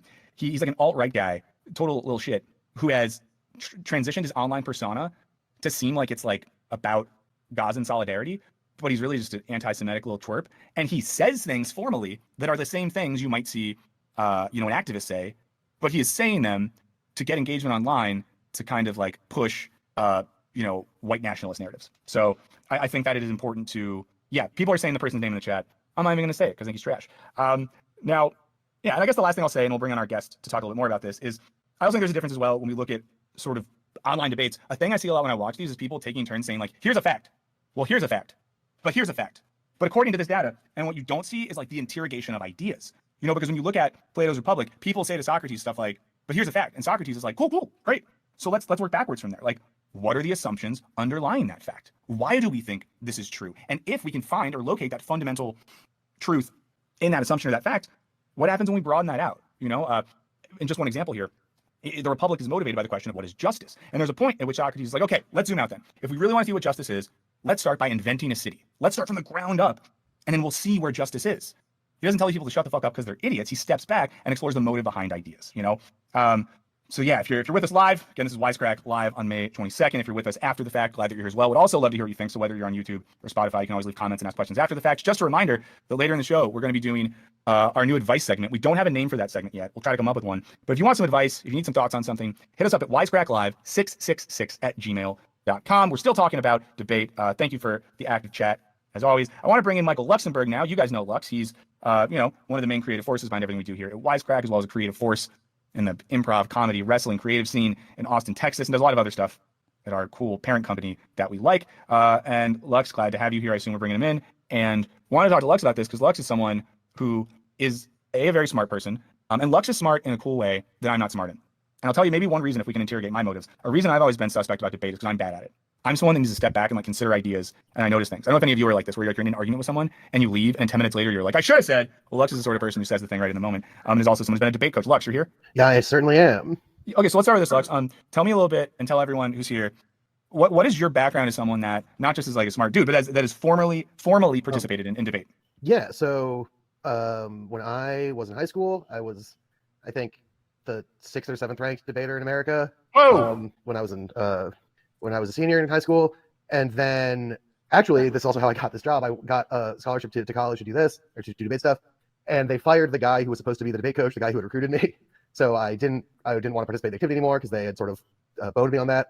And then my sophomore year of college, they hired me as an assistant coach for the new coaches who were there. And that's actually how I met Alec Opperman, former godfather of Wisecrack. Yeah, former Wisecrack writer. He was debating at the new school, even though he's older than me. But he was debating at the new school, and he would always debate the kids I was coaching. And I would always tech them out with really interesting arguments, and he would win because he was clever. And we got to talking, so I'd be like, oh, you did a really good job answering this argument. And Alec would be like, well, it was a pretty cool kind of thing, kind of argument you guys came up with. We started just talking about that, and emailing arguments back and forth and chatting that way, and that's how we became friends. And that's how I ended up here. So yeah, then I coached 3 years of college debate and debated 4 years in high school at a pretty high level. And then instead of pursuing debate after college, decided to go make videos instead. Hell yeah. So when you were participating in debate, I wonder, like, what did you, when you started debating in a serious way, what balance of motive was like, I want to be the smartest boy. I want to spend time exploring ideas. I want to understand argumentative structure in a formal way. Like, what would you say is your motive for getting into it? Oh boy. Okay. So this is not going to reflect well on me. No, it's okay, but we understand. We all grow as people, So it's. Well, so I was a freshman in high school. My brother, I was a top 10 national debater. My brother was decisively number one in his time of doing it. He was, one of the best to do it. And so I initially wasn't going to. I was just going to be a theater kid in high school. That was sort of my trajectory. And the debate team was like, "Look, we need someone to come to this tournament with us. Your brother did it. Would you just mind trying it out? We'll fly you to LA because there's it's a tournament in LA." They were like, there is a whole family of debaters. They're like, we need another man to do the Pay job. for you to go to Disneyland if you'll just debate at this one tournament. So I did that because I wanted to go to Disneyland, and I did better than I expected. And some of the older people on the debate team were like, "Hey, you're good at this. Here's a weird secret. And we can get into this detail if we feel like it. Maybe this is for a different stream." They were like, "Did you know that all the good debaters all party together and people will give you free drugs and beers and shit if you're just hanging out?" And I was like 15, and I was like, "Well, that's a good deal." So then I was like, "I guess I should get good at this so I can get all this free stuff and party with these weird smart people." So then I decided to do it, and it turned out that I was creative and good at it. And then I started to have fun being kind of a trolly little weirdo. And that's sort of how it happened. Because I mean, I guess to talk about the intellectual element of it, debate is a game with rules, and I, as Burns and Henry are probably both very aware, am a rules-averse person. I don't like them. You're not a rules guy. I take great pleasure in breaking them whenever possible. And so a lot of my debate approach and what I enjoyed about it was playing the game of debate in as tricky and truly and rule-skirting way as possible. This is why there are people to this day who will say that my brother and I ruined the activity of policy debate because my brother started this using rhetorical critiques written by people based on works like Foucault, Chalupka, Baudrillard to make arguments about the assumptions of people's debate propositions. And I took that one step in a different direction where I use those arguments to critique the idea of doing debate or having debates. And so basically what we would do is cheat at debate, and the other team would either have to let us cheat or say, "You're cheating, that's bad." And we would go, no, cheating is good. And that would be how we would win. Either by cheating and they'd let us get away with it, or they tried to stop us from cheating, and that was like the debate we wanted to have, was cheating good or bad. Wow. Well, at some point you need to write a book about what it was like to be one of the bad boys of debate. So here's a question I have. So obviously we've been talking about debate in the context of, Hassan Pecker's recent comments, some of the debate culture stuff around destiny and that sort of thing. And I think we've been talking about, and something I know that we've talked about before, Lux, is... By the way, what he's talking about is structured debate, right? Like policy debate, student debate, like college debate is very different than the type of debate that pops off online. What he's talking about is literally a format like a sport where, I mean, there are rules, there are like logical fallacies and things like of that nature that you engage with will immediately be moderated, will be regulated. There is no such process online, as evidenced by, I would say, Lex Fridman, who hosts a lot of these debates and just kind of sits there. There's no, like, it's all logical fallacies, as a matter of fact, in an online debate. It's about who can do as many logical fallacies while trying to rationalize it as though it's actually super logical for them to engage in these like fallacious arguments. Another thing that I regularly talk about with respect to online debate. The importance, or maybe unimportance, of having a set of first principles or a set of values that one is motivated by when debating. So could you speak to that a little bit? I'm curious what you think about the relationship between sort of the values of the debater and the context and the value of the debate itself, if that makes sense. Well, yeah, so this is sort of let me put this. This is sort of my fundamental problem with online debate stuff, right? And I think Destiny actually inadvertently. So do you guys talk about that video where Hasan was like, Destiny played the Hasan clip where Hasan's like, debates are stupid. And, yes. and Destiny's like, what the fuck? And like has like a series of microstrokes. That was our jumping off point today, was a series of microstrokes. In particular, the idea that that is actually contrary to what Destiny thinks. That is actually complimentary to my opinion, which is that like the esteemed online debate lord literally fucking losing his mind and freaking out and then immediately activating what he perceives as a series of ad hominems is exactly why online discourse is so fucking stupid. Like, Destiny's point seemed to be that debate has a like directly political effect, and debate is the thing that shapes politics and yada, yada, yada. Right. So the problem, so he makes this argument when he's having his like weird panic attack, is that the foundation of America was this question of like debating politics, debating ideas. And we figured out how to do a government. The degree to which that's true is dubious, but even if you assume it's totally true, that wasn't happening in front of an audience on the internet, right? And so the people who are doing these debates online aren't drilling down to first principles and aren't conveying a series of justified premise argument positions. They're articulating sort of a brand identity, right? And they're trying to connect with their audience directly. And so while it is good to argue about ideas, I think we can vouch for this, that like a lot of the best wisecrack videos are like you and me and Amanda arguing over like what's the best way to get at this concept we all think is interesting or whatever. And like that hones the idea and makes it stronger. I think that that's obviously true. I think that is good. Henry and I will argue about camera compositions when we're making movies. Like it's important to do that stuff, but we're not doing that performatively. And it's the performative aspect that then makes these online debates a lot less rigorous, right? You see this all the time. Destiny, I'm just going to go to because he's a famous guy and a perpetrator of this particular crime pretty regularly, will make factual claims, or factual claims, air quotes, pretty regularly that aren't true, but that aren't true or are without context. And when he does that, right, that's not an attempt to suss out a greater knowledge point. It's purely a persuasive project. And so the point of those debates isn't to figure out the best position or the best idea. It is to persuasively perform, right? To go back to my debate history, it's very stupid to make a policy proposal. Dude, of course, immediately. I don't know how these guys ever find out, but like anywhere online, if Destiny's being mentioned, his fan base will find it and they will start swarming like a bunch of flies to shit, okay? Like a bunch of maggots crawling all over it like a fucking hive mind. I mean, Destiny literally has his first principles published on a site, and the reaction to Hasan was over Hasan engaging in the debate purgatory he decries. That the United States government... Yeah, his first principles are whatever suits me at any given moment. Here's my cheat code. I'm an egoist. Free all the aliens in Area 51, right? That's like a silly thing to present as a policy proposal.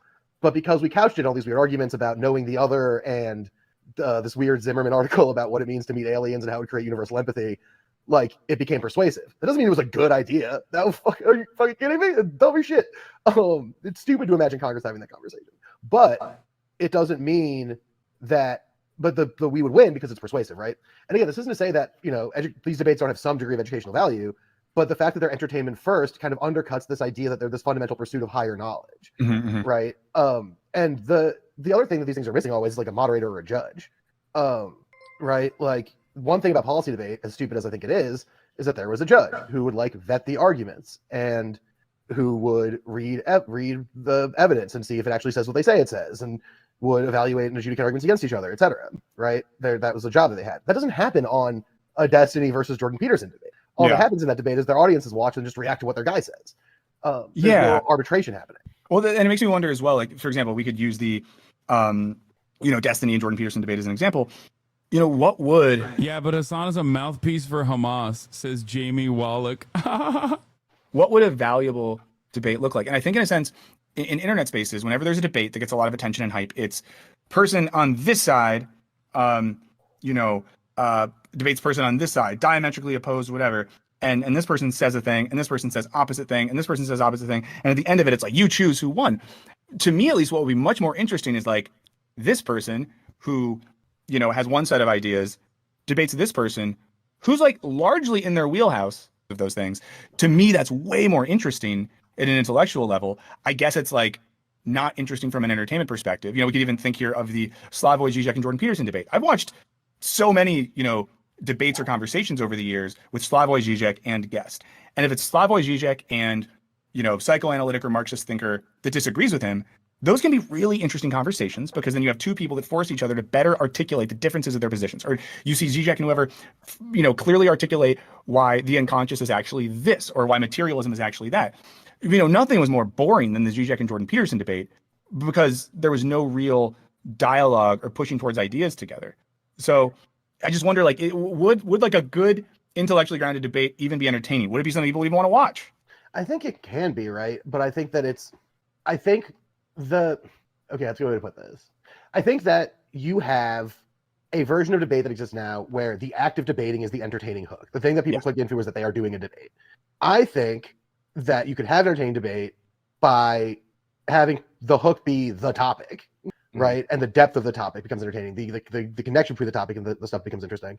And that's fun. But if the act of debating is the main thing, then all that's happening is the performance of the debate as qua performance, right? That's the only thing that becomes important. And then the idea of intellectual rigor becomes very secondary, right? Jamie Wallach, look, Alex Jones and Hasan are not different at all. I was a Hasan head for like 4 years. He got so horny, he's not even typing it out correctly. Recently got out due to his coverage and playing defense for Hamas. October 7 lever. If he had been an actual Hasna head for 4 years, he would have heard me say the exact same things in 2021. There you go. There's one right there. I don't know if he's actually an October 7 lever or simply someone portraying themselves as an October 7 lever while just being a hater. I mean, you can see this with Destiny and that Norm Finkelstein. There's that Norm Finkelstein clip with Destiny where Norm Finkelstein is like, effectively, I forget the exact wording, but he's just like, you are in a room with 3 people who have been studying this conflict for decades and you read Wikipedia. Like, what are we doing here? Right? And that's sort of the vibe with a lot of the Destiny stuff. Even some of the Hasan stuff. I think Hasan does a little bit of a better job prepping himself on shit, but he gets stuff wrong all the time. Peterson, obviously, like all these guys, Ethan Klein, etc. They all sort of, and I don't think we necessarily, like, I don't think that's necessarily bad. Like, whatever, watch your TV show, man. Like, you know, I watched a fucking soccer anime 24/7. Like, do whatever you want. That's totally cool. But the audience, there's this conflation, I think, because debate is supposed to be a smart people thing.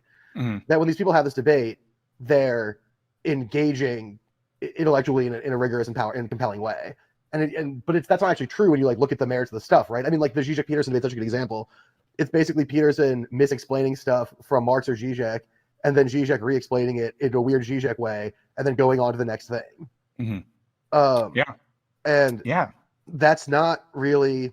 What is the soccer anime? It's called Blue Lock. I suspect he's talking about Blue Lock, or maybe Tsubasa, Captain Tsubasa. A particularly useful approach, right? Like, there is a degree of necessary analytic work and intellectual rigor that to make these debates, you know, intellectually meaningful, as opposed to what they end up being, which is like basically weird reality TV shows about like the strangest people on the internet.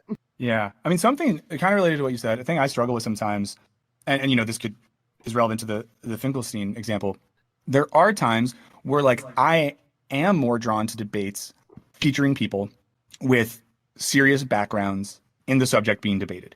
I recognize maybe the risk of that is falling into a sort of elitism, or of course, and we all know this, like institutions themselves can reduplicate and reinforce, you know, ideological beliefs that are not good and can just get parroted by academics or experts.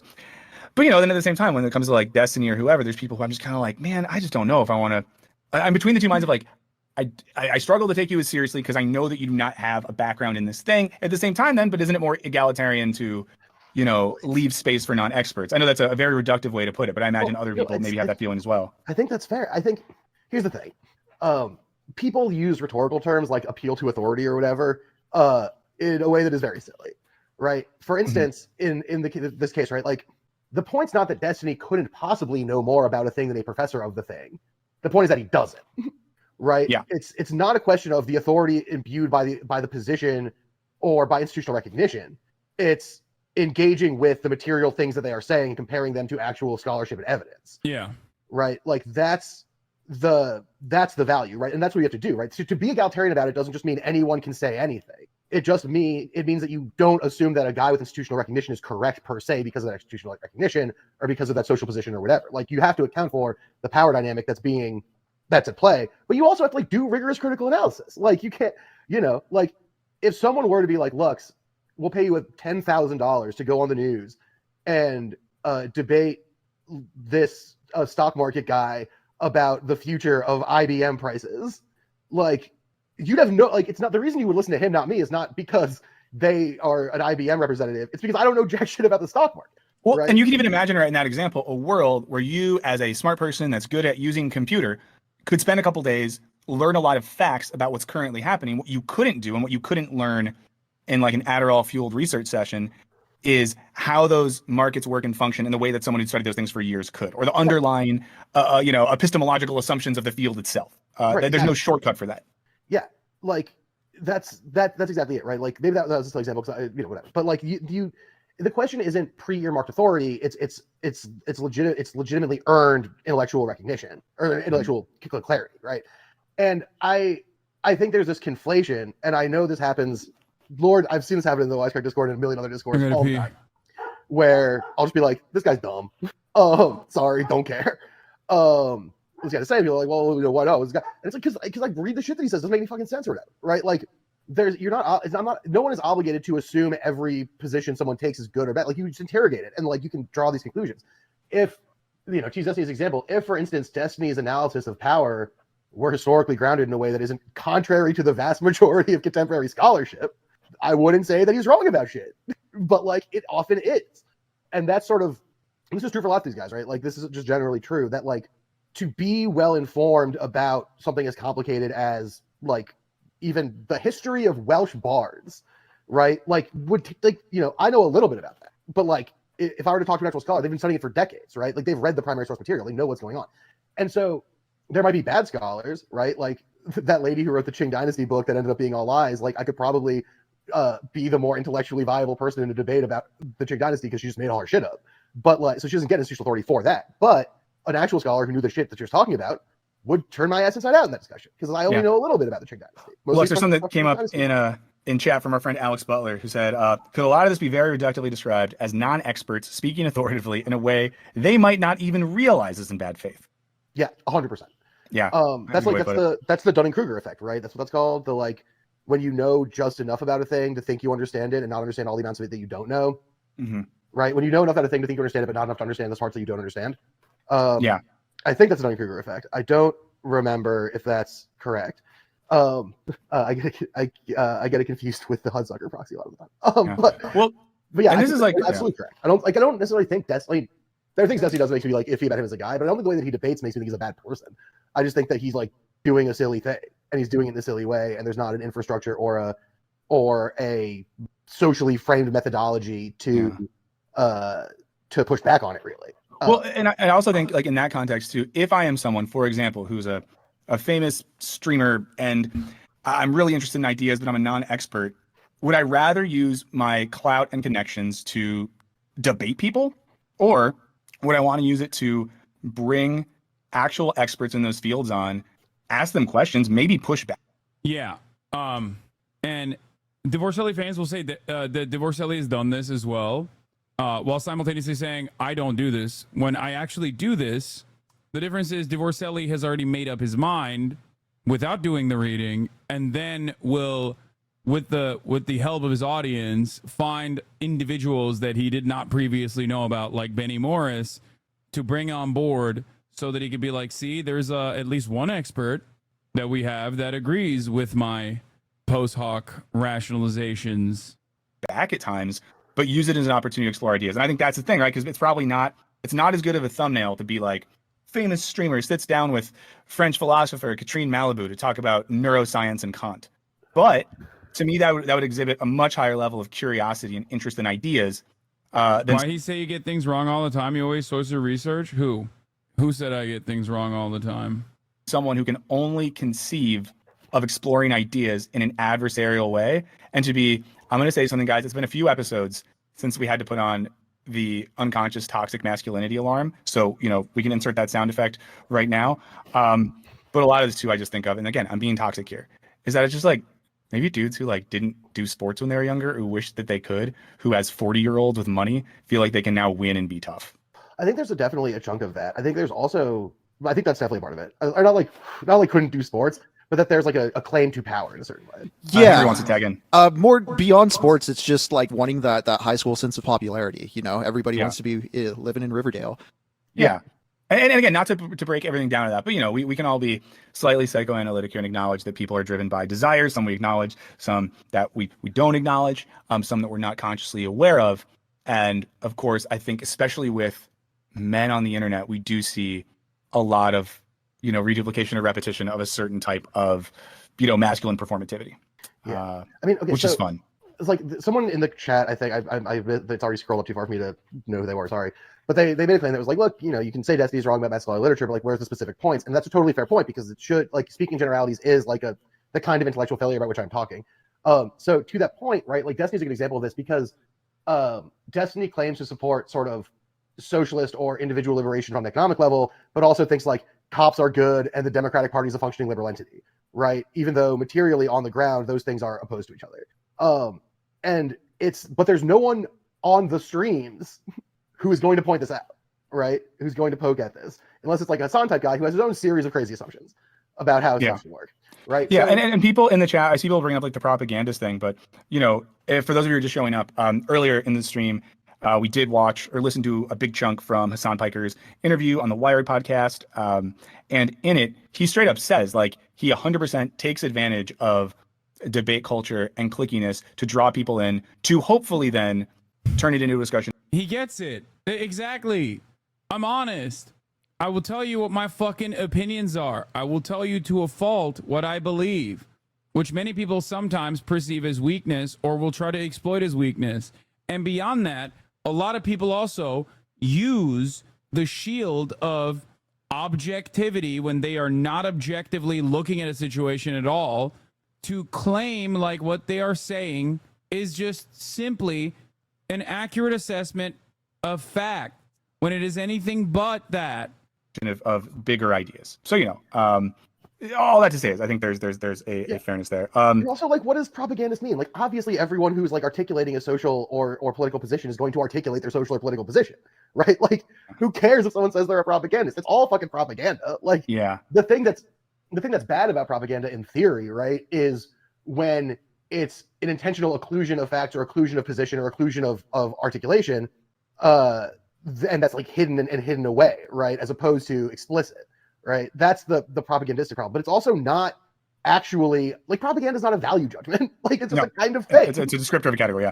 Okay, so this guy though, the master of divinity, that he's dishonest. Like he's trying to debate them on the term propagandist when they completely understand exactly what I mean when I say that, and they agree with me. I want to wind down here. You know, I don't think we've solved it all today, guys. I don't think we fixed the whole thing. I guess maybe the final thing for us to quickly hit, maybe I'll start with Henry here, is do we think that formal debate has a useful role in online discourse, especially in online discourse around ideas and politics? Henry, what do you think? That word formal is doing a lot of work there as far as like the means by which it's like platformed, processed, and presented. Is there like a moderator or referee? I do think like if you're engaging in like programs that do like good faith debate on topics of interest that, you know, are more about furthering knowledge and furthering the research, yeah, that's cool. That's helpful. I'm always open. Like, I'm not going to say no, don't do it. If it happens online, it'll be like now where I just. Yell at me all you want, but why the fuck are we listening to two white dudes talk about the ethics of saying the N-word? Dude, are you trying to do a bait at 442 or something? Because that is literally not what they're talking about at all. They covered a statement that I said that I made about debates. It has nothing to do with the N-word at all. These guys are not discussing that at all. Why are you not even listening? You're not even listening. You're just fucking chirping. Don't listen to it if it's annoying. Yeah, Lux, what do you think? I think it's fine. Like, do the shit you think is fun. I think it has a value in terms of theoretically, right? A well done debate has the value of forcing people to articulate positions in response to pushback, which I think is a good thing. The problem is this idea that it's a way to settle or solve or like prove a position abstracted from the performative element of it, right? Like that's the part that is a problem. I think having debates about stuff is probably good.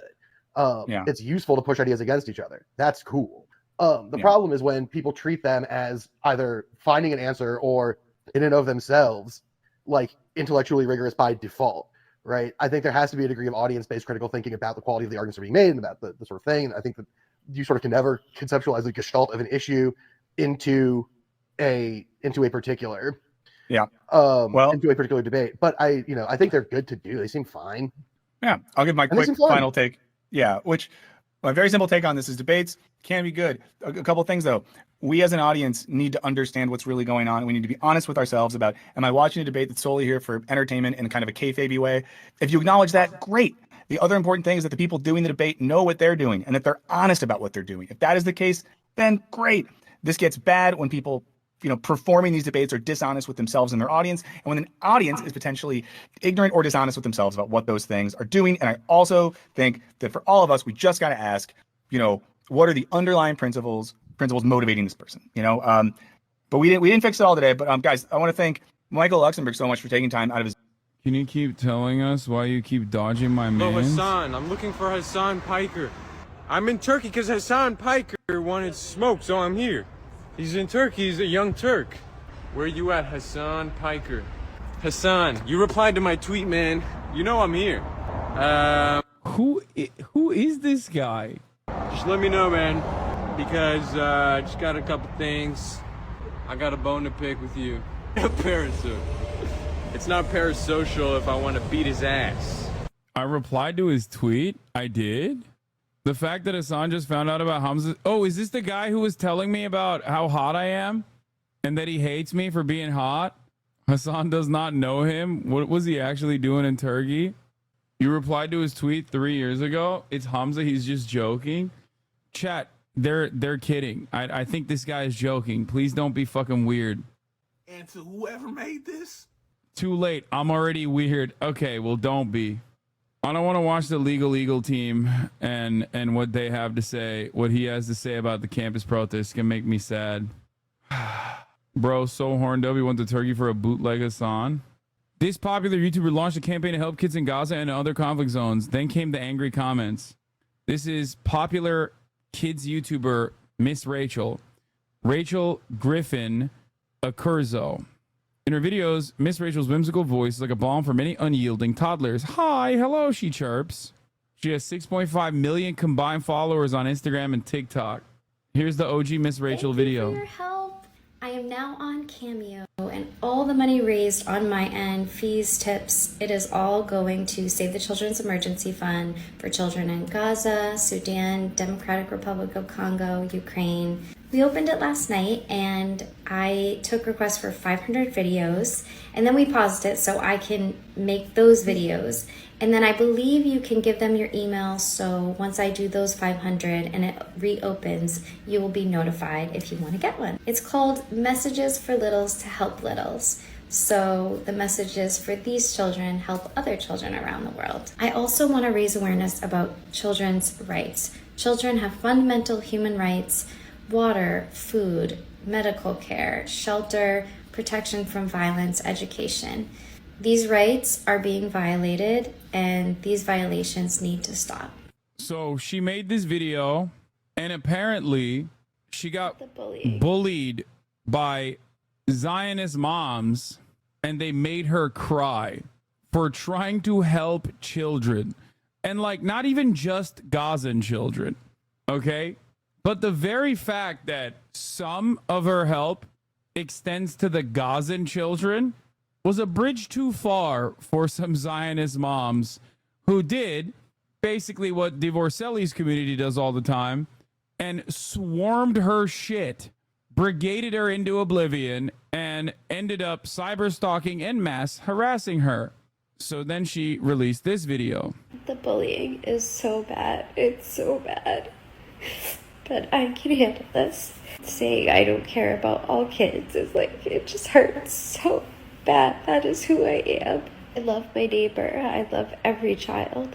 Imagining for 1 second what a mom is going through, unable to feed her child or give her child clean water or keep her child safe. I can do this. I can do this. I don't even have a baby and I love you, Miss Rachel. Who made Miss Rachel cry? Who's bullying Miss Rachel? Well, CNN investigated that question and found out the answer for it. The backlash has started 4 days earlier after Accurso announced a campaign to raise money for children in several war-torn parts of the world, including Gaza. She began receiving angry comments on her post asking why she wasn't also trying to help the victims of Hamas's deadly October 7 attack on Israel. You should be for all the children, not just the children in Gaza. Do you not care what Hamas did to all the innocent Jewish children on October 7th? One Instagram comment said, not realizing that potentially, you know, as a taxpayer, she's already helping defend Israel, as we all are. It's kind of the whole conversation about, you know, divesting from Israel. Anyway, you mentioned the children of Gaza in your video. How about the children held hostage? Do you care about all the children? Another commenter posted on TikTok. In the caption of her tearful May 16 video, Curso reiterated her concern for the world's children. Palestinian children, Israeli children, children of the U.S., Muslim, Jewish, Christian children, all children in every country, she wrote, not one excluded. Her clarification was not enough to quell backlash from commenters who accused her of disregarding the pain of Israeli children. CNN has reached out to Curso for comment. Between the polarizing Israel-Hamas war and fiery recent protests on U.S. college campuses, some social media influencers have felt the pressure to speak up. But the Miss Rachel episode is a reminder that even the most innocuous influencers can face pushback when they wade into a thorny issue like the Middle East. CNN, you will never see the person who wrote this article. You will never see a happy moment for the rest of your life. I have placed a curse upon you and 7 generations. The fact that you wrote an article about a YouTuber who basically made the mistake of mentioning that she believes Gazan children are human beings and has been receiving mass cyber harassment as a consequence of that, only to turn around and be like, it's a fiery conversation and a lot of people are dumb bitches who don't understand. Kind of like Miss Rachel. She just doesn't understand. It's a thorny issue. Are you fucking insane? That's crazy. Speaking of Israeli hostage children, Ron Dermer is the only war cabinet member other than Netanyahu who didn't accept the request of the hostage families to meet them today. Yeah. The hostages. Anyway, she raised $50,000 within hours for children affected by the war. Curso was an educator who used videos filled with songs and games to help toddlers and parents navigate early childhood years. Her series, Songs for Littles, features catchy educational tunes that are popular with both parents and young children. Her videos are a hit with 9.8 million subscribers on YouTube. Curso said her earnings from the videos will go to Save the Children's Emergency Fund for kids affected by war and mentioned Gaza along with Sudan, Ukraine, and the Democratic Republic of Congo. Hopefully I can make one little one smile by giving them a personal video. A day later, she posted another message on the horrifying effects of war. We should be ashamed how children in the world are suffering. Curso paused the request. We already mentioned it. Then came the backlash. She posted a tearful video with the comments turned off on Instagram. Instead of her trademark pink t-shirt and denim dungarees, she was barely visible in dim lighting and clutching what appeared to be a blanket. She did not go into the details about the bullying she said she received and has disabled comments on YouTube and some Instagram posts. She also received supportive messages. Another added, "You are the Mr. Rogers of our baby's generation. Thank you for using your platform in such an influential way. My little 1-year-old is a simp for Miss Rachel. She HPs. Divisive issues can be tricky for social media influencers," expert says. Hamas-led militants killed about 1,200 people in southern Israel on October 7. In response, Israel launched a just war against Hamas that continues 7 months later. Why the fuck is Miss Rachel talking about this anyway? It's like the person who wrote this article, it feels like she wrote the article after she was done writing Miss Rachel slurs. More than 14,000 children have been killed in Gaza since the war started in October. Rafah is a city of children, UNICEF spokesperson James Elder said this month. Curso is one of a number of social media influencers who have used their platforms to raise funds for as the humanitarian crisis unfolds in Gaza. She describes herself as an ambassador for Save the Children. Giselle Lagarde, an online performance and personal branding coach, says joining conversations on such a divisive issue can be tricky for social media influencers like Curso, whose brand is built around kids. Yeah, she should shut up and dribble. Miss Rachel is someone who is looked at as an educational resource for young children, a neutral force and a safe place separated from any of the dangers of the outside world, she said. Parents want to feel that they can step away from the screen and not have to worry about their children consuming content outside her traditional programming. Thank you, Ugarde. Ugarde says she advises influencers to assess whether wading into polarizing issue aligns with their mission and brand. Dude, how cynical.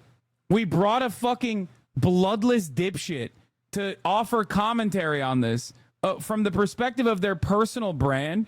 There is a fucking genocide happening, which you even acknowledge up here without saying that it's a genocide. You said 14,000 children have been killed in Gaza. The fuck do you mean? Shut up and babysit my children from the iPad, bitch, is insane. God, I fucking despise these people in media. My baby's first words were the Shahada. How could Miss Rachel do this? Yeah. Well, your baby's going to see Jannah. So isn't that great? Okay. I don't really care about Apple's 100 top 10 best music albums of all time. I don't know why people wanted me to tell you how I feel about that. I don't listen to music. We talked about Rishi Sunak. Oh, here. This is Terrence. I think Bruce will talk about his dead parents this time. I know Bruce will talk about his dead parents this time. When hasn't Brucey Poo talked about his dead parents? No, the overall theory is linchpins. Teriology is his language. I have to pee. Turns out it was good that his fucking dad died, by the way. Holy shit. His dad is a piece of shit, bro. It's time for Batman Episode 3. The linchpins in his bladder spun up something fierce. Bob and Regina Zellerbach. Of course I know these two. Regina here is the chairwoman of Wayne Enterprises. You can't trust anyone in Gotham. Least of all those you call friend. Trigger warning, Italiophobia. He's about to get domed. Oh no! They're waiting for you in hell! Then I just felt light. Like I could do whatever I wanted. No guilt, no consequence. Cobblepot wants retribution because we took his family's land. Your father, Falcone, and I, we had ways of getting anything we wanted. How do you think your family got the land for Wayne Tower? But what would Harvey think? The two of us working together. Oh, yes. Are we alone? Very nice. We're alone. Let's get out of here. We are not alone, Bat. Keep on doing what you're doing, and the rest of Gotham will start to see you like I do. A hero. So sorry, ladies and gents. As you might have guessed, there's been a change to tonight's program. We need a new moderator. You there? Yes! Luke, thank you for volunteering. My downtrodden brothers and sisters of Gotham, you have nothing to fear. We are the children of Arkham. I would hear these guys out, honestly. They seem like they got some good ideas. If it ain't Hassan Social Battery Piker, bro, you are... I think you gotta be literally on a fucking Motorola Razr phone from a toaster or something. That's crazy. Go outside, bro. Go outside. Literally shower. Go outside. Shower and go outside immediately. Mayor Dent. You know, I always assumed Harvey would win, but not like this. Won by default. He's probably pissed he didn't get his landslide fair and square. Hey, Harvey's going to be okay. You don't know that. I keep wondering. Why did you do it?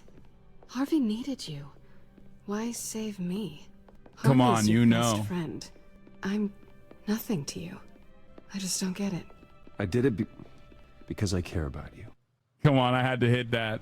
Well, maybe you shouldn't. Bro, Harvey is in a hospital bed, and I'm outside of the hospital room trying to fuck his girlfriend. How devious. Do this. What are you talking about? I don't want to see what... I just can't, okay? She's like, he's a I have to go. I'm sorry. It's okay. I get it. You do? I don't blame you for not wanting to be here. Thanks. I'm bad. I'm a bad Please, guy. I'm about to Bruce. see some fucked up shit. Don't tell him I was here. I'm about to be I like don't think Selena he'd Kyle. understand. Gotham is still reeling after last week's mayoral debate. With the drugging and subsequent murder of Mayor Hamilton Hill, Harvey Dent was left running unopposed. After a rather lackluster election, Mayor Dent was sworn in from his hospital bed. Word is he's still recovering from major injuries sustained at the event. Hey, Harvey. Looking good. Ah, jeez. Doesn't your charm have an off button? Not that I found, no. I haven't actually seen it yet. They've had me wrapped up this whole time. Numbed beyond belief. Maybe it's not that bad. Oh, My dude, family, it's we bad. heal quick. Could be fine. It's what's on the inside that counts, right? You'll always be beautiful to me, Harv. Oh, man. Come on, that's what they tell the girl who doesn't get asked to prom. Yeah, easy. I appreciate the effort, though. Oh, what have you got there? I brought you some flowers. Though I see I'm not the first. Yeah, well, my mother and my secretary. Every sick boy's dream. One woman I thought would visit, or at least call, hasn't. Selena's been a no-show. I thought she'd at least come by to congratulate me, if nothing else. God damn. Guess we weren't as close as I thought. Guess I can't blame her. The way I look now. Yeah, she's probably just busy, hasn't had a chance to come by yet. You'll hear from I'm her. such a fucking Easy asshole. for you to be optimistic about. I'm such a piece of shit. I'm such a piece of shit. I cannot believe how big of a piece of shit I am. I'm literally serving the top of the hour ad break right now. That's how much of a piece of shit I am to those who are unsubscribed. Of course, if they were subscribed, I'm not a piece of shit then, because they won't see the 3-minute ad break at the top of the hour. Here's the 3-minute ad break now. It's not this cucking stuff comes naturally to you, huh? No. Women. Pretty sure no one ever loses Bruce Wayne's number. I am glad you're here, though. God, it's been infuriating. Just sitting here and having nothing but time to think about what happened. I wish I could make myself turn it off completely. Watching footage of the debate over and over. Look at me, preaching it. What a great guy you are, while I go and get my face bashed in. It's easy. Every news station is showing it. Just regurgitating the same old sound bites. Don't do this to yourself. There's nothing you can do to change what happened. Replaying that moment will only drive you crazy. Yeah, I know that. But here I am.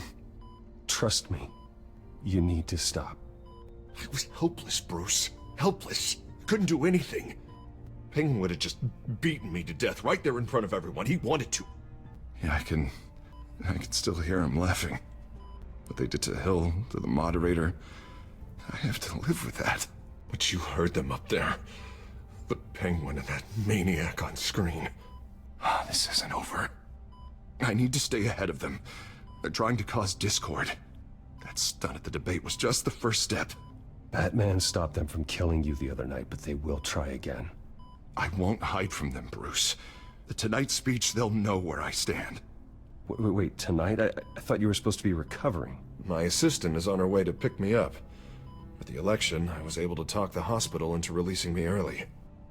Not that they're too happy about it. All the doctors keep telling me to take it easy. But how can I? Stay in the chair, Mr. Dent. Oh, don't overexert yourself, Mr. Dent. You should probably listen to the doctors. They know what they're talking about.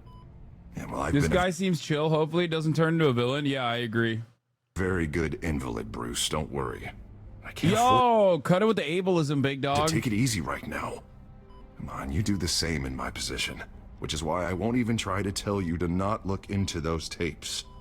I know how much you loved your father, Bruce. I know that debate was hard on you, too. Finding out your dad drugged Esther Cobblepot, Hill admitting to having both of them killed, it's a lot to process. I'm sorry. Just because I keep reliving it doesn't mean you want to. This just proves that I never really knew him. He was just hiding who he really was. I'm sorry. Yeah, he was a little two-faced, you know? Hiding his real face from me. Maybe. Get it? Wink. Sorry. I know you'll pull through this.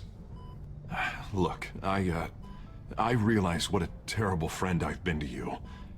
I was so focused on the campaign. I thought distancing myself from you was the only option. I'm sorry. You don't have to explain yourself to me, Harvey. It was the right call for the campaign. I get that. Still, I abandoned you when you needed me. That's not the kind of friend I want to be. Brother, you have no idea what I'm doing to you, okay? Behind closed doors. Behind the mother freaking scenes, okay? What is that? Batman symbol. Coming from near the GCPD? That's one way to get the guy's attention. Did you see it? And look, I should get going, Harv. What, already? What else do you have to do? My assistant won't be here for another hour. It's Alfred. Is he okay? Yeah, he just needs to talk to me. Yeah, of course, go ahead. Tell the old man I said hi. I'm not gonna say I'm going on a date to flex on him. You rest up, Harv. Thanks, Bruce. Bruce is such a piece of shit. I am such a fucking piece of shit. But, you know, playing the role of a fucking billionaire, if you know what I mean. Unit 6 in pursuit of suspects westbound on 15th Street. Is it the Children of Arkham? Can you confirm? Negative. They're taking shots at us whenever we get close. Understood. Stay on them. We'll think of something. A little help would be nice. Hang in there, all right? Oh, they knew we'd be there, Jim. We don't have enough officers to deal with this. Look, everyone's stretched thin. I'm doing what I can. The police are defunded. I have to go. As you know. That light has a bat on it, Jim. You give me a number to call, I'll rethink my methods. I'm just glad it got your attention. I didn't have a lot of options. Not a bad idea. I'm impressed. I have good ones every now and then. I'd rather have you arrested than come to you for help. But the truth is we're desperate. I'm calling a truce. Just for tonight. Bring me up to speed. Right. Renee Montoya, one of my officers. The one who tried to shoot me. I know, but hear me out. She's trying to clear her name after those animals manipulated her into killing Falcone. She's supposed to be on leave, but she got a tip on the Children of Arkham's chemical stash, went rogue. She's out there alone, and I can't spare anyone to back her up. There's nothing funnier than a cop straight doming someone in a hospital bed and being placed on leave. It's ridiculous. She literally pulled a IDF. Okay, sure, she was under the influence, but still, she went into a hospital room and killed a high-profile criminal in his hospital bed. And the cops were like, yeah, you'll get paid leave. I told her to wait, but this is personal. I'll find her. We'll take down the Children of Arkham together. That's what I like to hear. These Children of Arkham are everywhere all of a sudden. Where the hell they all come from? I never heard of them before. And that debate. You want answers? Ask Oswald Cobblepot. Cobblepot? I'll bring him in for questioning. Gordon, this is Schultz. Over. Gordon here. We got a problem with the mayor, sir. What happened? Is he okay? I don't know. We lost him. He took off and left us behind. Christ, one more crisis I can't deal with right now. We've got to keep both Montoya and Dent safe. Somehow. I'm on it. Huh. You there? Always. Launch the drones. I need eyes on the city. Lucius has made some upgrades. I'll let him explain. Who are you talking to? You got a whole team or something? A little busy at the moment, Jim. Say no more. All right, patching you through to R&D in Wayne Enterprises. Batman, so listen. The first model was only equipped for visual surveillance. But seeing how you use them at the Skyline, I thought you'd need an audio feed as well. The microphones are incredibly sensitive. They can pick up sounds from... Oh my god, it's Lee. It's literally Lee. Oh my god, Lee's back, boys. Lee! up to 500 yards. In some cases, you'll even be able to hear through walls. Nice work. Thanks. I'll talk to you soon. Any idea where they might be? Montoya's car was spotted crossing the bridge to Arkham Island. Could be where the handoff is happening. What about Dent? Probably headed to his acceptance speech.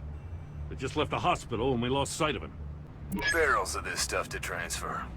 And not a big window to unload all of that. They said they wanted it done tonight, so it's gotta be done.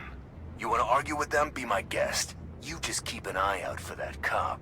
Nobody move! This is the police! Dinner! No, please, just leave it. It's not gonna get any better. But you're bleeding. Then let Gotham see it. Is that? No, I told you it's fine. That car's been behind us since the hospital. God, is this guy trying to drive us off the road? So... What the... Damn it! So who should I pick? Chat? I'm gonna save Harvey. I don't give a fuck about Renee Montoya. I'm headed over to Dent. We gotta Your save the guys are boy. gonna have to handle Montoya. I'll round up what officers I can. Gonna have to head out there myself, too. I know this is risky, Batman. Just be careful. Unit 6, requesting backup. Corner of 15th and Main. Come on, dude. I gotta We got a save his major ass so I can disturbance cuck here. him. Several armed suspects on the loose. Isn't Harvey Dent a villain? Not yet. Dude, the way he drives is so fucking dangerous, too. That's a whole other can of worms, but, like, it is pretty crazy how insane he is. Like, he's driving through the fucking crowded city streets of Gotham at, like, 200 miles an hour. We gotta hurry. Batman's on his way. Relax. We'll be ready for him. Listen, I don't want any trouble. You're too late, Dent. What the fuck? Get behind me, Deborah. You think I'm scared of you? You should be. Tell me where your leader is. What are you planning? Depends on you, Batman. I love hurting people. This can get so much worse for you. Where is she? Hurt me all you want.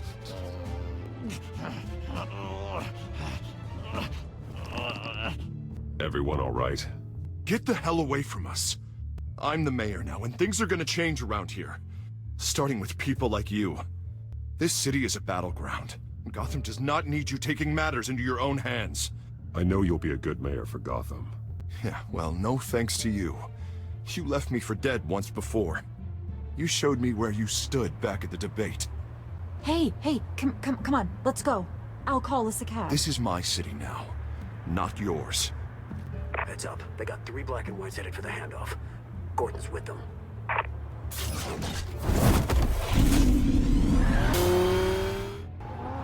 Are you all right? Yeah, but they knew I was coming. They seemed to be getting info on the GCPD's whereabouts. Not sure how. I need an update on the construction site. Bringing it up now. I guess I should have saved the cop. Everybody take cover! You'd better get down there. On my way. There's no one on the streets at night, which is crazy. He shouldn't have even been here, Lieutenant. I did this. Shouting about it isn't gonna do him any good. Sure could have used your help 10 minutes ago. Nice work. Just stroll in to survey the damage. I was out there saving the mayor's life. I didn't know. Tell me what happened. They got away. Took one of our guys with them. Go ahead. Say it. This is my fault. This is your Followed fault. them. I got ambushed. And now one of our own is stuck with those monsters. You were trying to track down their drug shipment. Sure, things got messy, but that's not your fault. Your intentions were good. I got the Force involved. Cost other people their lives. I'm not gonna let that happen again. Stop! You didn't... I'll make this right. I promise. We got our asses You ain't getting handed that to fucking us. sweet They pension knew you were now, coming. dumbass. How? We've been using a secure channel. You saying we got a leak? Gordon to command. Anyone there? Command here. What is it, Gordon? Turn that off. What? It's been compromised. Command! Do you copy? I'm gonna look into this. What are those I'll let you buttons? know what I find. Batman for Palestine, bro. Batman is so pro-Israel. It's not even funny. Batman is literally Israel. Does Israel behavior regularly. Technology buttons.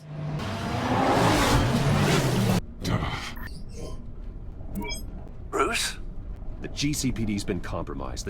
Nah, Israel kills. Bitch, so does Batman. And just like Israel, he kills and then acts like he never kills. Or will at the most he'll be like, oh, it was an accident. Batman is like breaking necks regularly. Children of Arkham were listening the whole time. How? That's what I'm going to find out. Alfred, I'm sending over evidence of some kind of encrypted communication signal. It's coming up on my screen now, but I'm afraid it looks like a bunch of gibberish to me. I need to go to Wayne Tower and look into this. Get me Lucius on the line. Yes, right away. If the public finds out the police aren't able to communicate... I'm not sure of anything right now, but Lucius will have answers. I have a feeling we've only seen the tip of the iceberg. Hopefully it doesn't sink us, sir. I have Lucius on the line now. Bruce, are you there? I'm looking at this data Alfred sent me. It's messy. I have to know what the Children of Arkham are doing. How fast can you decrypt? It's a tough one, but I should have it cracked soon if you can meet me at Wayne Tower. Already on my way. Batman also, just like Israel, loves torturing and believes that the war he's fighting against criminal scum who are just like genetically operating on a pure evil framework, the conquest he is engaging in is moral.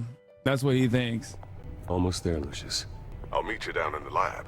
Some aspects of the Children of Arkham surveillance are worrying. Great. Explain the Batcave then, bro. Chairwoman. That's total Hamas. Bro, you think Israel doesn't have caves? What are you talking about? Israel has tunnels too. Also, you forget there were literally Chabad tunnels under the motherfucking Chabad house in New York, bro. Didn't think you'd be here. I used to look to Thomas for guidance in hard times.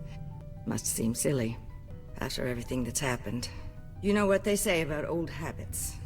Yeah, I miss them too. Both of them. I know.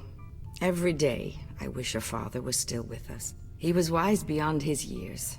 And Martha, she was such a delight to have around.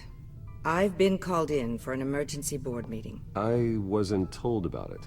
You weren't invited, Bruce. You are the topic of discussion for the board. They want to decide what your future at this company will be. Whether to dismiss you or not. You have to understand, Bruce. This company is bigger than any one individual. We have to keep face. And after this scandal... What my father... I'm not him, Regina. I would never compromise the lives of innocents for my own benefit. I know that, Bruce. But you have to understand that what the public wants to hear isn't always what we want to hear. The whole city is watching to see what our next move is going to be. Bruce, I've got something. You need to get down here. Now. I worked with your parents for years, and neither of them gave any indication of foul play. How could you have ever known? Bruce. You're nothing like him, Bruce. We always build up the people closest to us. When they fall... I appreciate the sentiment, Regina. Thank you. I mean what I said before. Families like ours need to flock together. Perhaps now... Us rich people. I should head down. I don't want them to make a decision without me. I'll come find you after. I'll be right down, Lucius. Knight doesn't move like that? I think that's the point, no? It's good to hear she's still in your corner. Spying on my conversations again? Hey, I'm looking out for you. There've been whispers that the board was going to take action against you. If you lose the company, Batman will take a massive hit too.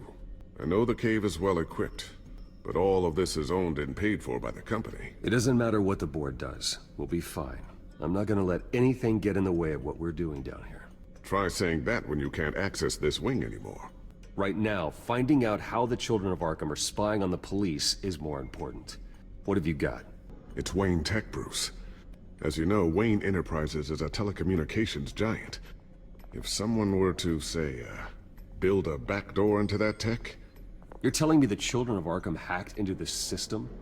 So that's the thing. Bro, they have an ISP you want the too? Good news or the bad news? Bro, you can't... Dude. You know his ass got $10 billion in tax breaks from the fucking government with the promise that he was going to develop fiber optic cables and never gave it to Gotham. You know, you just know. And now he has fucking...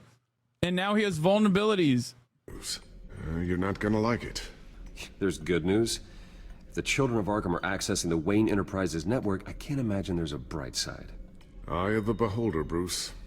The good news is, I should be able to shut down the back door. But that's because I was the one that built it. You? What are you talking about? When your mission as Batman started, you needed a way to monitor the city. Well, this is how.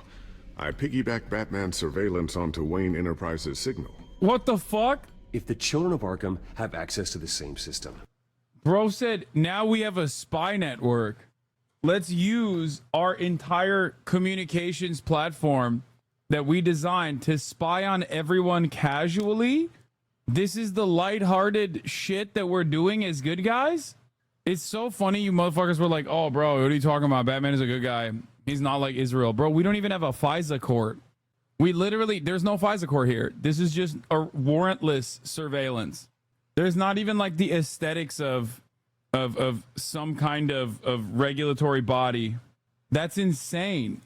At least it's good because it's Batman. Yeah, dude, I'm so glad that it's in the hands of a fucking billionaire fail son Nepo baby.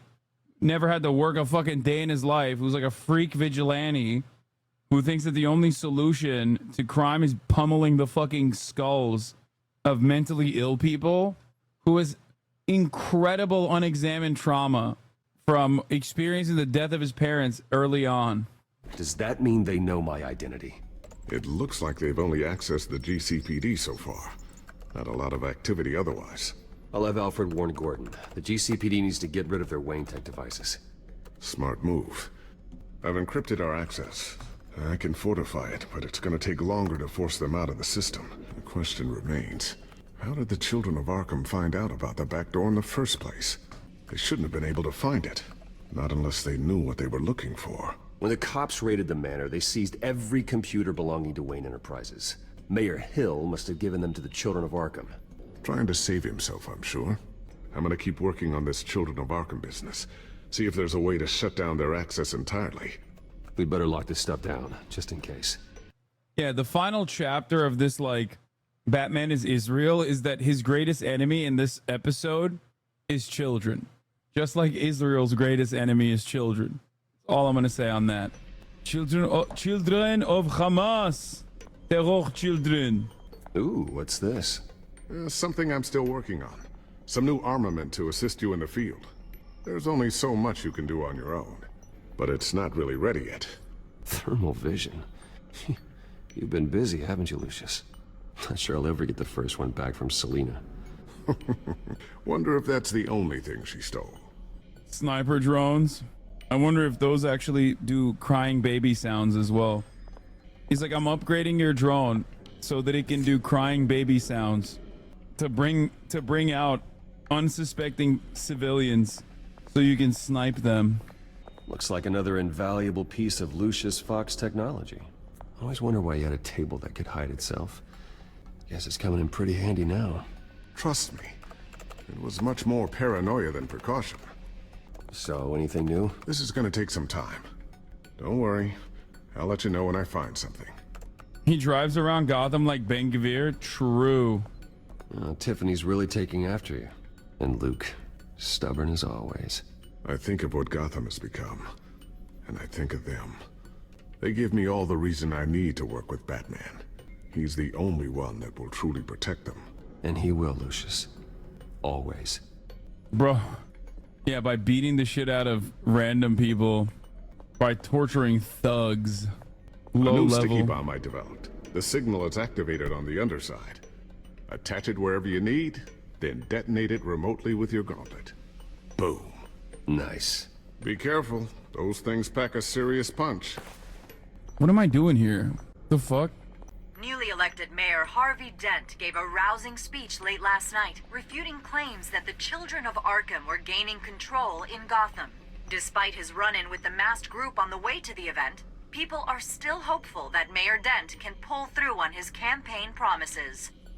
Who are the children of Arkham really fighting for? Who is Batman really protecting? Because it's not us. It's time that we, not masked vigilantes and violent fringe groups, fought for ourselves. I will fight every day for Gotham, and I ask that you join me. We are proud citizens of Gotham, and this is our city. Next up, we speak to Commissioner Grogan regarding increased security measures citywide. It's a real patriot right there, brother. Okay, what the fuck are we doing here? Come on. Come on, big dog. I looked at everything. I clicked on everything. Be done with it. Examine the table again? Oh, hide gadgets. Looks like Regina's headed to my office. I should go. And before you do... Commissioner Go Rogan. Get that back to the Bat computer. It'll install the added security measures. You'll also have all the info I found on the Children of Arkham's activity within the system. Thanks, Lucius. I've always got your back, Batman. Now get out of here. Regina doesn't like to be kept waiting. Clementine. I just want him to say that one more time. One last time. Wait, he just left the secret door open? That's crazy. Mr. Wayne, Bruce, open up. I thought maybe you left. Yeah, right. Well, the board has voted. And have they You're sent no longer the chairwoman to wield the axe? You're being asked to step down from your position as CEO. Effective immediately. At least until this whole mess gets cleaned up. I get it. My name isn't great for business lately.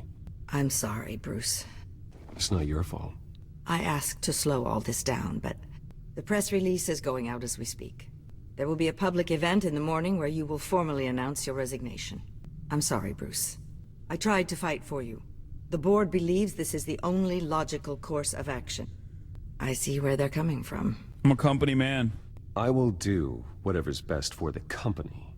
You know that. I know you well enough by now, Bruce. Don't do anything you'll regret. Our stock is tanking. The board is losing confidence. Wayne Enterprises needs a new face. They already had a candidate in mind. I thought it was... I was outvoted. Remember, he'd only be interim CEO, just until this mess gets cleared up. And who would that be? Cobblepot. No way, though. No shot. Oswald Cobblepot. That's Bruce, insane! old boy. Good to see you again. What a chilly greeting. As you know, Oswald's parents were, well, victims of your father's actions. This company was built on the land he stole from the Cobblepot family. Well, the board thought having me step in would be a good PR move. What better way to show Gotham that Wayne Enterprises is committed to righting the wrongs of the past? Happy to help any way I can. People aren't much behind the Wayne name now. And considering that your parents stole from mine... I hear you've been keeping yourself pretty busy, Oswald. You sure you can handle this? I mean, wasn't there a revolution that you had to handle? I'm a brilliant multitasker. The board has complete confidence in Mr. Cobblepot. As his resume goes into great detail, his endeavors in England have been quite successful. Besides, the company basically runs itself at this point. The CEO is mostly a figurehead. Don't make this harder than it has to be. You might want to check your facts, Regina. That resume sounds a little too good to be true. You might want to have more confidence in your own board. His resume checks out, and his references were all glowing. You're quite welcome to call them yourself. That won't be necessary. I'm afraid we need you to leave the building immediately. We'll have your personal effects sent to you. God damn! Congratulations, Bruce. I couldn't be prouder of you. Alfred. Oh, how sweet. Graduation present? Surely we could let him take this along. Oh, Bruce. Clumsy, clumsy. No wonder you're not being trusted with nice things anymore. I'll call someone in to clean that up. It'll only take a minute. Oh, Bruce and I can handle it. No trouble. Apologies, I don't know where my head was. Probably halfway out the door, mate. No worries. Yeah, that must I'm not gonna punch him. Careful clean that up, Oz. You might cut yourself. Time to go, Bruce. Yes, Bruce. Time to go. I have a little redecorating to do. Your taste is a little too discreet for me. I think it may be out at a fish tank. I know you, Oswald. I know what you really are. British. And you, mate. Just a hard-working citizen. Looking out for Gotham. I doubt that. This way, Bruce. I'll have IT come set you up. Fantastic. Thank you so much, Regina. It happened, didn't it? Their minds. I just told him we won't lose the fucking layer, and immediately it took 3 minutes to lose the layer. They can't do this to you. This isn't over yet, Lucius. The entrance. I took care of it. We can't let anyone find out what's down there, Bruce. There are ways they could get in. You know that. Think you can keep an eye on things while I'm gone? I don't know. Lucius, I need to know there's someone I can trust on the inside. I'm here for you, Bruce. I've always been here for you, not them. If I stay, I'll have to stop working on our side project. That means no new tech, no repairs if you need them. I could keep an eye. Shit, what should I do? Let's poll it. Let's poll it. Let's poll it, chat. While we look at this. All right, Lee, keep him by your side. Use him as mole. Poll is live. You're freaky, Unk. It's his art, man. Holy fuck, uses moles at 72%. Y'all always make the worst decisions, dude. Let you know what they're up to. Feed you what information I can. No, Lucius, I need you to stay here. But... You're the only ally I have in this building. It's important. I need you to be my eyes and ears. All right, I can do that. Keep Oswald out of R&D, and let me know if anything comes up. Keep that drive safe. Bruce Wayne will speak on the issue at a press event tomorrow morning, where we'll learn more about his decision to step down. More on that in a moment. I still can't believe it. Which part? I wish life were easier for you, Bruce. It's just one thing after another. At least I have you, I'm Alfred. glad I have you, Al. We're gay together now. Always. Guys, you don't understand. Life is so difficult for me. A fucking literal billionaire who will still retain his billions even though my company has been overtaken by a British man. It's so hard. Lieutenant Gordon, he said there's nothing to be done about Oswald Cobblepot. All his records are spotless. He needs proof to dig Wait, what the fuck?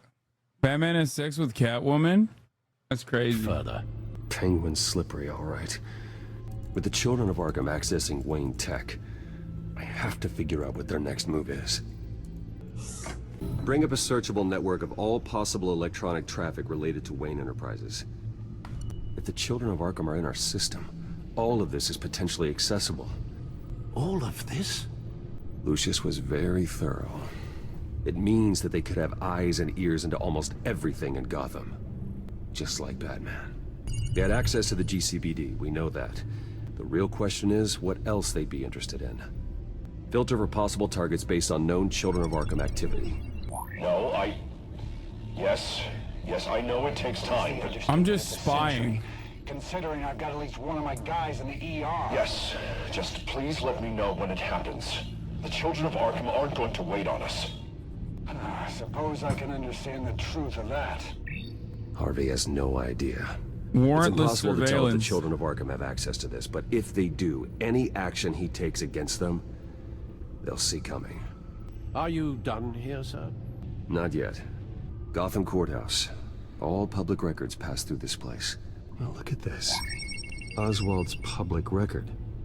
None of this is right. His whole criminal history doesn't exist as far as the rest of the world is concerned. This must be what the board saw. Not a blemish in sight. Wonder if they've cleared out all the Wayne tech. This is ridiculous, Gordon. Do you know how much all this equipment costs? We don't have the budget to replace it all. It's a risk we've got to take, Commissioner. If the Children of Arkham can hack into our systems, we're completely ineffective. And you think going into situations completely blind is any better? Considering the alternative, yes. Sounds like they've got the situation under control. We're defunded, Good. Gordon. One less problem to deal with. Patients committed to Arkham going back 20 years. A rather extensive list. With my father's signature as the transferring doctor. Security footage. These date back decades. I've read the video at the debate.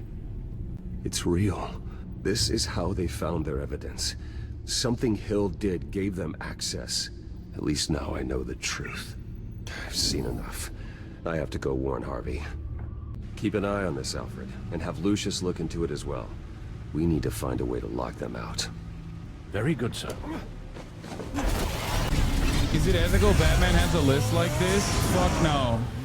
It's not ethical for any of this stuff. None of this stuff is ethical. He's a fucking billionaire civilian, private citizen. Why the fuck is he doing warrantless surveillance? Welcome back, Mr. Wayne. You can go on in. I'm back. Yes, that's right. The back. I'll need a rental in the meantime. Harvey? Back here, Bruce. Take a seat. I'll be right out. Come on, not today. Stop. It has to stop. You need some help back there? Uh-oh. No, I'm fine. As good as it's gonna get. You know, Bruce, I've been looking forward to this my entire career.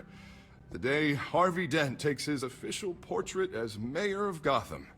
And he looks like this. Oh God, don't react like that. I'm glad you survived the trip up here, Bruce. You want to tell me what's going on? Bro's got no ear. I have reason to believe you're being watched. You sound paranoid, Bruce. The Children of Arkham are hacking into the GCPD. They're likely keeping tabs on you too. I'll handle it. Thank you, Bruce. Oh. Damn it! Those Children of Arkham jumped me. God, it's only getting worse. It's out of control. I can't stop it. I heard Batman showed up to help. Uh-oh. Yeah. The damage is kind of done, though, isn't it? Harvey Dent does everything by the book, to the letter of the law. But that isn't working. Sure it is. He's turning things around. Barely. Slowly. I'd like to see you do better. Watch me. How are you gonna fix this mess? Simple. Easy. Harvey, you're acting strange, Harvey. This whole city's acting strange! Sorry. Sorry about that, Bruce. Guess I got a little lost there. I'm probably not getting enough sleep these days. Did you really mean all that? What you said? Mr. Dent? The photographer's ready for you. Thank you, Deborah. I'll be right out. Please, Bruce, don't tell anyone about this. If anyone finds out, or thinks I'm not fit to be mayor, it's all over. I don't know what to say. I don't think I trust you. Your secret's safe with me? Everything I've worked for. Your secret's safe with me, Harvey. Thanks, Bruce. I owe you. Again.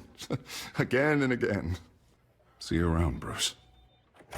I'm gonna ruin this man's life. An interview with the Children of Arkham's leader. I wonder how Vicky managed to score that. Because she's persistent, bro. Because she's a good goddamn journalist.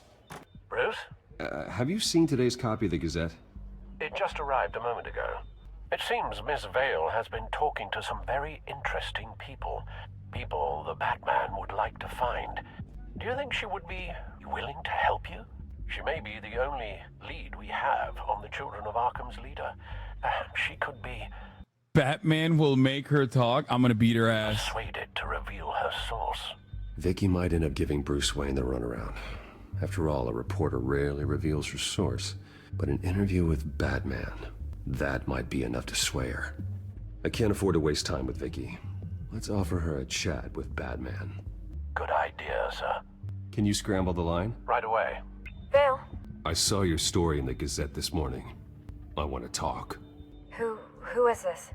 I'm Batman. Batman. I didn't realize that Batman was a fan of my work. Didn't say I was a fan. Just said I wanted to talk. I've been meaning to thank you. What you did at the debate. I'm not sure I would have made it out of there otherwise. I'd say I owe you one. Meet me at sundown. Cobblepot Park. Deal. I'm Batman. Strange place to meet. Wasn't sure you were gonna show. Gotta admit, part of me thought it was a prank call.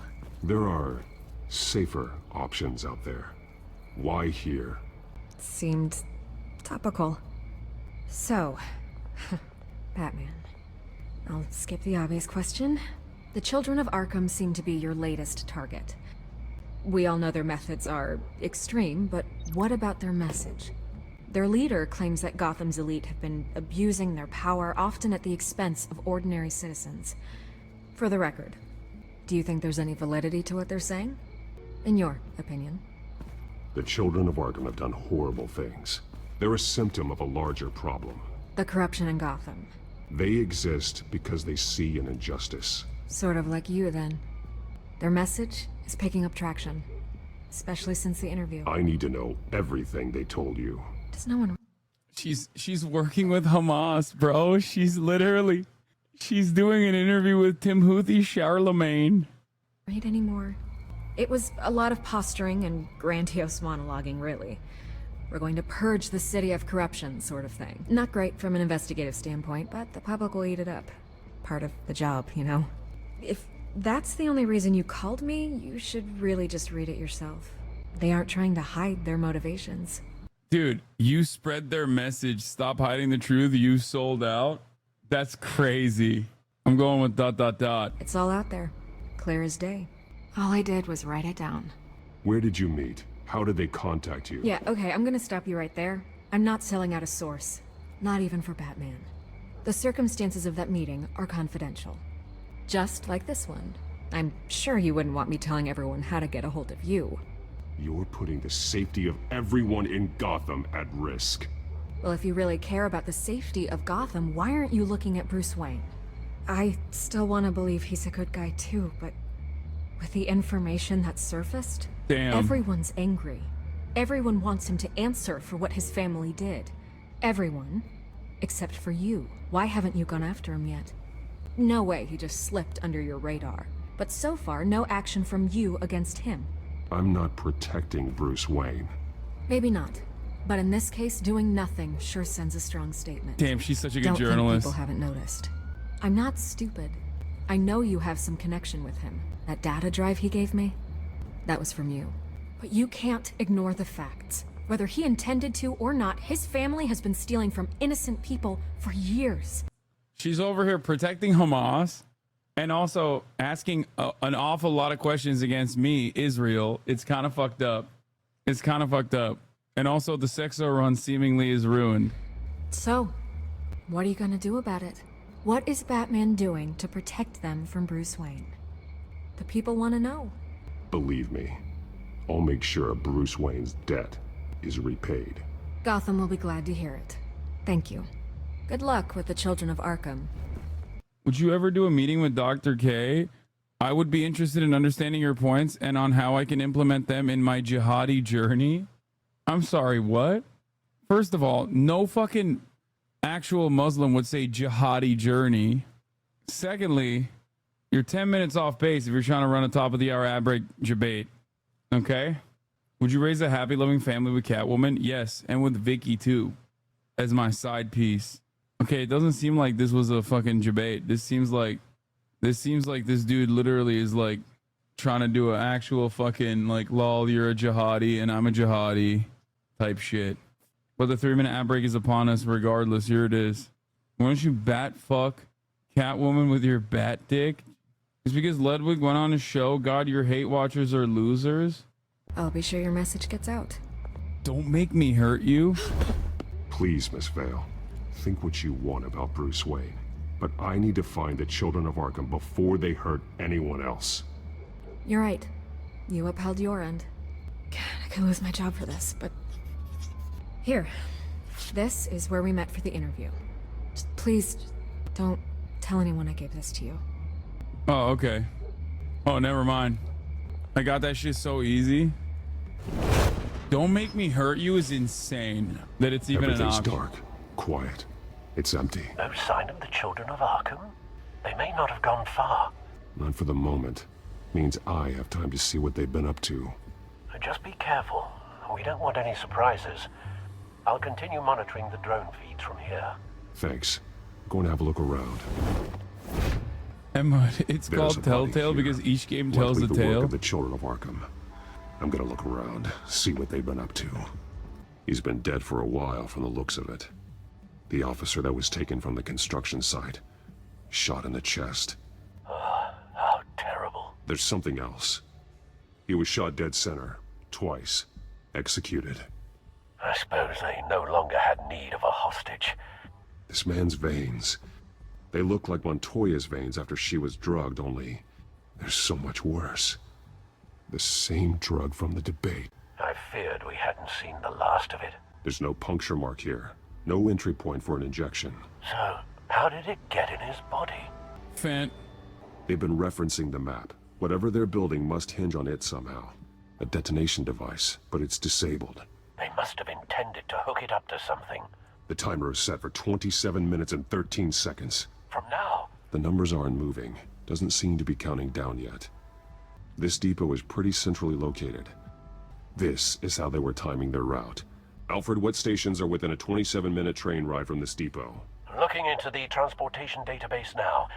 Sir, there's just one. Mercy Street Station. It's one of the busiest places in the city. Thousands of people go in and out every hour. They're gonna hit the drug at Mercy Station. I need to know fentanyl what they're going style. to do with the drug. Exactly how they're planning on releasing it. Well, there you go. These barrels match the shrapnel that I found at the docks. Mercy Street. But how are they planning to release it? Exactly are they planning to release? Bro, what the fuck? I mean, it's obvious that they're releasing the fucking poisonous gas. What do you mean, how are they planning to release it? Oh, I have to look at more shit. Okay. Someone's been practicing chemistry. Something spilled here. This is the drug they've been using. Refined. It's the same as the one given to Montoya and Harvey. Terrence Howard? This solvent increases dermal permeability. Looks like they ran out of the absorbing agent. This train car has been modified. How do you mean? Clearly the holding tank. It's empty. For now. Looks like some kind of sprinkler system. Doubtful they're planning to put out fires. The train car is their delivery system. Maximum coverage. This wouldn't work. I need to know where their target is. What? Why can't I move through here? There it is. Yeah, no shit. What do you mean this? The modified train car is going to be sent to Mercy Street Station. And a refined version of the drug is going to be fucking... A refined version of the drug is going to be in the thing. Looks like they ran out of the chemical they were mixing it with. What are they planning to do with this? That didn't work. Traces of both chemicals here. The drug is being modified here. They're changing it. Wait, why is it yellow? Didn't that work? Bro, there's a terror attack about to happen at Mercy Station using the fucking trains, and Batman is over here trying to link shit. I'm losing my mind here a little bit. They're manufacturing the drug so that it can be absorbed through the skin. The drug. The children of Arkham must have found a way to weaponize it. With a drug that can absorb into skin, it will affect hundreds of people at once. They're loading the modified drug into the tanks on the train cars, dispersing it through the sprinklers. The timers are set to go off just as it rolls in over the crowds. We aren't prepared to contain something of that scale. Releasing a drug like that in so populated an area would be devastating. They could infect the entire city if they had enough.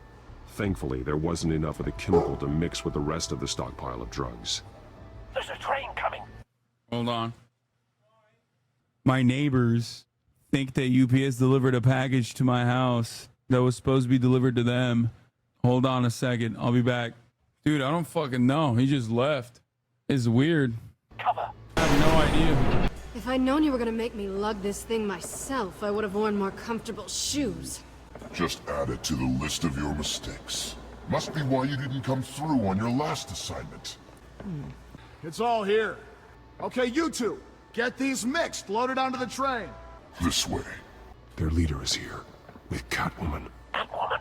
She's got more of that absorbing agent. She must have a good reason for being there.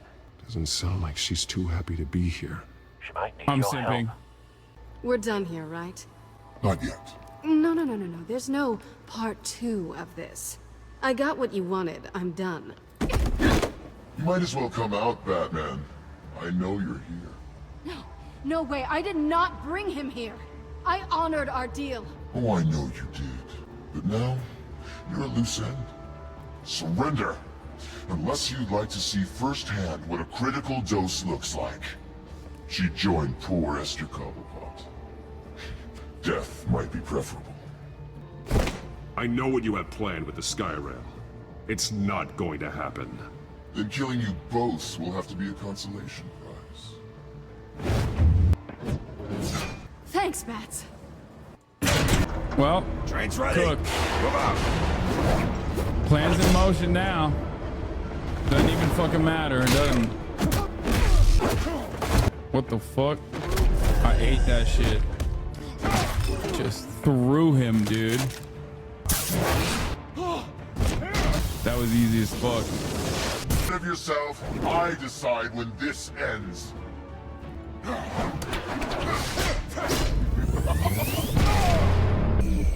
I'm sure that guy lived. No, that guy's definitely dead. You can't protect Gotham from itself. They lit the fire. We're just here to stoke the flames. You do a lot of talking. Not sure you can back it up. Try me. Bro, that shit is... Show me how you'll save. That shit's lit up, dude. Just...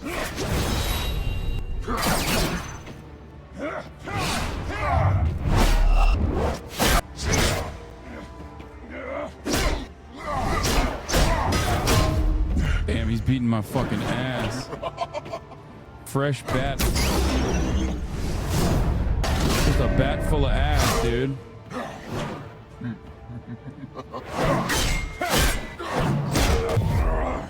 Doesn't even matter.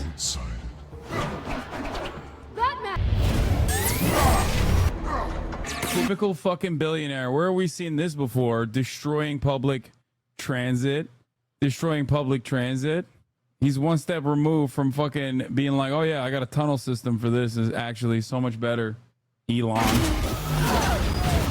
I'm confused what this staff does. Kind of does everything. It does like magnets, but also electricity. It's the Terrence Howard. Kiss me, you fool. Don't pass out on me. Kiss me, and I'll stay alive. I promise. Just one kiss, kissy poo. Sort of dirt. Shut up. I'm gonna get you somewhere safe. Just stay with me. How did the delivery mechanism did not actually work and just spray us? I know. Come on. Oh my god, is this where Harvey finds out while we're mid-fuck? Mid-thrust. Harvey comes in, finds out that I'm both the Bat, and also piping his girl. Stay here, okay? Just don't move. I just need to get back out. That might work Pipe on your man. butler, but I'm not buying that crap. Stay there. Shit. You're lucky you were wearing that suit. You know that was stupid, right? What? Showing up at that train depot. Taking on their leader alone. Repeat after me, Bruce. I am not invincible, and painkillers do not solve the problem. You weren't gonna take them down on your own. You're one to talk. I never pick a fight I can't win. I don't think you're getting very far with a shoulder like this. Yeah, great. You can stay here until morning. Feel like I owe you anyway. That's twice now. You just keep adding things to my list, don't you? Selina. I told you I don't like owing people. Probably best to lie low for now anyway. I don't want the children of Arkham finding this place. I had it handled, you know. With their leader. I had a plan. Really didn't need you swooping in and messing it up. I was there tracking the children of Arkham. I had no idea you'd be there. Must have been quite the surprise. Yeah, it was. That was gonna be my ticket out of here. One last job to get the goons off my back. So much for that. Thanks again, Bats. There is another way out. We can take them down together. Wouldn't that be cute? The dynamic duo fighting crime. Being serious. I know. Things have a habit of not working out for me on the duo front.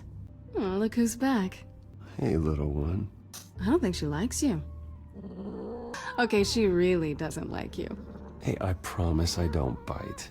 Yeah, but she does. Typical. Cut it out. Typical cat lady with the fucking cats. Common cat L. This really hasn't been your week, has it? You think?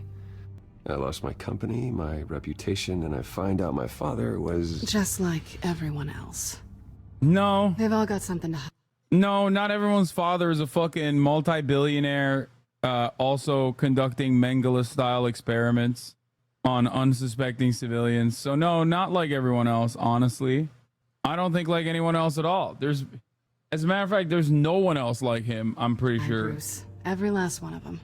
Even the so-called good guys. So what is it you're hiding, Selina? All kinds of things. Oh, shit. Come on, Bruce. Even you have your secrets. Those things you hide from the world. I don't have any secrets from you. You know, I have heard that 1,000 times. But you might be the first to actually mean it. You're a good man, Bruce. But good men don't lie with thieves. I know what I am. Oh, come on, no bro. Noble intentions. Give me a crumb, Just the thrill please. of breaking what they say can't be broken. Knowing there's no safe I can't crack. Chat, how do we fucking rizz her up, dude? There's fucking in this, right? There's sexo in this, right? How do we go with the sexo? How do we go with the motherfucking sexo run? I feel like 3 is too simp. I played this 2 weeks ago. Select 1. I feel like you're more than that is too simp. I'm gonna go with 1. No fortress I can't infiltrate. You're just listing all the things I like about you. Now you've ruined it. What? Nothing. I've stolen from corrupt jerks like Hill, but I've taken plenty from good people too. For what? Some shiny new toys and a crappy apartment on the edge of town?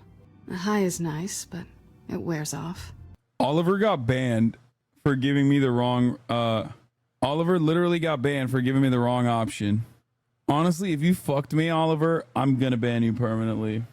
You didn't just fuck me, you fucked all of us. Okay? You fucked all of us. Then you look around and see nothing.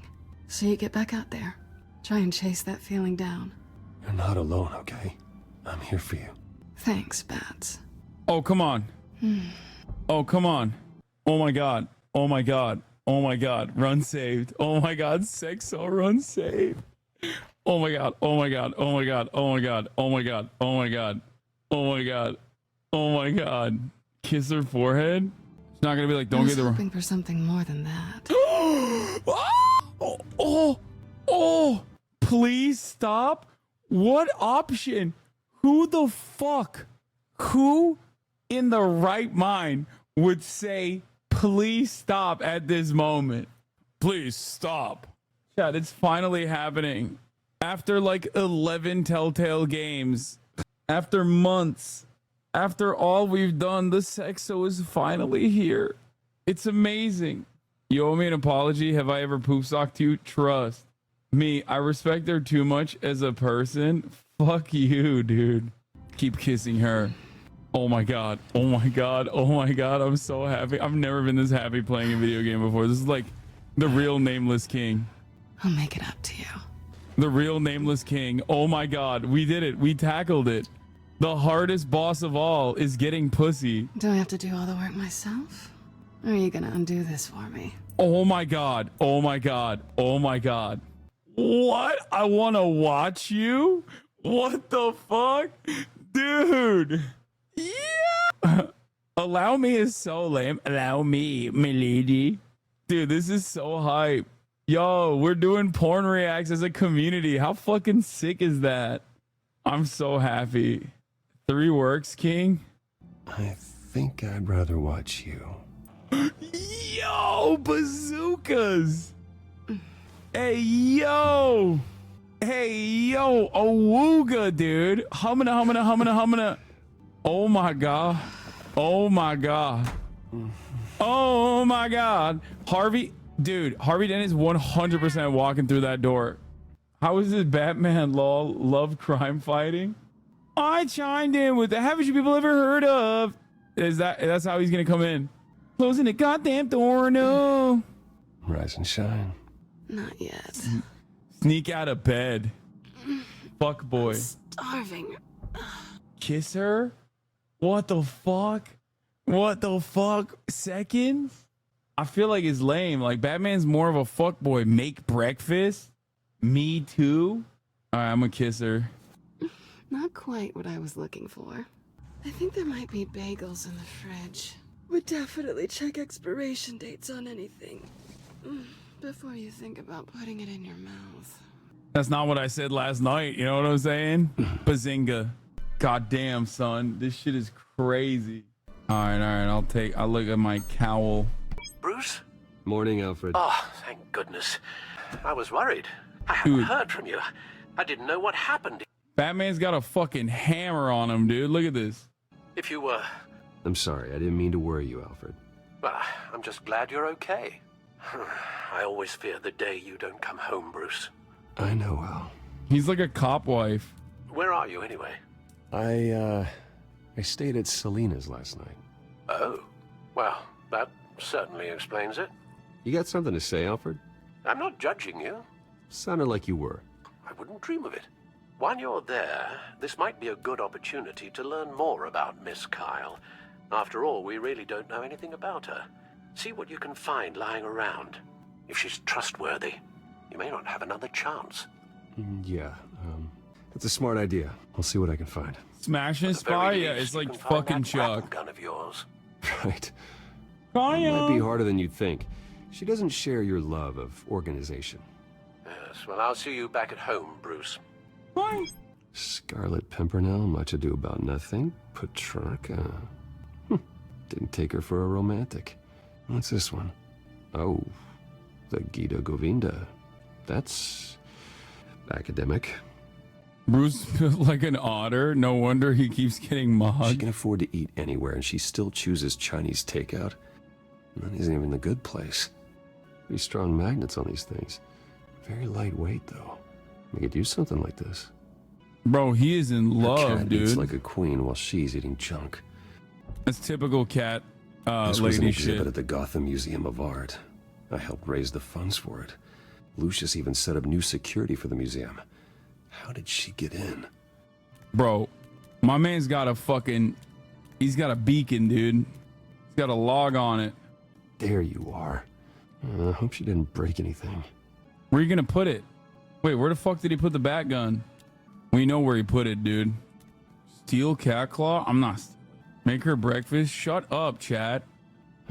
Vacation spots are just marks on her burglary checklist. Chat's simping. It looks all right to me. Nothing growing, at least. At least she's got the essentials. Batman, if you're oh, dude, I called it. It's gonna be Harvard, dude. Harvey. Hey, I brought breakfast. Can I come in? I don't know if that's such a good idea. Just for a minute. I really need to talk to you. Oh my god. Oh my god. I fucking called it. He's chiming with the haven't you people ever heard of closing the goddamn door, dude. It's much better to do these kinds of things. I'm staying hidden. If you want me to go, I'll go. But I have to get this out. Shit! Bruce? What, Seriously. What are you doing here? Have a seat, Harvey. No! I don't... I came to check on Selena. I came to check on Selena. Bro, what do you mean? How is that an option? My hammer's out. My service weapon is visible and unholstered, bro. Checking on her with what? My dick? It wasn't me. It was the fucking dumbass cat that ruined everything. Need to sit I gotta down. say it. I just came by to check on Selena. What, with your pants off? Back off, Harvey. Don't touch me! I thought I would come here and... So stupid! God, I should have known. I should have known that you would do this to me. None of it was real anyway. God, how could you ever... She's not yours? Yo, I'm about to hit her with the feminism. I shouldn't have come. What are you talking about, Harvey? You two were never a couple to begin with. But you knew! You two done? You want something, you gotta say so. Nobody's responsible for your hurt feelings. Bro, from his perspective, this is the most fucked up shit. Bro is gonna literally watch, he's gonna mainline the Fresh and Fit podcast after this. Bro is never the same after this. I literally am directly responsible. I feel like in other iterations, like it's his own mania that caused him to think that like Batman is responsible. I am directly, deliberately contributing both as Batman and as Bruce Wayne. I'm not gonna lie. He might not even watch Fresh and Fit podcast. He might make his own podcast. I feel like he's leveled up on the fucking Red Pill arc. I destroyed him with both of my personalities. Selena's crazy with it too. He will not be able to protect you. And I don't need him to. Just... Bro went... Really? You fucked my bestie because my face is fucking scarred permanently? You didn't even come to my hospital bed and visit me? You Fetterman to good man? Bro, how did you fail that cat QTE reload for Harvey? I mean, I'm not upset with the way that this is unfolded. It's pretty funny. Get out of here, Harvey. What happens when the children of Arkham come for him? You think you won't get caught in the crossfire? You can't stop them. He can't. Damn, he's like the children of Arkham are gonna kill you, and I'm gonna fucking sit back and I'm gonna enjoy it. Okay, calm down, bro. Maybe you're a little too passionate right now. Maybe you're a little too heated. Okay. I can handle the children of Arkham. Of course. Bruce Wayne can do anything. Everything Harvey couldn't. He thinks he's so much better! I'm sorry. What the hell is going on with you? Up until now, Harvey has been weak. He's been afraid. Oh my god. This is the monster. That's crazy. That's not a good reaction. I feel like we're just furthering this guy's demise. Every time he lets the mask slip, we're doing a way worse reaction than the fucking global reaction to Dream's mask reveal. Every single time, bro. He's like permanently shattered. Imagine every time you take the fucking mask off, everyone's like, ah, gross, put it back on. That'd be crazy. Just get surgery, big dog. The fuck are you doing? They all know that you are. Embrace it. No. Oh God, this is what you wanted to see, isn't it, huh? The freak! Harvey. What the fuck? All right, now you've got 2 seconds. Or what? Harvey won't be pushed around anymore. No, he's gonna make them pay. Everyone who thought they could hurt him and get away with it. What? Starting with you. What Both the of fuck? you. You're gonna pick that up. Who am I? Harvey, you are our friend. We don't want to fight you. And what if I do? That's crazy. Jesus, Harvey. Of course, gotta be fair about this. Can't play favorites. They both deserve it, one way or another. How about we flip for it? This isn't funny. No, it really isn't. I literally did this. I did this personally, and I kind of deserve it. Bruce, looks like you're first. It's funny that he thinks he's gonna beat my ass. I'm literally Batman, bro. Oof. Selena. No! I don't want to hurt you. This isn't... They turned their backs on you. Oh, shit. Yo, chill with that knife, though. Harvey, put the knife down. Selena! He's gonna hurt someone. You know we can take him out. Have you lost your mind? No. What do you mean wear him down? You need to calm down. What are you doing?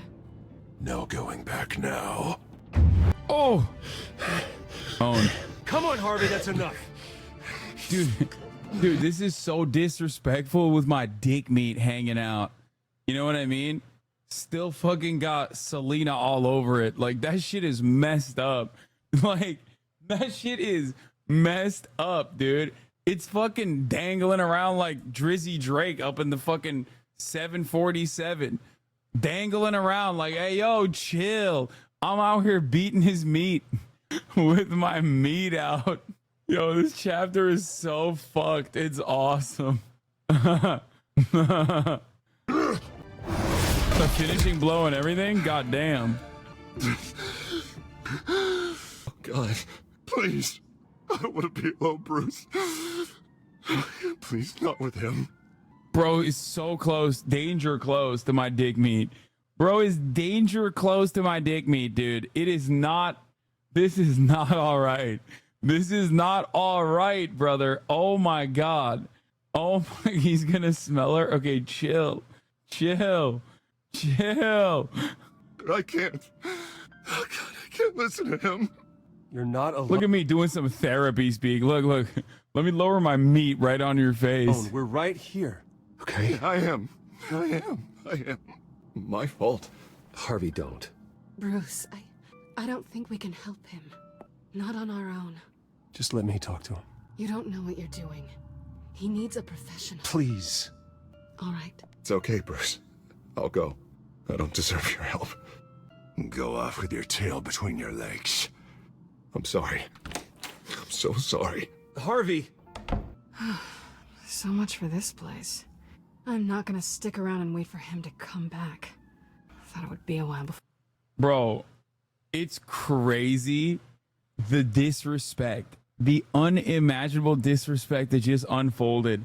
This is Oppenheimer, okay?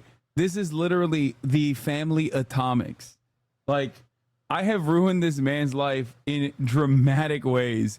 I deserve everything he does to both me and Batman. That's crazy. Round two?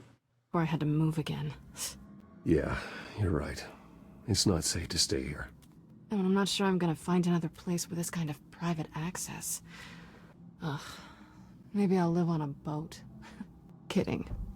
Haha, that's funny, Queen. Yeah, that means you too. We won't go far. Damn, move in. Don't worry. I don't know what happened. I accidentally hit that. You should come stay with me. I don't know. There's plenty of space. My finger slipped. That was weird. That was weird how fast I fucking... That was weird. That was an accident. I've never clicked that fast on anything, honestly, in my whole life. You know that was an accident. That was an accident. You're sick? Chill, dude. Chill. That's weird. That's weird. Alfred could set up a guest room for you. I'll think about it. What do you mean you'll think about it? You have nowhere else to go. What the fuck? What was that about? I'm supposed to announce my resignation at a press event today. Somehow try to appear happy that Oswald Cobblepot is taking my job. Sounds like an opportunity. How do you mean? They screwed you out of your own company. You have all this information that could bring them down, and they're handing you a live mic. So use it. Don't be their puppet. I need to warn everybody about the children of Arkham. They have big plans for Gotham.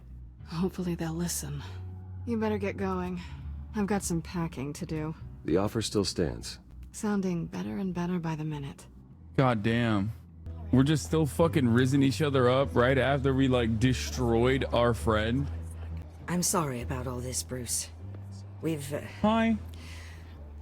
prepared a brief damage control statement to make this easier. After I introduce you, all you'll have to do is read what's on the teleprompter. And then I can take it from there. Got my little coronation speech just waiting. Thank you for being so cooperative about all this, Bruce. It really is for the best.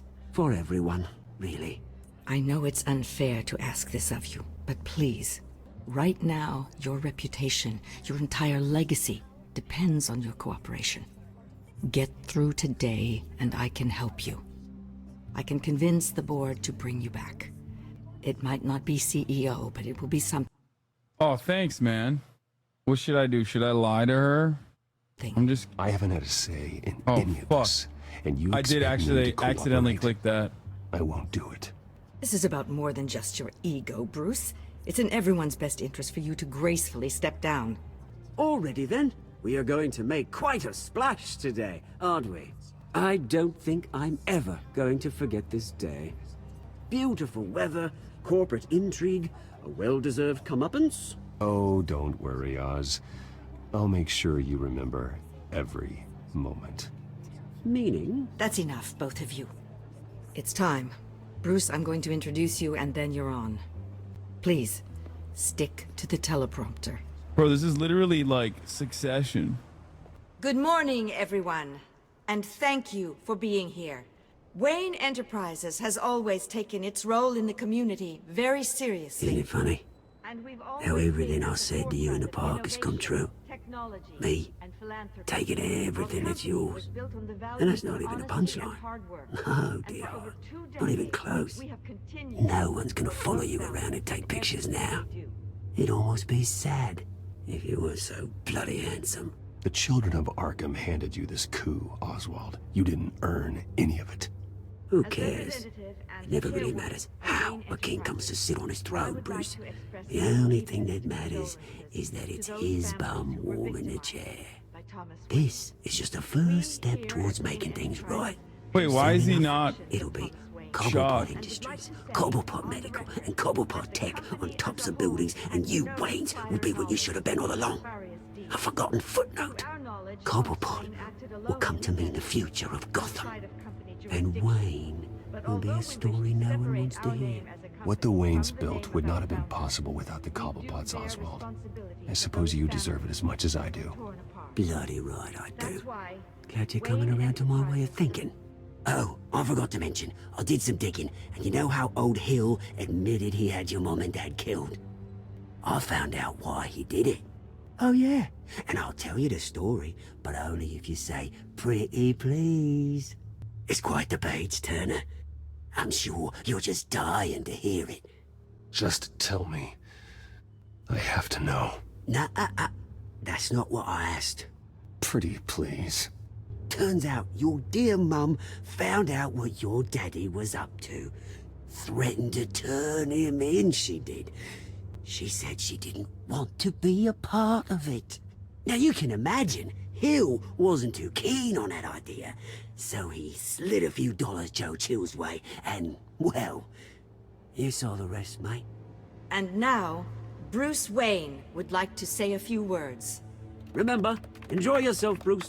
After all, you never know how much time you really have left. I'm stepping down from my position as CEO of Wayne Enterprises. But I am not doing so voluntarily. The board of Wayne Enterprises has voted me out. At a meeting I was not invited to attend. I know what my father did. I know how much he hurt you. But I am nothing like him. His actions are his own. Stop trying to save face. I worry for the future of Wayne Enterprises. The decisions made in the next few days will be critical in shaping what that future will be. Careful, Bruce.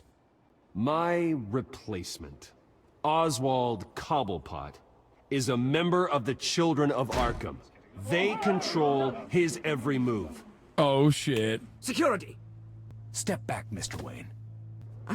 That was quite a show you put on, Bruce.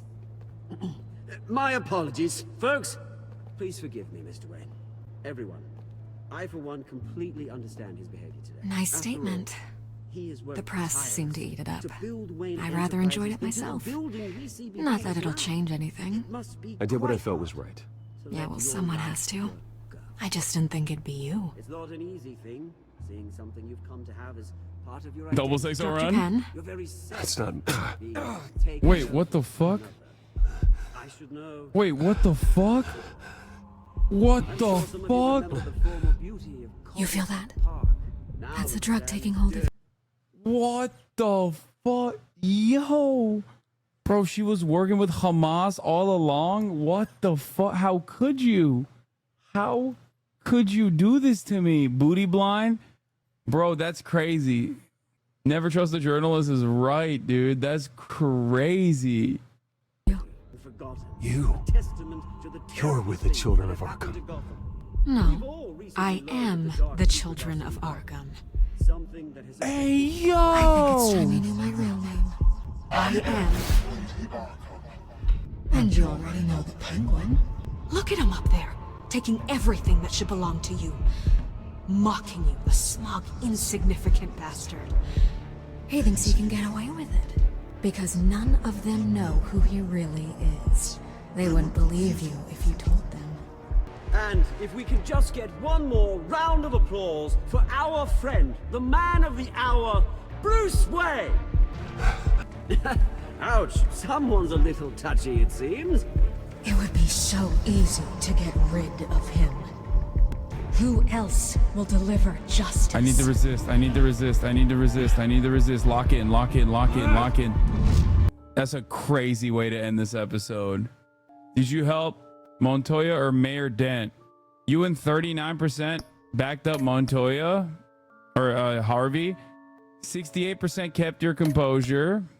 Lucius, 65% told Lucius to stay at Wayne Enterprises. 90% romance Selena. 90. Did you beat Harvey? 84% refused to physically attack Harvey. That's crazy. That's crazy, dog. That shit's crazy. No, I'm not doing uno mas. I want to know what the fuck was happening with a 9.6% though. People must have been out of their dang minds for doing that. All right, that's it. That's all we got for today, folks. Come on, it's 9 hours. I don't want to hear about uno mas por favor at this point. You know what I mean? Love you all, but I'm gonna go take care of my daughter and also Fiona as well, who's also staying here with me. Fifito. Anyway, love you all. See you tomorrow as always. All right.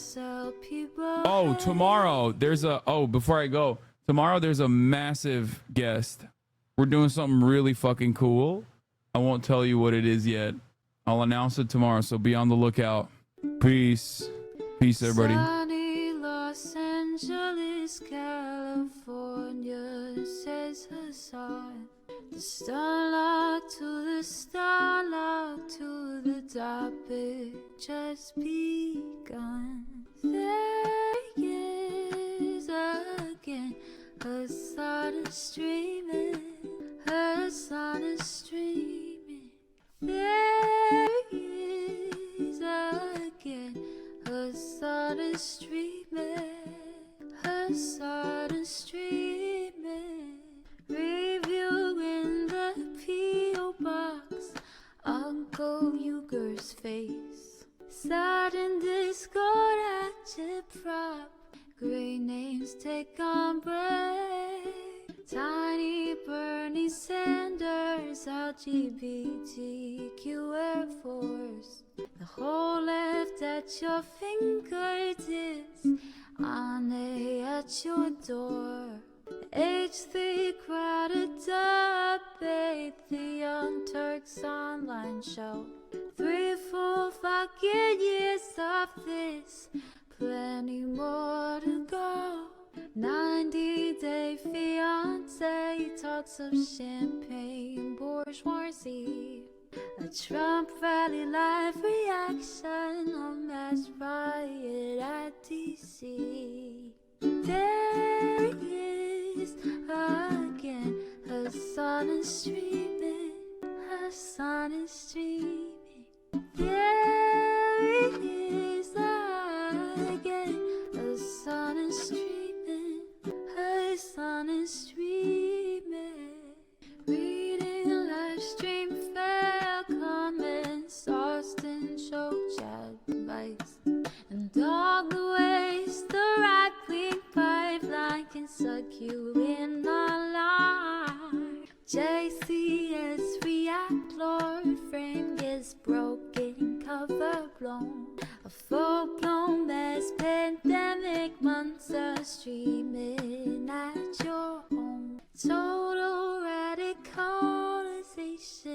coming out to find.